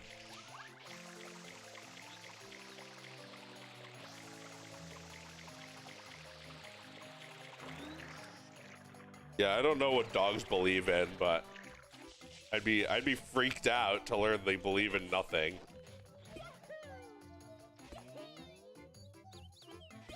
Well, you know, dogs are very loyal, so whatever their owner believes, they'll probably believe too, right?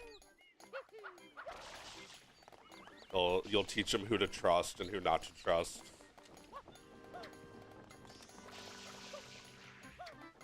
And you know, dogs trust you if you feed them.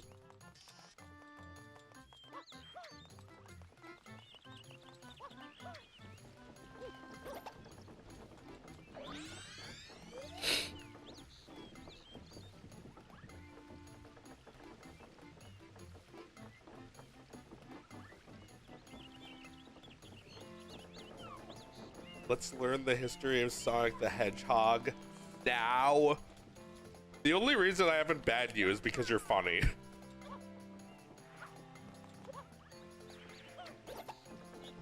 I need you to stop yelling at other people. Dogs are only loyal to the master that feeds them. That's the main reason they respect you.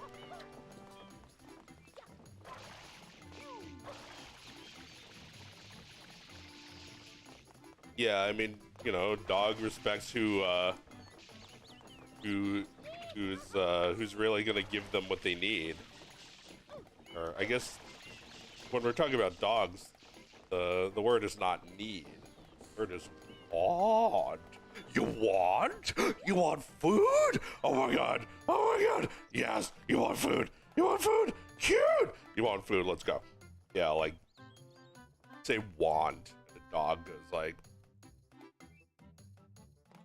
Ball. You know, it's not the same with cats, but my cat is a little like that. He gets really excited when it's feeding time. Cute. I don't know if it's certain words or body language that he follows, because like sometimes I'll get up without saying anything and he can tell I'm going straight for his bowl to feed him.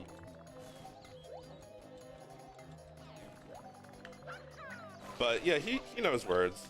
I think if I don't talk to him about it, then he'll assume that I'm not ready to give it to him. He's patient. He'll just wait there. Cats are so funny. Like they're so serious compared to dogs.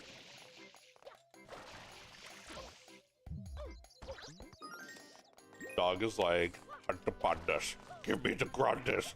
Lick. Lick, empty bowl. Lick, lick, lick, lick, empty bowl. Run around. And the cat is just like, it's my duty. Meowby requires his feast.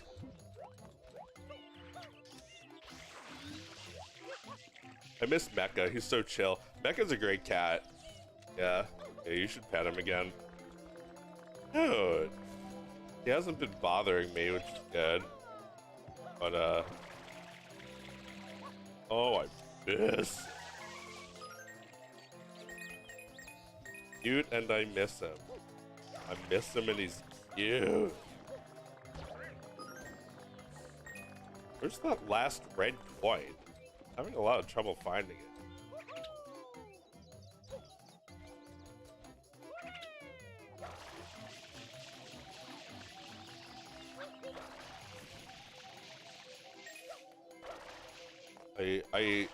You know,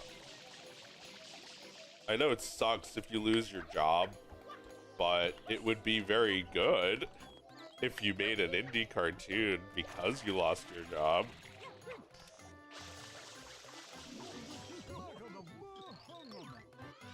It's like, maybe you don't want to think of something good coming out of something bad like that, but I don't know. If you're me, everything bad is everything is bad. Something good has to come out of the everything that is bad. No, I strongly believe this, that good things do come out of bad things all the time. And it's not like it was good that it happened, but if this was like a Jenga tower and the bad thing was inside, like is one of the pieces of the Jenga tower, you don't have to remove it because it might be necessary. Might, you know, Inside Out do something about that. How like sadness is important too. I don't know. Really like that movie. I guess that's not a bad message, but I don't really like how Pixar uses sadness as like a gold mine for like making people cry.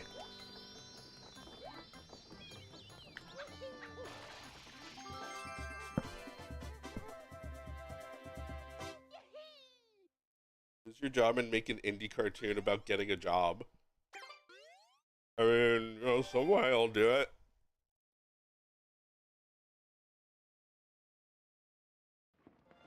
You know, I'm not saying indie is easy. It's actually harder.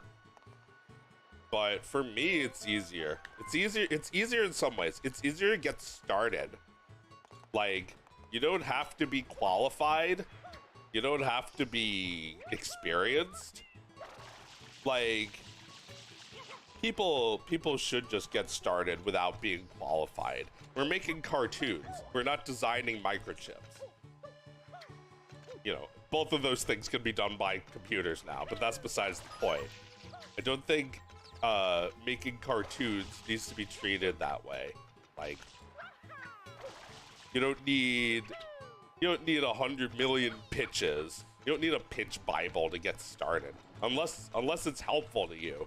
You don't need to even convince some douchebag CEO dude that your cartoon is worthwhile. You can just make it start it right now, and a month from now you'll have a cartoon. You know, maybe you'll have a few seeds, but like I feel like striking is well, they're not even striking. I don't think they even can. Most of them don't have jobs. Like, it's been slowly imploding. I don't think it's an insult to say go indie. I think it's an invite.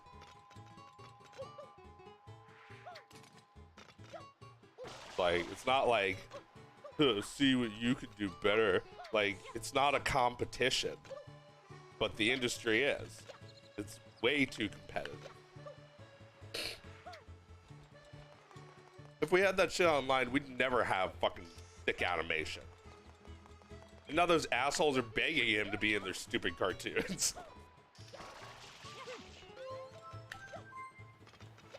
Like, stick animation is grotesque. It's awful.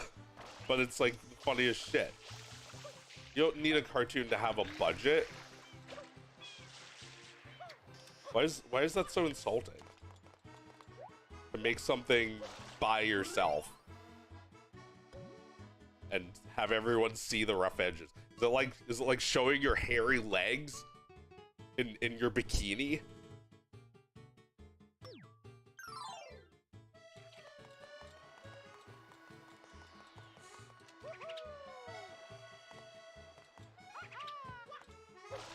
Your parody of sick animations and the Rick and Morty parody is so damn good.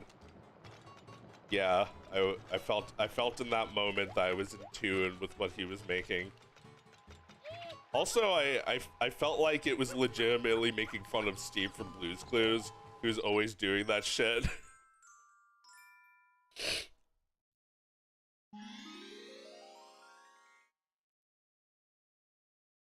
First stick animation cartoon I saw was Cage, instant fan. I don't know if I know that one. My twin sister Jackie showed me that shit in like 1999 or whatever.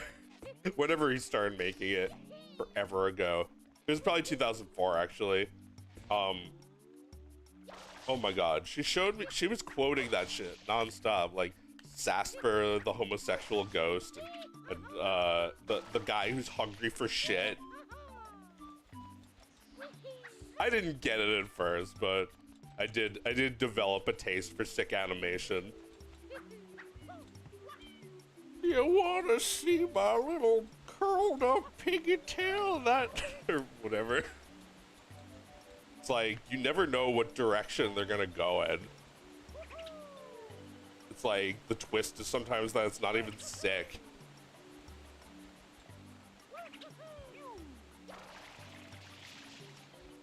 That was kind of an inspiration for Great the Show, that like you make these cartoons where you never know what's gonna happen by the end. you memorized it. Curly little pigtail that's been straightened out and put on the front. Like you have this old guy that you have like this old guy talking to a woman. You think like he's like a pervert, but then like she says something even disgustinger. Like, yeah, I want to see it, and then starts squealing. Stop, please stop. This is so funny. Oh, you boys just missed it. Oh, you just missed it.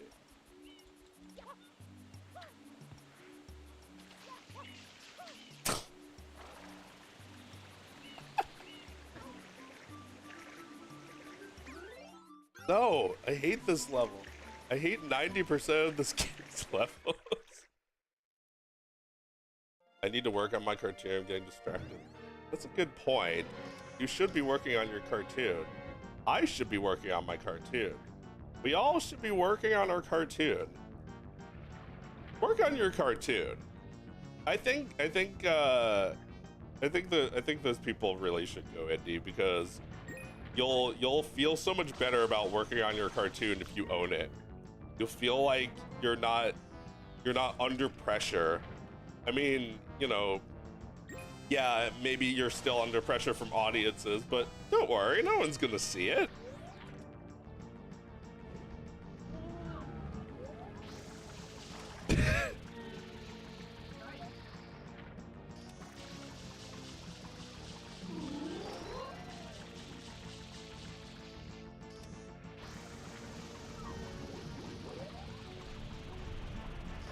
Oh!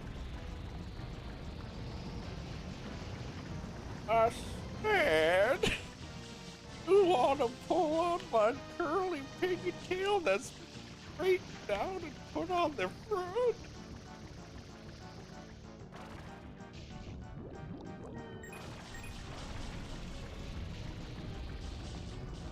But what if I don't draw? I mean, that didn't stop the Homestar Runner guys.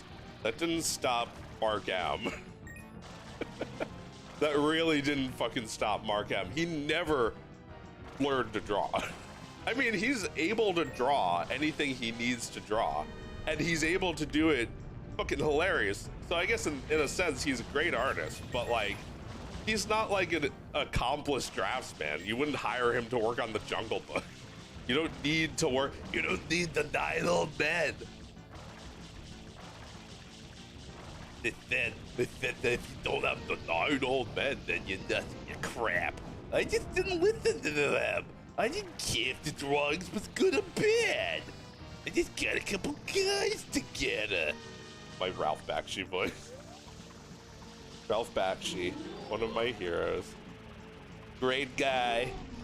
I've seen his cartoons. They're racist. I love racist cartoons. Bring back racism. I love him because he's racist. Nah, seriously though, there really needs to be more.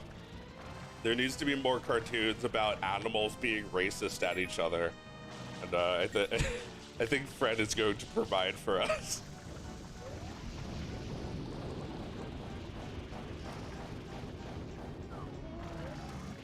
this, like, I'm sure you've noticed that a lot of media that has like lesbians in it. I said lesbians because it's never gays. They always seem to live in a world where everyone accepts them. And well, I don't know, maybe they do, but like I don't know why there's like they're like averse to ever showing like homophobia. Like nobody homophobic in this universe. Like, yeah, they just hate us for our personalities. Yeah, I'm making an animated series called The Violence after a Fox in Space. Yes, The Violence is Fred's next series about hyena people working in a miserable environment where they have no freedom, and there's like little to no understanding of their own society and world. They have no lives outside of their work. Oh, what happened? It sounds cool. There's going to be it's going to be chock full of slurs and foya and ism and bad vibes. You know what? Somehow it doesn't feel like bad vibes.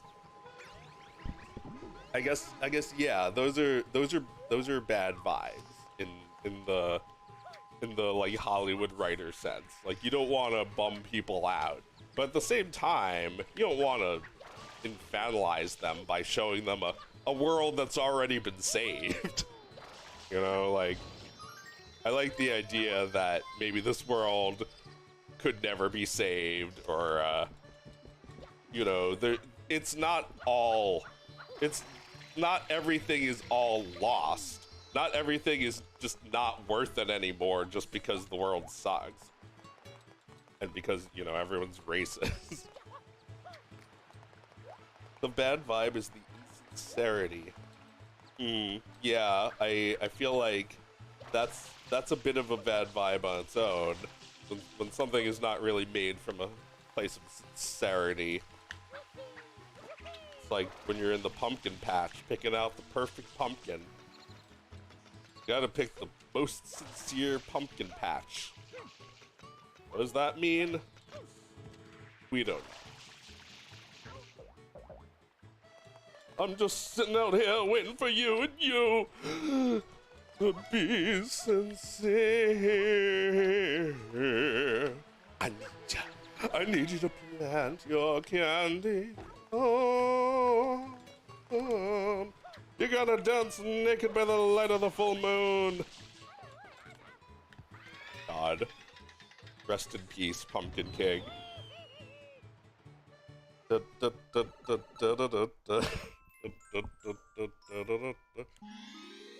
Now he's dead in real life. Mac is deader than Mac the Knife. Yeah, there's a band I really liked. World Inferno Friendship Society. That's, you know, like, I feel like that's my aesthetic. It's like goth adjacent. They're like a punk band that does Jewish music. They like dress up in suits. Like suits and pinstripe suits and ties when they perform their like rowdy punk music. That's all I know. It's like the guy was like, I used to be in a band that invented emo. So like some of his songs are a little like that. Oh my god, I miss that man. He was Jack Skellington as a real person. he was a suave gentleman. But he was like a criminal thief. He was like a what do you call it? Like a smooth criminal. He was like a steal tips off a table. Oh no, I got kicked out of the bus for stealing tips off tables. God. No! Why did he die? That was like I for the first time I felt what it felt like to have your favorite musician die. I never knew that feeling.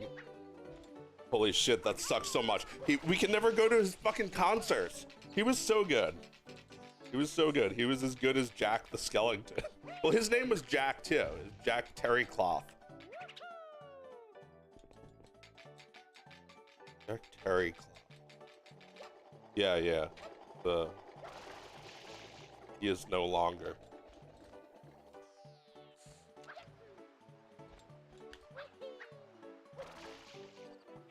Like one band in the world that I actually like. There's like one band that I actually go to the concerts to and they die.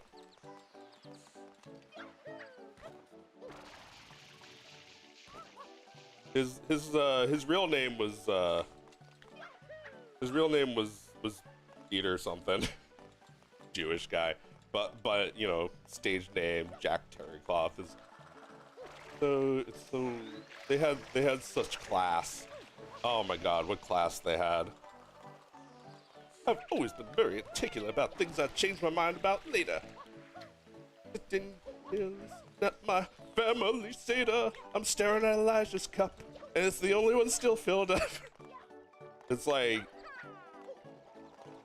his lyrics were great, but he never spoke them well. He always slurred them because he was always drunk when he performed. It's like, you read the lyrics later and you see how good they were. That shit is so funny. You can't even understand him. When he performed live, he was even more wasted. It's like impossible to sing some of those songs.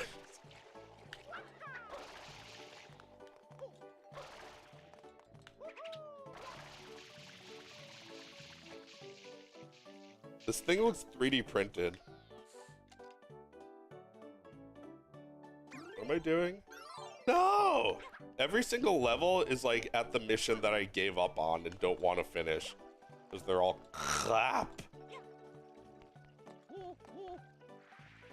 Oh no, I suck. Make the game easier, please.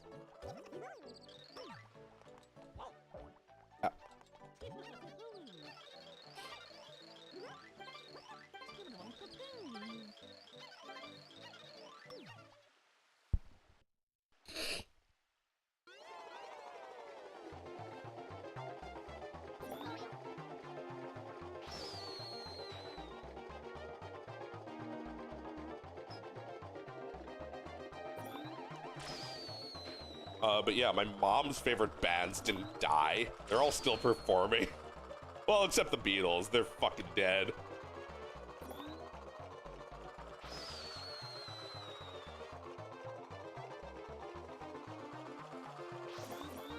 Speaking of the Beatles,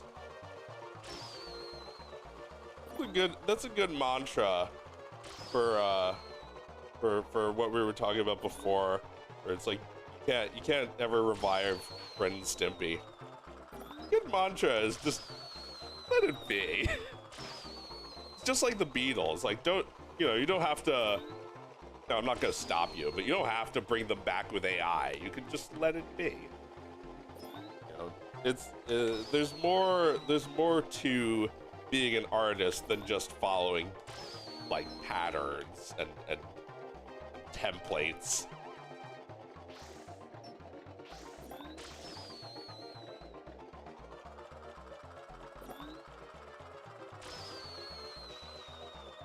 You can let it be, especially when the creator is like him.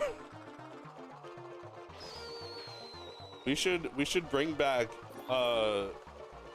Hamburger Keith, or no, sorry, I'm so sorry for this.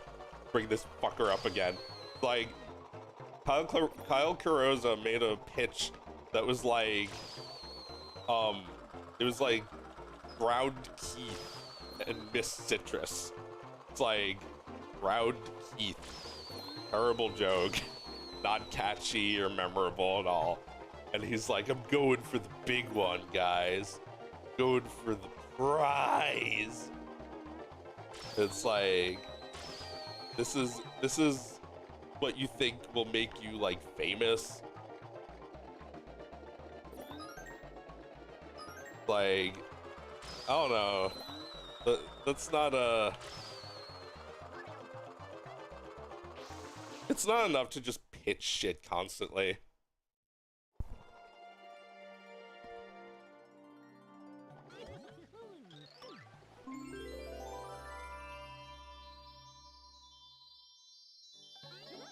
Just let it be.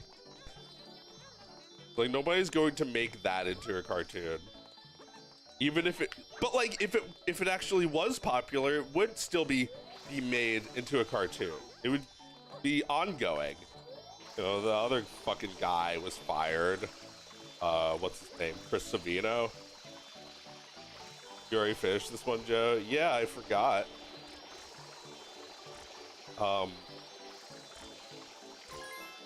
Still need to get blue coins and shit.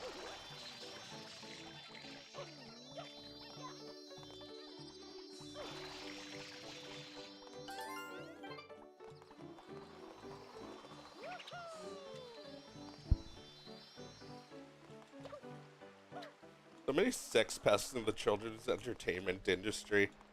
Yeah. Yeah, well, there's power imbalances. Fucking assholes who are like the ones with tenure, I guess. Like, Chris Savino could do whatever he wanted and got away with it for a long time because he had a popular show. Kyle Carrozza, I mean, is it popular? That Magisaurs, Magic Mighty Swords just exists. Like, I feel like people will watch that, but I don't think there's that many people who are like, that's my favorite show. I've never heard of a single show that dude made, but I'm like 40, so well, all of his ideas were just like pitches. He just like bombarding us with pitches. Like, here's the show that I feel entitled to get money to make. Like, go away. Shut up. Stop trying to cheat your way through life by making these shows that don't exist. Like, those people would shriek if it was suggested to them that they do what you do for Fox in Space. Like, you wanna get up at like 6 a.m. and animate. I mean, I don't think you do that, but like, it's like you have to put in more hours than you do for the shitty job that you have now.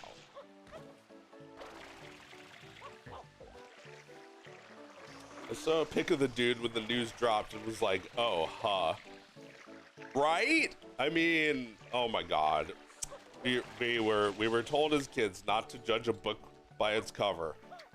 But what if the book's cover says big disgusting pedophile on it?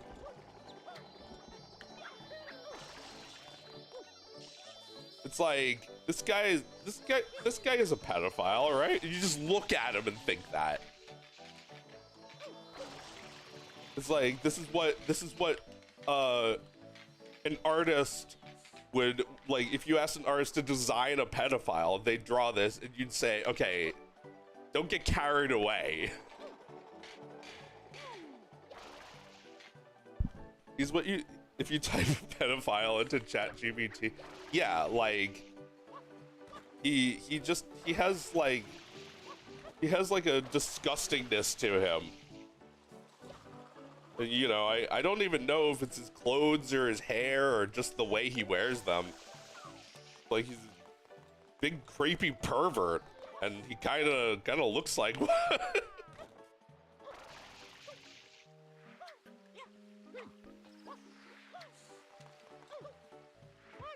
That's too pedophile-y. Can we dial it back? Yeah, like, yeah, you saw the guy and you were like, huh.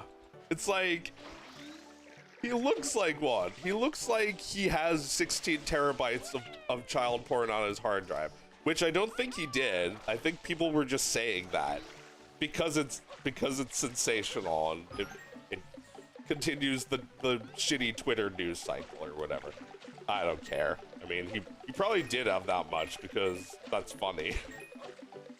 I'm not going to say it's true. I'm just going to say it's funny.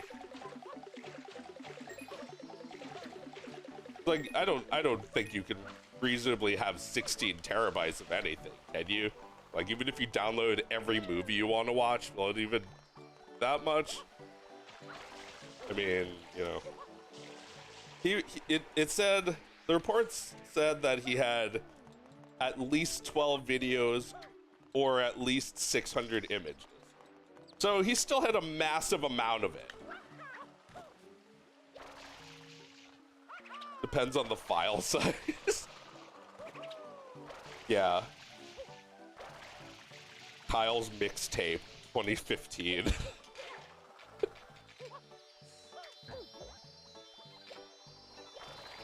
I mean, if he really did have that much of it, then he's probably been collecting it for forever.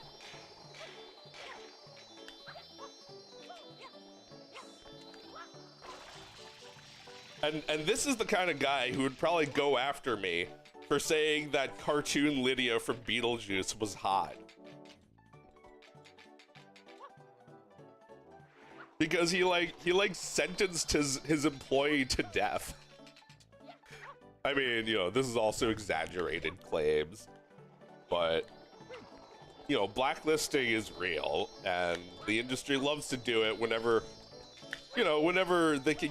He got rid of this person to cover up his own fucking stash of pedophile shit, of pedophiles. So, an asshole to the bitter end. Terrible fucker. and awful cartoons. Never made a single good thing. Not good. Mighty Magiswords, not mighty, not magic. When literally every hot anime girl character, they look 12 to me. Yeah, well, I think that may be the idea for some of them.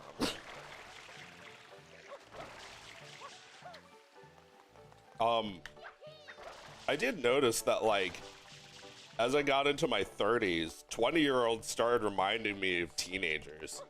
Like, these are children. They're like 12-year-olds.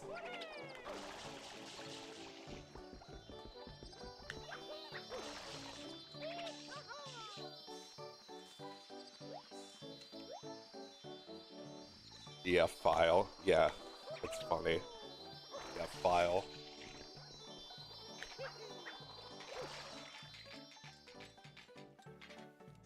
A PDF file that just has like a low-res image of Kyle on it.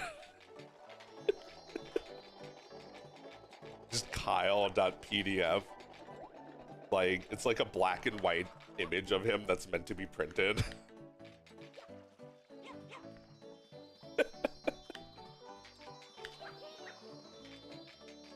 You have to use Acrobat because he uses acrobatics to point the finger at his employees instead of himself.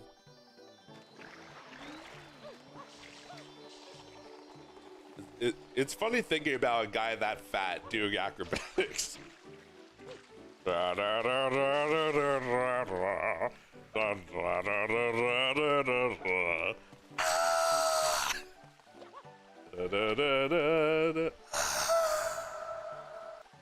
Falls 1,000 feet to his death. Acrophatic is a TV trope. Nice. Well, if it's a TV trope, though, it's probably a real life thing too. It's like with swimming. It doesn't matter if you're fat; you can still float.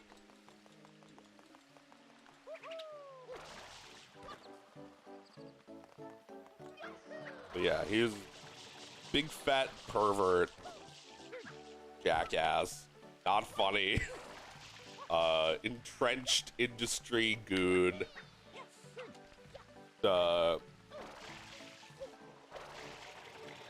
To some, he's a murderer. Some say he kills people. I don't know if he's charged for that, but I don't know. We don't know. You ever watched To Catch a Predator? Oh yeah, I've seen the way he torments them. The way he just like gets a confession out of them. What are you doing here? I don't know. I'm an idiot.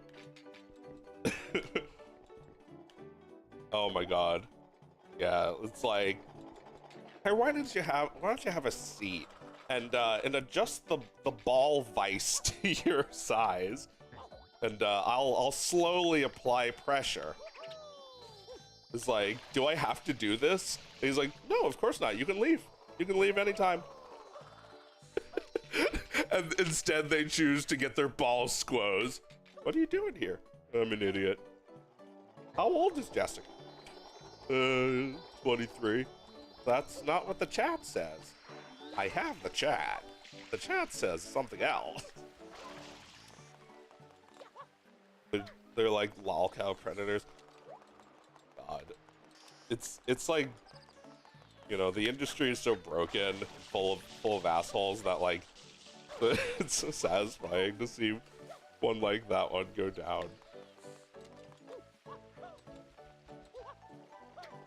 Like, you know, it's not good that he committed a heinous crime, but got him. Like Bin Laden, they got him. It's like Bin Laden. We got him. Because for years I hated him. I didn't have a legitimate reason. I just didn't like his cartoons. But like he's just like a guy who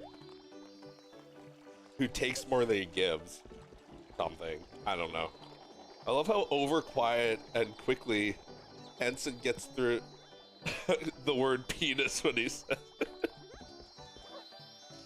you were going to put her blank on your blank. It was just talk. Just talk, it's not real. But then you came here, so clearly have an intention to do these things with. And he's like nodding. He's like, no, not necessarily. Have you ever done blank? Is your blank? What does your blank look like? 2 words, role-playing chat room.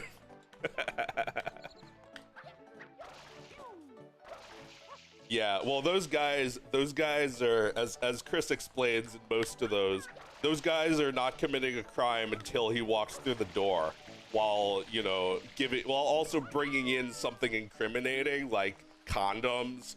That's when you're going down. But if you never drive to the house and make yourself known on their cameras and all that, they can't arrest you, or at least they won't. I think role-playing chat room is 2 words. But yeah, like anything you say online, you could say, oh, there was role-playing, until you come to the house with beer. It's like, just wanted to hang out. Who are you here to see? You know, Jeremy. And how old is Jeremy? 21? No. What sense does it make for a 96-year-old man to drive 4 million miles to have sex with a 0-year-old boy? I don't know, I'm stupid. Like, can I go? Yeah, you're free to leave. Then they push a 96-year-old man to the ground. Get on the ground! Oh, I'm old, help me.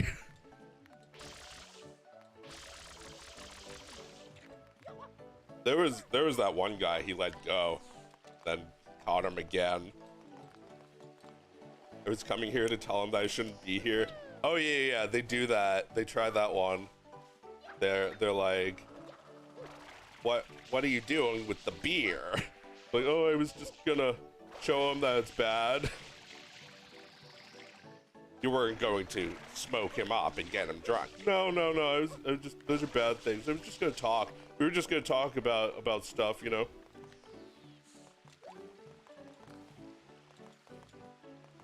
I don't think that's the case. I think you were meeting him here for sex.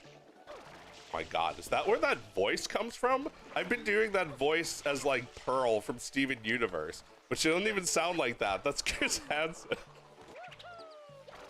You mean to tell me you came 400 miles to have sex with Steven?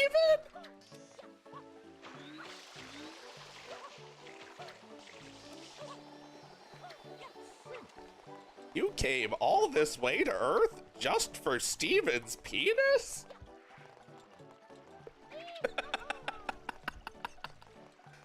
Oh, Bretta. She says penis in the exact opposite way that Chris Hansen does. Right, like she's not a human, so she doesn't squick at all. She's like, she thinks it's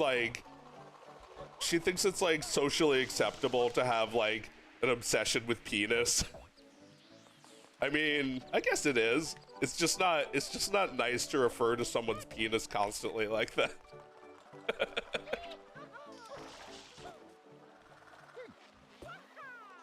I have a healthy obsession with penis. I'm a lesbian. No, I don't touch penis. Ew, no. It's weird. That's why I'm obsessed. What's that thing doing here? Should we cut it off? It'll only get in the way.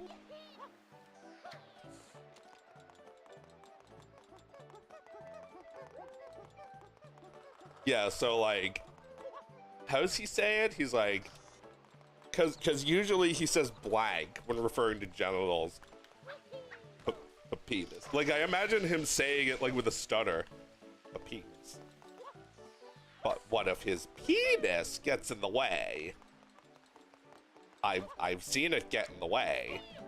I see him adjusting constantly. It'll only slow us down.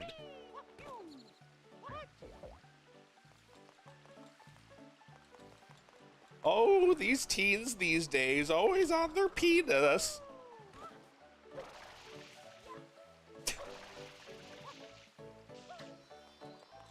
I'm not even going to try to understand this new penis.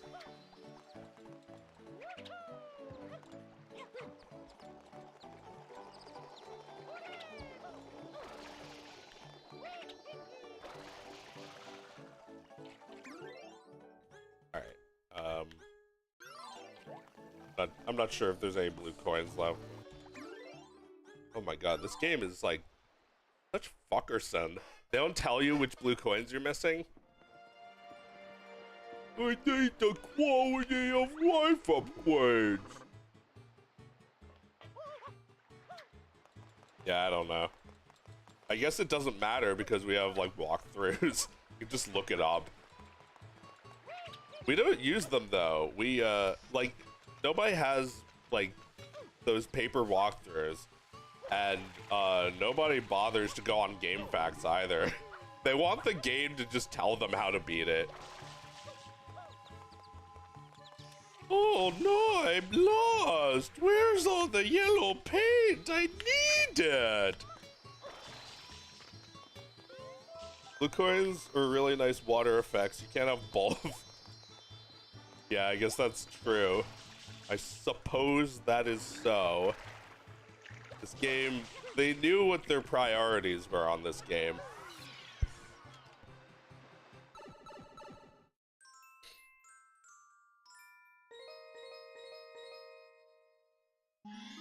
Oh right, there's also the other secret levels.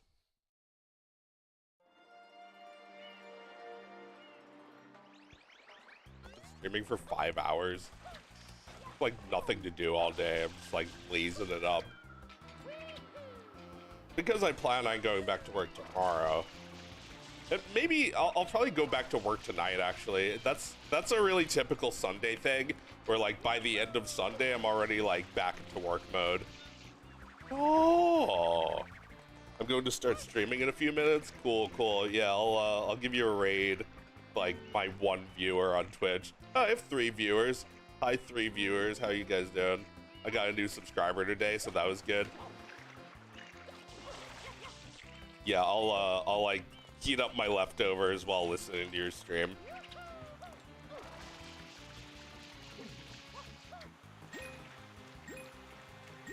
Yeah, being so lazy that I'm not even making dinner. I'm just eating a takeout that I got yesterday. I am so lazy.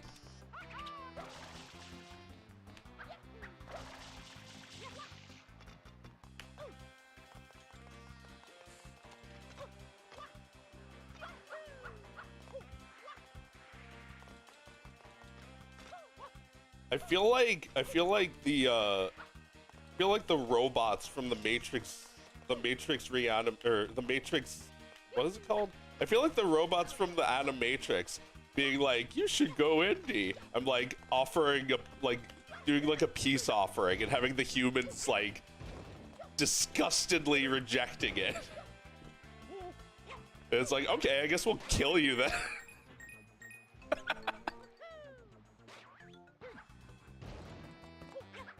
It's like, I don't know. It is a little bit like asking somebody to use an outhouse for the rest of their life. Well, I don't know. At least you can decorate your outhouse any way you like.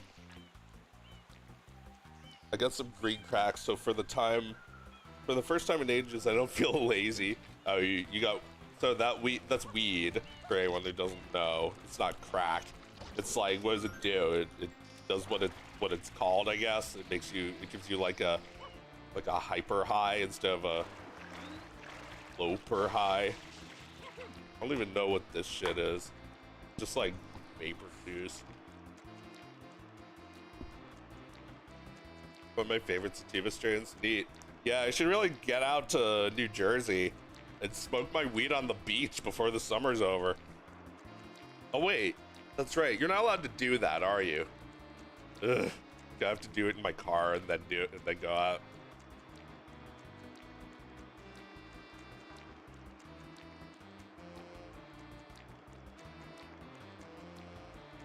You can anyway. That's a good point.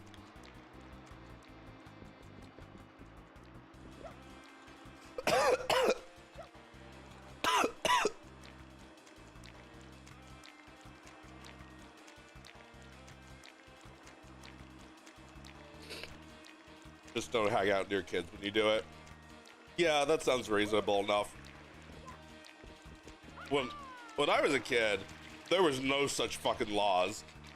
People just smoke anywhere. Well, maybe not. There were smoking sections.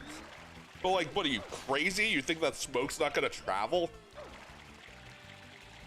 Smoking sections. Smokers are smokers are more impressed than gamers.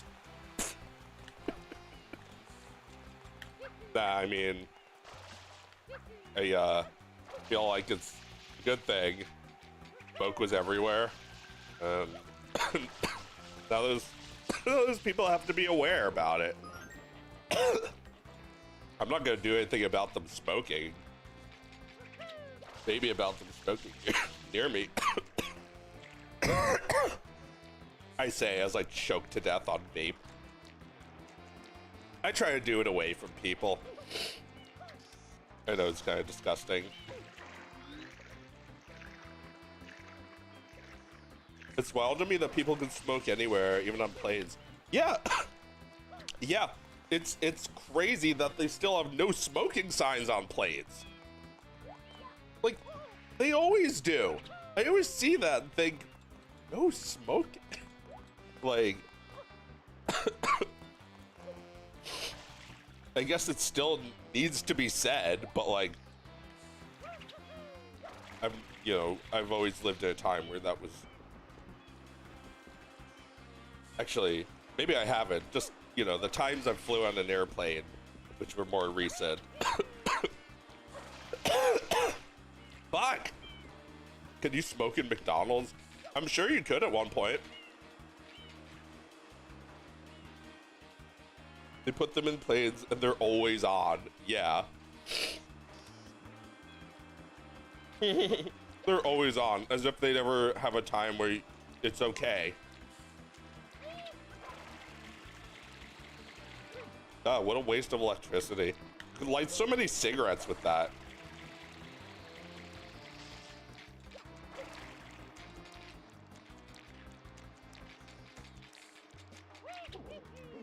Alright, are there any more blue coins here?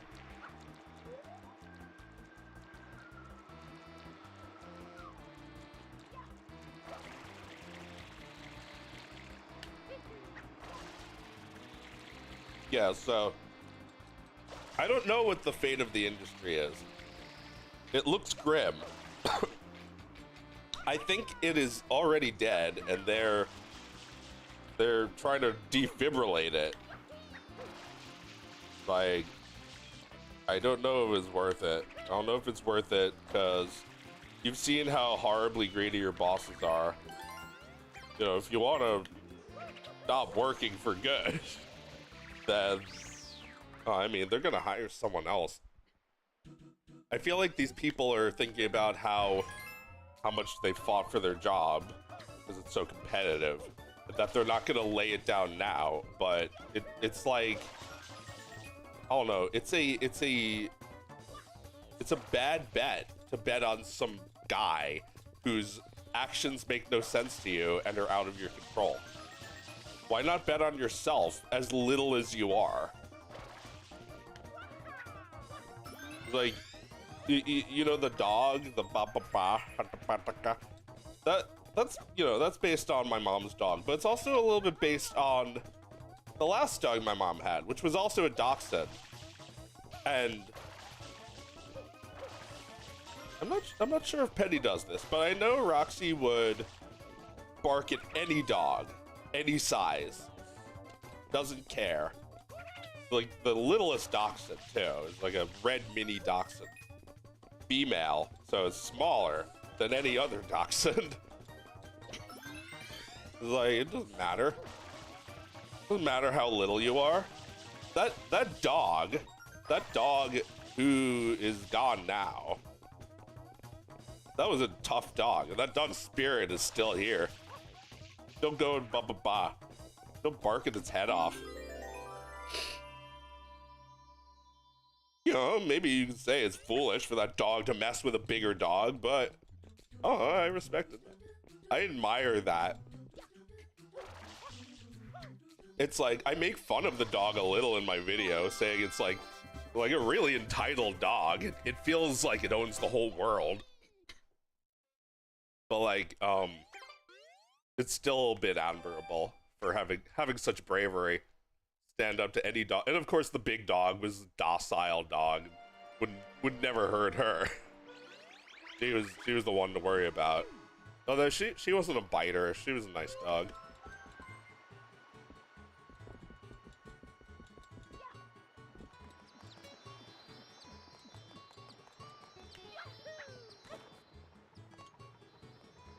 Okay, I don't know if anyone's asked already, but what's your take on smiling friends in internet-driven cartoons? My take is maybe don't let. I don't think it's a great idea to let studios take advantage of you. I mean, maybe they don't see it that way. Maybe they're happy to have an Adult Swim show, but I kind of see it as like these studios don't know what they're doing, so we're letting them rent our talent, you know, our internet people talent. It's like, why don't you guys just give me all your money and stop existing instead of like renting me? Like, you know, I mean, we're just artists. We can't run a business by ourselves. But like, it's also like Adult Swim has like its own shows and own library. I guess, you know, they still have to come out with new shit. I don't really like the connection though to the internet stuff those people have made. You know, like simply getting a guy is not that impressive to me. Have you been to the Newgrounds meetup? I've been to several. I've been to many over the years, but I don't go to them anymore. I don't go to them anymore because it felt like work. It was a pain to have to meet so many people that were not even animators. They were just some guy that got let in. It was like, I'm really just talking to fans. Joe and I first met at a Newgrounds meetup in 2016. That's true, we did meet, and I would like to meet new people. There are people I don't want to see, though.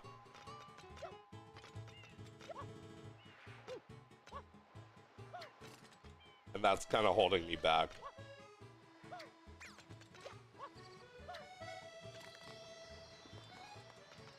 So there are people who treated me really shittily when I was at that event.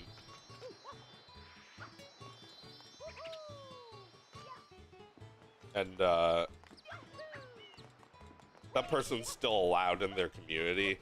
They're allowed, you know, I guess, you know, there's no open discussion about this.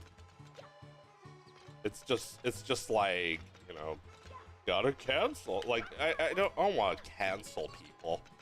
If I have a problem with someone and other people like them, I know there's nothing I can do about that. But if a guy is touching me, I don't want to be fucking touched at these events. And you know, I'm worried about people touching me now. Like, don't fucking touch me. Fuck.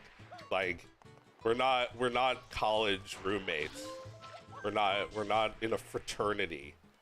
You're 45, dumbass. You're not a kid. It's not funny when you do it. I feel like a little embarrassing. My camera froze.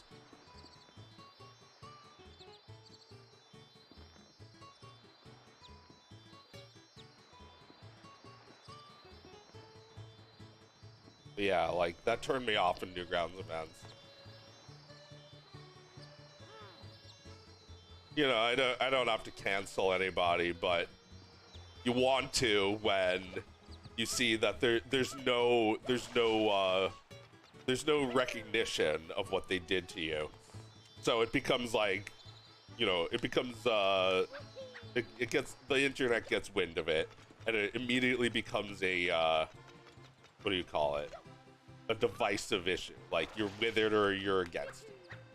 And it being binary like that is kind of like why you need to cancel someone. He can't hang out with us now because he's bad. Like, I'm talking about somebody who touched me, and I don't feel that way about them. I was just resentful that there's no way to have an open discussion about this, and unless people think you're gonna cancel them. And it's like, what are you talking about, cancel? I can't cancel anyone. I'm not David Zaslav. If you suck, then you cancel yourself. You remember when he touched you? I mean, I don't remember the event so clearly, and I'm not gonna, like, I mean, I don't really want to recall it right now. Yeah, no, I think I remember what time of day it was and where he touched me, but, you know, this isn't an investigation, so I'm not gonna keep going with that. Just that I had a bad experience, and I let one person ruin it for me. Or it's actually a few people, the other fucking creeps that I don't like. Hard to look past that. Feel like you're gonna have to see them there. Well, I just won't go. Like, you know, it'll be lame, so whatever.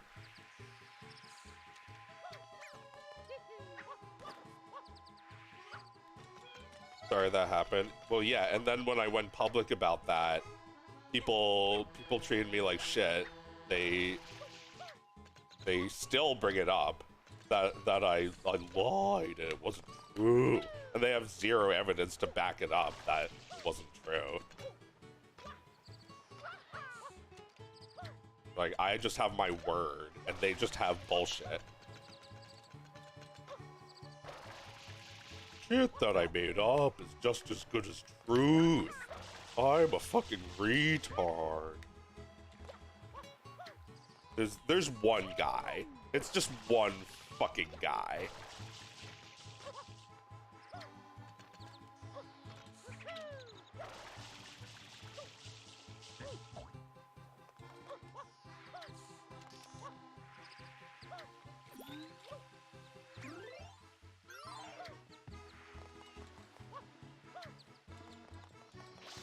But yeah, those events were fun until they stopped being fun. I'm not gonna say, don't go or you'll be molested. That's probably not gonna happen.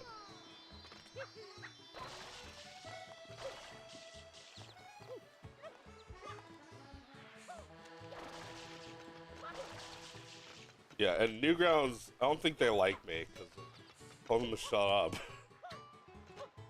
Yeah, I feel like it's less of a video site, more of a clique of Twitter users at this point to say Newgrounds. Like, Newgrounds people are so nice. It's like I don't see it anymore. Like the people who are still there are not nice. They don't feel like an open community. They feel like a really like tight knit group of zealots who insist that the site saves humanity or whatever. Chill out. Like, you never gave us any monetization. Newgrounds is so screwed. Like they've been underwater for a long time. But like they never made it possible for us to monetize our work. Not in any serious way. And then they just like made fun of NFTs. And that was it for me. Not that making fun of NFTs is off limits. I do that shit too. It's just that like they made fun of NFTs on a site that never gave people any monetization options. Why not make your own token that people can, you know, not even a token that you can take off the site and use as currency. Just like a fucking sticker that people can buy using your site instead of having to go around into Patreon or whatever. Like, why not make your site something that you can you know, sell worthless objects and get money for that shit? Because Newgrounds already has little sticker thingies, like little gamified trophies and shit. Like, you know, they could have made, well, buy a $5 sticker. It's not decentralized, it's not blockchain, but maybe some people would like that better. They could have done that.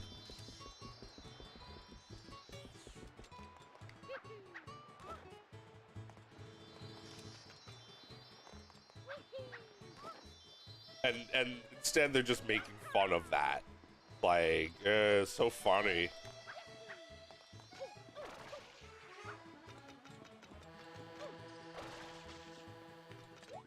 Newgrounds will molest you and take all your money. Back to the menu. I don't know what that was. It was like a Raptor thing or something. Newgrounds, back to the menu.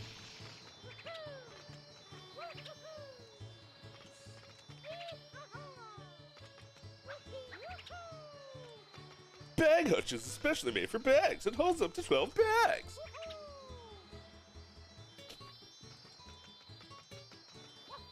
I love that Eager Raptor cartoon. Aren't half of them on super rare anyway? Who? You mean Newgrounds people? I'm sure there are others that make NFTs. But you know, like I have, you know, for many years trying to, like, you know, ignore the fact that uploading to Newgrounds feels pointless.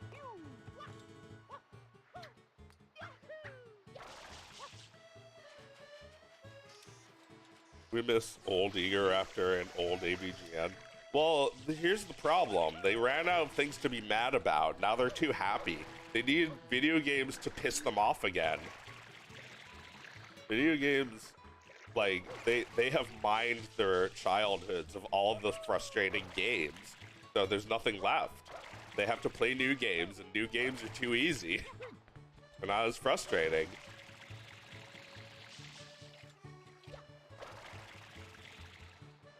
I don't, you know.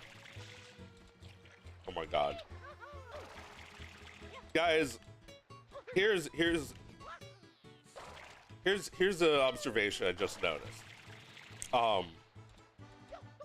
Newgrounds and AVGN are both served by Screenwave.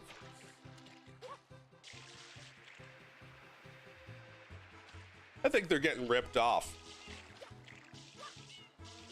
I think they're getting ripped off by those guys.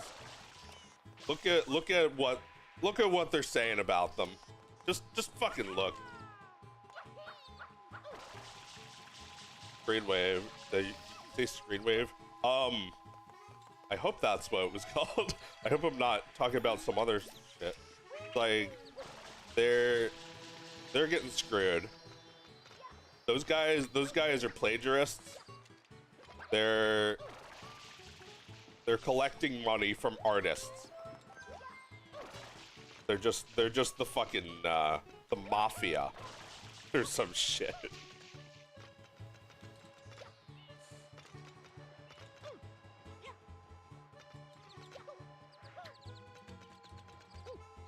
Interesting seeing people diverge from the classic internet community. Either people are chill and distance themselves from the weird egos, or they try to assimilate it further, into it further.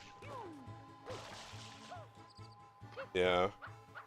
I feel like the cliques made people unbearable for me. The way they were all friends with each other, these like content creator people, like voice actor and animator people, like never got along in a big clique with those guys. I just felt like more estranged. The more like back padding there was going on, the less actual support. Now when any of those guys uploads a video, you get all of them coming out to be like, oh wow, good job, you did it, yay, good video, nice one. And they're like, thank you, thank you, thank you, thank you, thank you. And the video is just like whatever. It's like not good or bad. It's just like you made content. Big deal.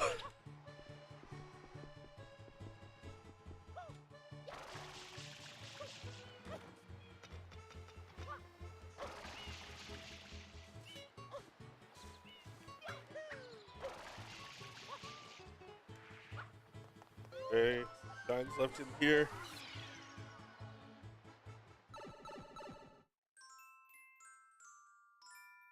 Yeah, the 100 coins.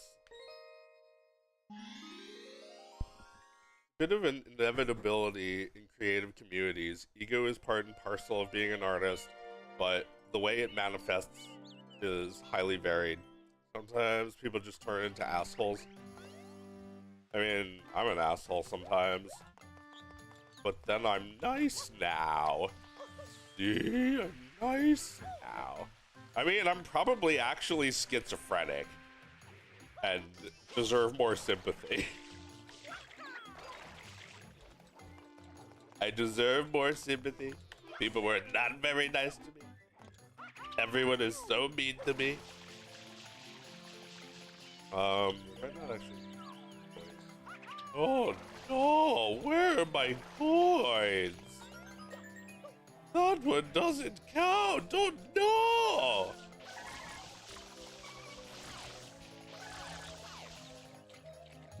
Oh, come on. Fast. What do the voices tell you? Alright, well, I'm not hearing voices, but I do talk to myself a lot.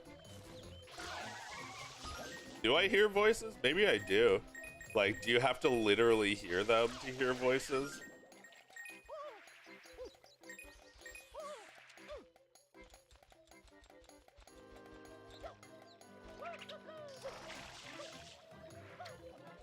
Because I just hear like the echo of my own thoughts sometimes, but those aren't voices. Yes, having a voice in your mind is not auditory hallucinations, Morag. Oh wow, okay. So like, a schizophrenic will hear voices, like they'll hear them with their ears, or they will perceive that voices are being heard by their ears.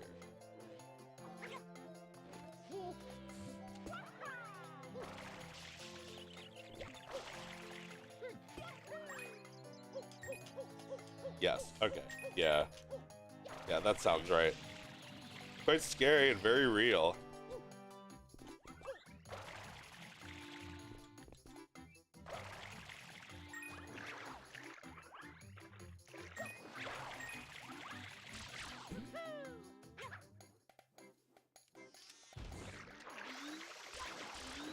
Yeah, I was listening to Wesley Willis interview saying that he's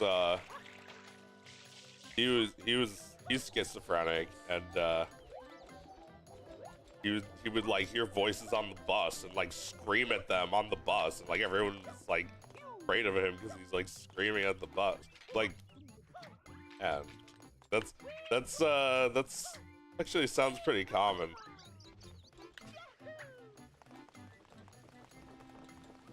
But how many of those guys are famous musicians? I bet that's also common. Rock and roll McDonald's. Rock and roll McDonald's. Rock and roll McDonald's. Rock and roll McDonald's. Like that is some melody.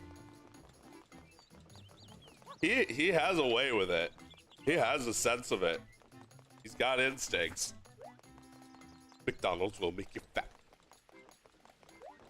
They will serve you Big Macs. They will serve you quarter pounders. They will put pounds on you. Rock and roll McDonald's. Personally, I think object shows are poopy. I mean, I wasn't born at the right time to experience them correctly. I think you had to be a kid in the 2010s. Yeah, I don't know. They look like really cheap, but I guess I get the appeal. My cartoon FrumpleQuest is a little bit of an object show, right? There's objects. There's onion guy. Who's your favorite artist or animator? John K. Why are you answering? And Craig McCracken. What the fuck is an object show? It's like Total Drama Island, but with like a stapler and a wagon wheel, and it's like we gotta get cheese, cause he's on our team. We gotta save him from falling off this rope because it's an event in this object show. And it's like, who will win the object show? I don't fucking care. It's like it looks really crap, but kids like it. Kids get it. And like, it started with one object show, and now it's like, hey, I just realized something. You can't even copyright object show, so I'll just make my own. And now there's like 1 billion object shows. There's so many object shows. Object shows are poopy. I agree. They are poopy. They look terrible. Even though I admittedly love the look of Flash cartoons, I can't say object shows look great. They're not that fun. Maybe there's like a prime example of one, but they all blend together and look the same. It's too bad that like they don't really even have their own identity if they can be copied so easily. But I guess that's true of anything. It feels like that's an animation industry. That is industry shit. Like making cartoons that are like 30 minutes long and were made in like 2 days.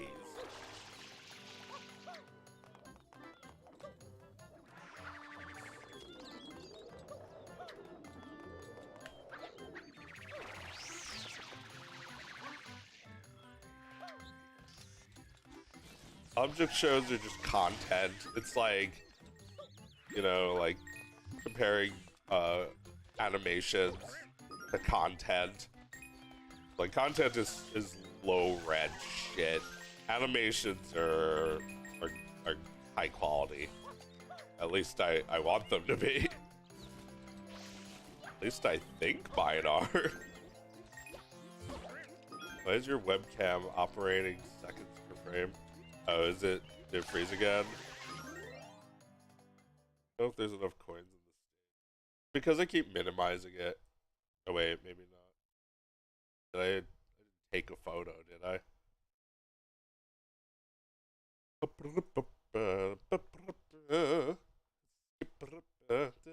Let me just put it on that screen, then I won't bother it. I guess the problem could still happen. Should have left it. It was stuck on a good frame. See, now it's stuck again. It's a bad frame.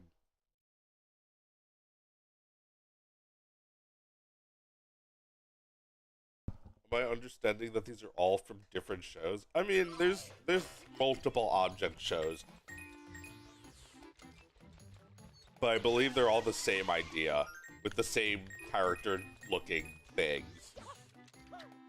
And they all have names like one of the characters is like a cheese. His name is Cheesy. Who would ever name their cheese character Cheesy?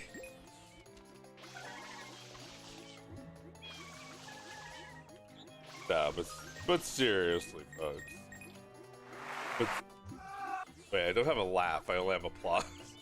I should get a laugh track for my unfunny jokes.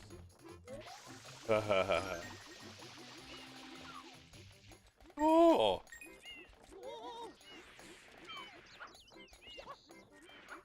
Yeah, don't worry about object shows. You're never gonna become a fan of them. Although I guess I thought that about My Little Pony.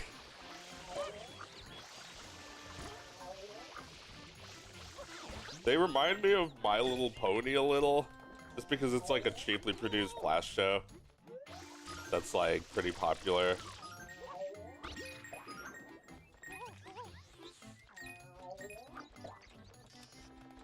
I think that show looks okay though, My Little Pony. For a Flash show. I think Crumple Quest will look a little better than that, but not a lot better. I just don't use tweeds. I don't like them. They look ugly. There's a cartoon called Coconut Fred about like a coconut guy. It's like the animation looks really ugly. I mean, that's an object show, but it's from like the 2000s. I had like a harasser that was really into that show.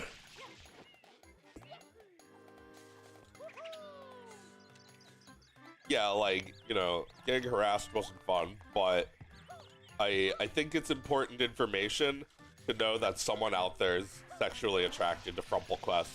I didn't think anyone was, but this person who harassed me, so it's okay to like talk about this and make fun of them. I hold no ill will, I really don't. This was a fan who's like lost their mind at me one day.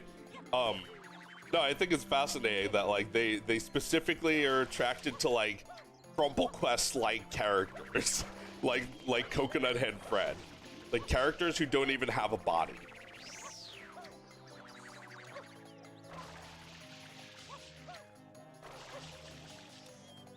That's good information for me. There's always a silver lining. Even the like thing that happened to me at Newgrounds, maybe there's a silver lining to that.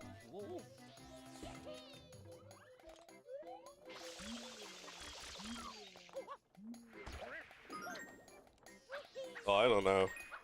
I guess things didn't get better after that. But I don't know. If anything bad happens to you, it belongs to you. You can use it.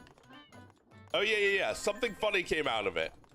I made a video of the guy because he made a video of himself, and I edited it to say, "Hey guys, what does it mean when someone says stop?" I keep hearing this a lot, and I'm not sure what I'm expected to do.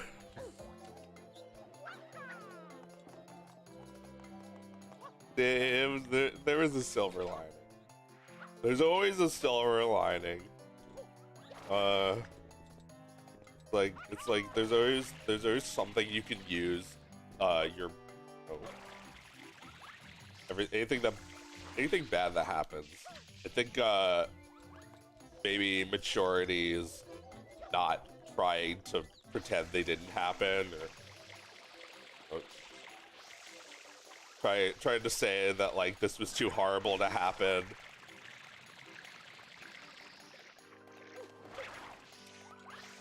No, I don't. If my whole family was murdered, I don't know how quickly I'd be able to make a joke about it, but I know there'd be a silver lining.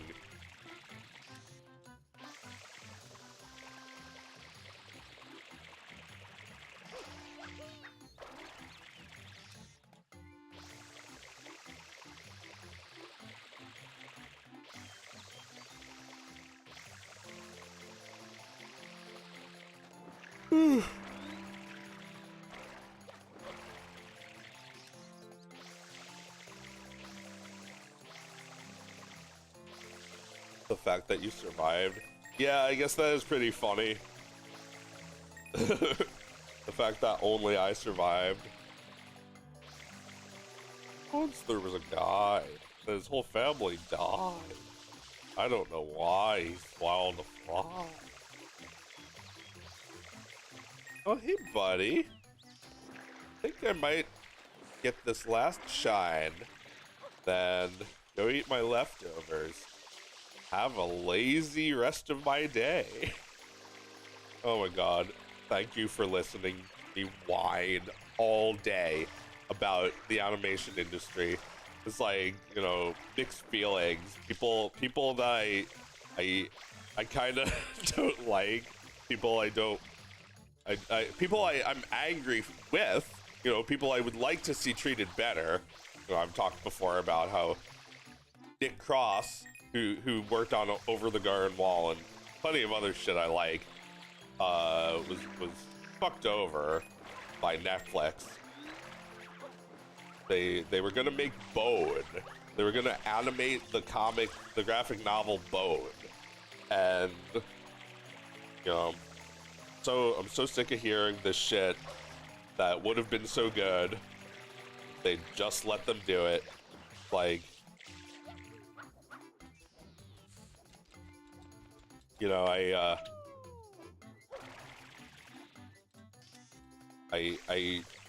see he is also an independent artist. I see him as indie too, because he's like he made a bunch of short films that were good in their own right, that didn't have anyone else attached to them.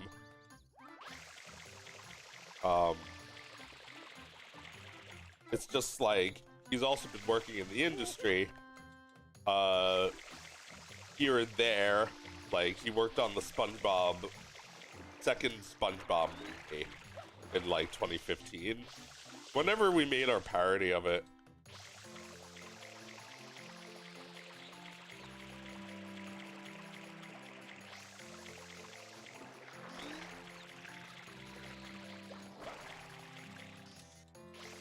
We gotta get SpongeBob back.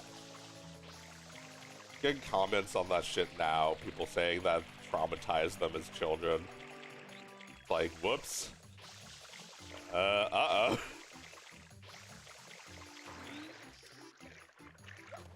Yeah, I guess that's what YouTube doesn't want you to do anymore. I didn't think that was gonna happen, but I wonder if We Gotta Get SpongeBob Back was presented in court. Yeah, it traumatized them, but in the good way. They came back to watch it. Yeah, it scarred me for life, but in the good way.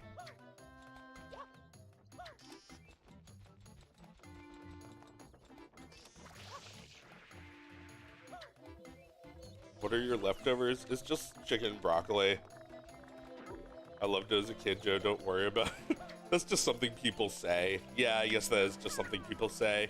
They always say shit like, this gave me nightmares, but they didn't really mean it. What did I just watch?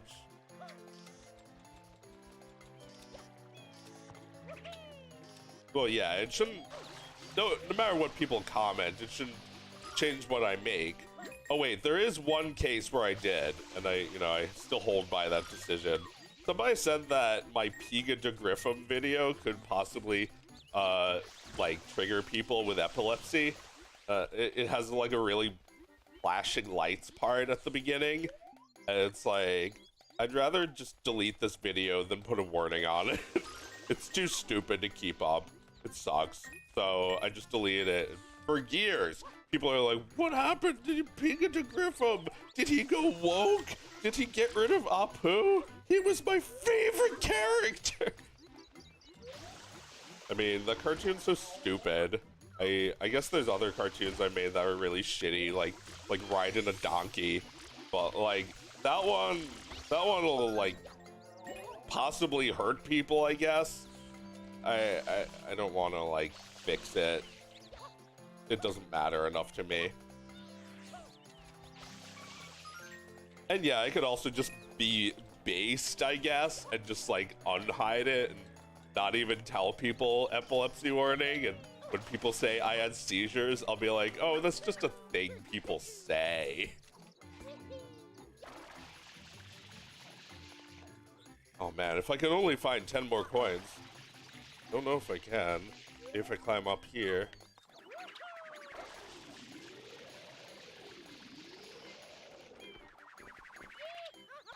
Yoshi here? Because he can eat those butterflies. There are those blue enemies. This doesn't count. Alright, well. See from up here at least.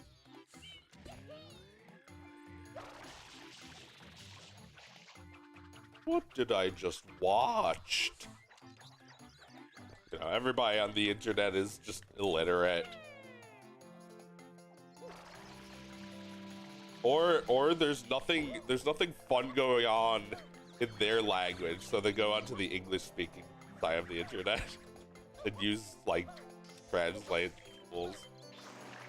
Yeah, I mean if any of my videos have subtitles, then you can use the like auto translate tool. See what they're saying. Although I do like some of the dubs people made.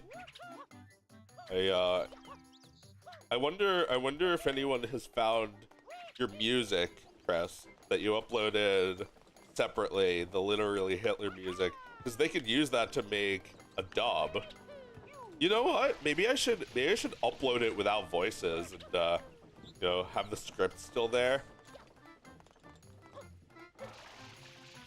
And then people can make their own dub, like a handful of people. That's cool.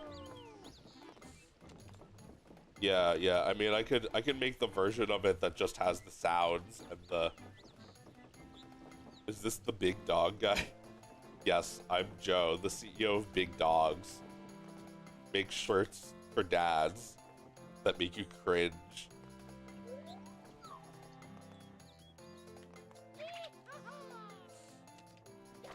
I can't wait till I'm in my big dog phase of life.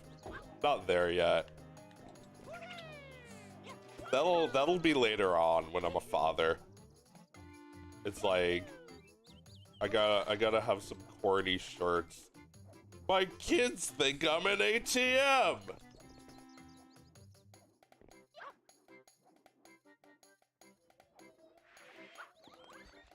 I met a sound engineer on Friday and sent him my SoundCloud, and I had to explain the Literally Hitler thing. Yeah. Yeah, why does your resume say Literally Hitler on it?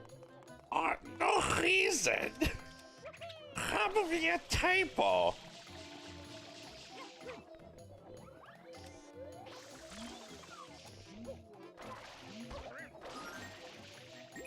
It's like, okay, so here's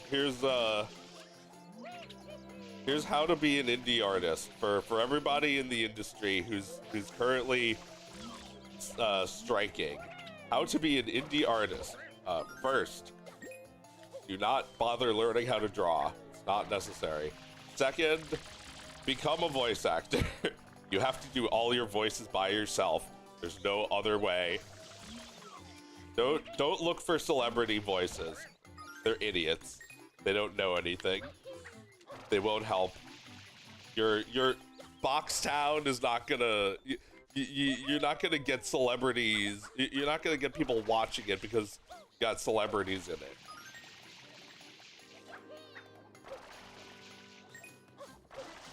This is industry people trying to be indie.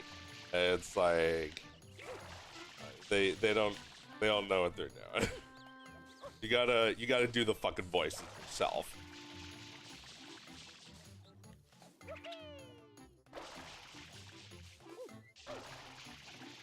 Like people don't care.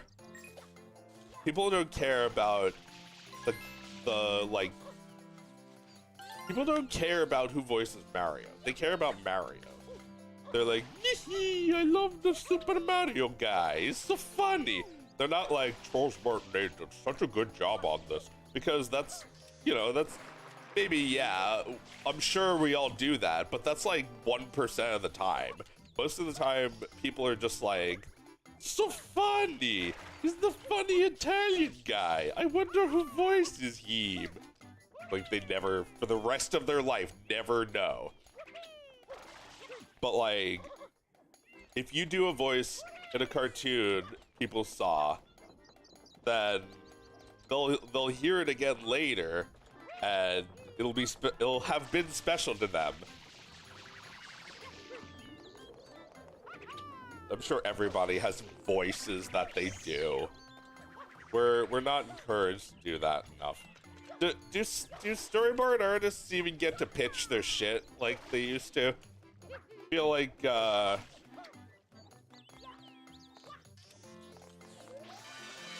that's impossible when you have everybody just like nitpicking it literally everything all the time. You're never gonna get your own creative voice across. You're gonna have to like muddle it up with somebody else's.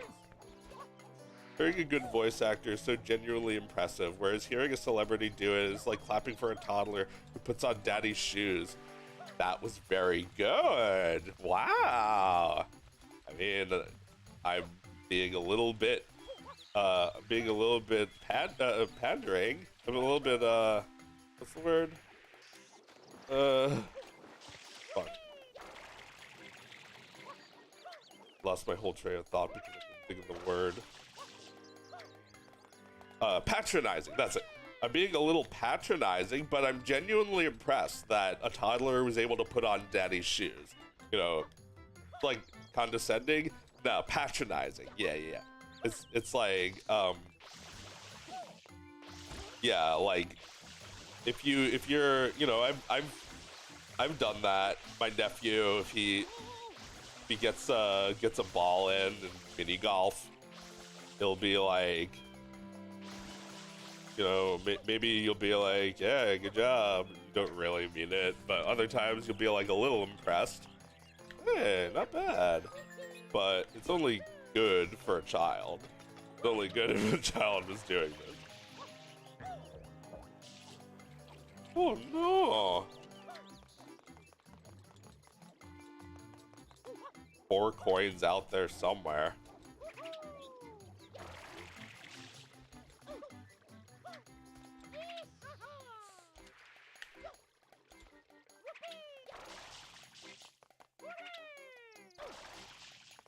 Maybe this guy's got him.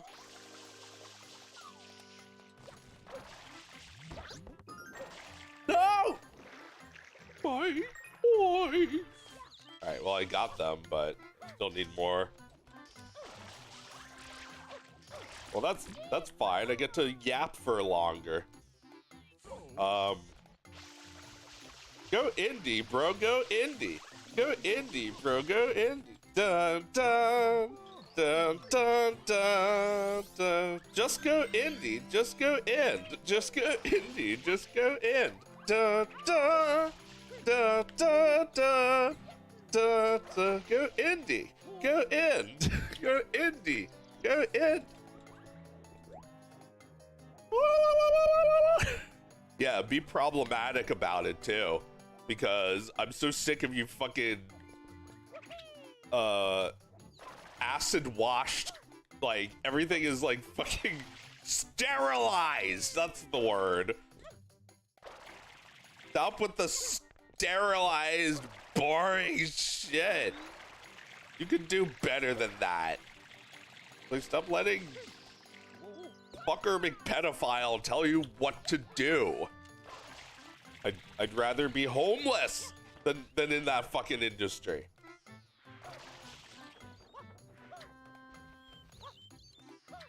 You gotta be you. You are an artist. You're not a tool. Your job is going away. It could be a new opportunity. Don't look at me. I didn't do this to you. I'm just saying, go indie, bro. Go in. Yeah, and bring back Indians in cartoons. It's like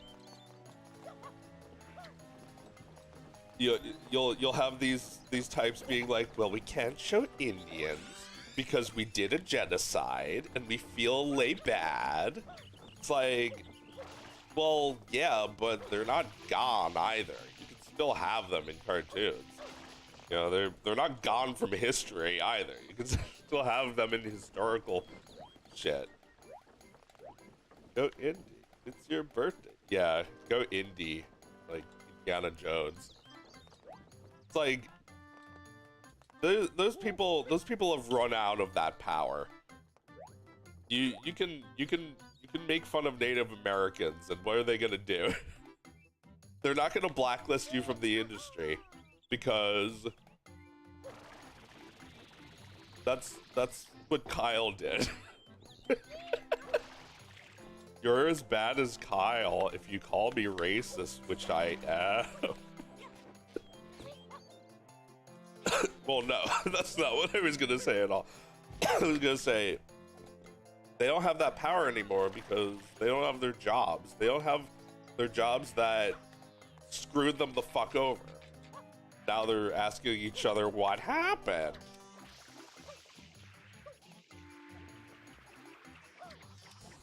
Those Indians in a courtroom, or in a cartoon.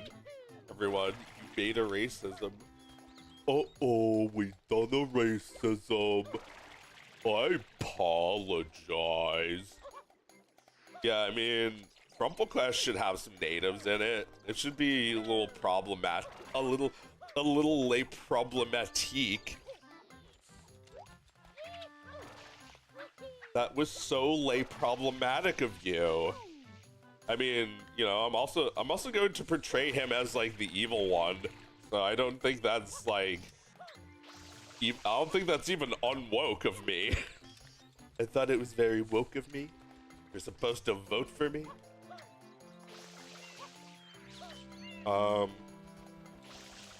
Yeah, that's another thing. Everyone acts like they're running for president. They're acting like they can be president and Trump can't, but it's the opposite. The guy who is, you know, openly sexist or whatever has a better chance. Like you have a better chance of being you. Don't worry about what the industry wants. They're a big fat black hole butthole. They're just like a big black hole that consumes all of your talent and all of your energy and all of your passion. It's like these people are being chewed up and spit out. They don't have any passion left by the end of it. They just see it as hard work. Horrid and hard. What was that? Where is it? No! My coin! I'm back! Help! Wait, where did that even come from? Oh no. All this long. Maybe I can spawn another one. Rather than that? Spray these windows or some shit?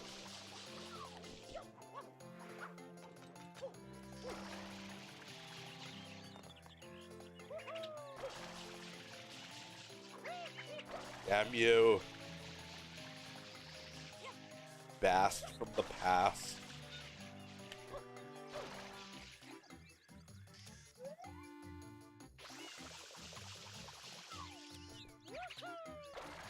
Was it those platform thingies? Like you spray those and get a coin? Had me.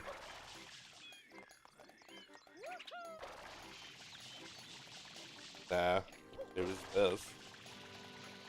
Been it fast enough to get something? Do I weed? Guess I don't weed. Wait, I don't win because they cheated. Meh. Everybody cheater except me. Meh. That was a blue coin. That's not what I want. I wanted the regular one.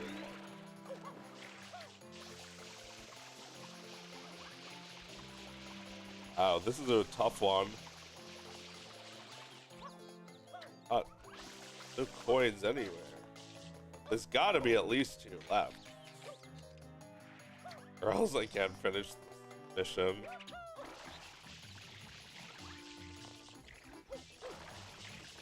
Like, please, I'm begging you to go, Indy. You're not going to be happy. Even if you get what you want, you're not gonna be happy. They're gonna keep making you miserable. You're gonna be making each other miserable, frankly. Like, they don't want you to strike, but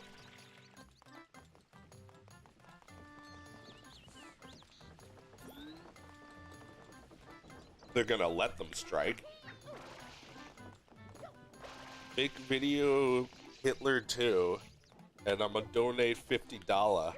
See, this is how the industry works. Like, you know that thing that was popular?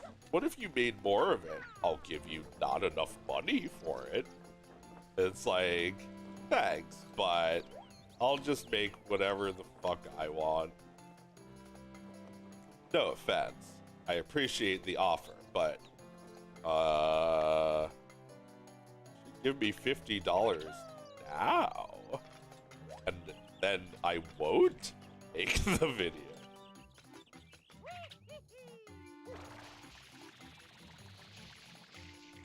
Yeah, this is how the industry works. They want you to just like make the same thing again. I'm a wild beast. I can't do that. Yeah, remember me? Actually, no, but I was in the penguin animation and I donated a membership. Oh, cool. Well, thank you.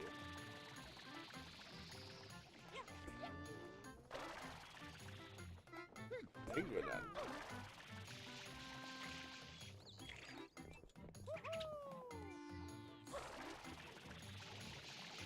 Yeah, I thought that these something. They're spinning. The voice sounds different. Maybe because I moved the microphone. Is that better? I was the guy who wanted to know about the Roblox map. Coin! Alright, I think the last one is here. It's like, you know, the industry, maybe it's not, you know, I don't want to generalize and say it's all shitty people, but there's a lot of shitty people in positions of power, like Kyle Carosa, like Hamburger Keith. This is the one. Like, this is the kind of person who exploits children. This is the evil side of this of animation. Like, you fuck. You'll need to get one last coin. It's like you're making a this is an industry where you are able to reach children at a young age, and you're able to give them ideas at a young age. They'll demand your products. They'll get their parents to buy them shit. They'll cartoons are addicting. They'll spend all day watching them if they're allowed. Like, cartoons are asking a lot from their audience. And it's like, you might not think that because you spend an hour making a drawing that people will see for 1/3 of a second, or you know, whatever. What did Robin Quivers say? It's like, it takes 1,000 drawings to do one frame.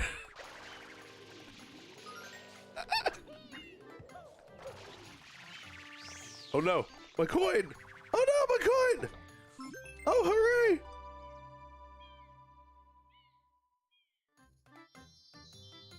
Anyway, please go indie. I'm begging you people, because I'm lonely over here. I don't need, like, you don't need more competition, which is why the industry is not friendly towards new people. They hate their competition, but in indie there is no competition. We're all cool. So, you know, there's some jealousy. There's some fighting. But it's not a contest. Everyone's allowed to make whatever they want. Everyone is able to make. This is the fucking psychopathy, the Kyle Carosa disorder. It's like feeling like not only are you entitled to have your own TV show, like it's a reward, but also everyone else, fuck them. They don't get what I deserve. How about you just throw that system out entirely and say that everyone has the right to make their own cartoon? Why is that so unpalatable? Because there's no health insurance. I mean, you can make it work. You try and make it your full-time job. If you stream, if you sell merch, if you do Patreon, you sell NFTs, like, these are things I had to do to live. And it didn't work. I wanted to buy a house because NFTs were exploding, and I thought maybe I'll get a few $100,000. But no, I didn't ask for that much, so I didn't get that much. And yeah, it didn't last long with the NFT craze. So there's not much enthusiasm there now. But that shit was something I had to do. I have to stream. I have to keep viewers. Viewers need to remember I exist. Sometimes I get comments like, I thought you died if I don't release in a year or two. Like yeah, and it reflects on my my income. It goes all the way down. Don't work for those fuckers. Don't work for those fucking creeps. Don't let Kyle Carosa be your boss. He'll murder you like he murdered his employee. Oh man, epic stream. Let's give Fred a raid.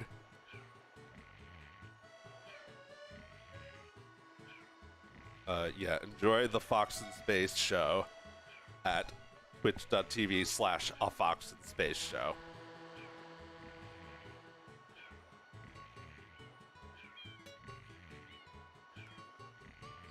Ooh, brother.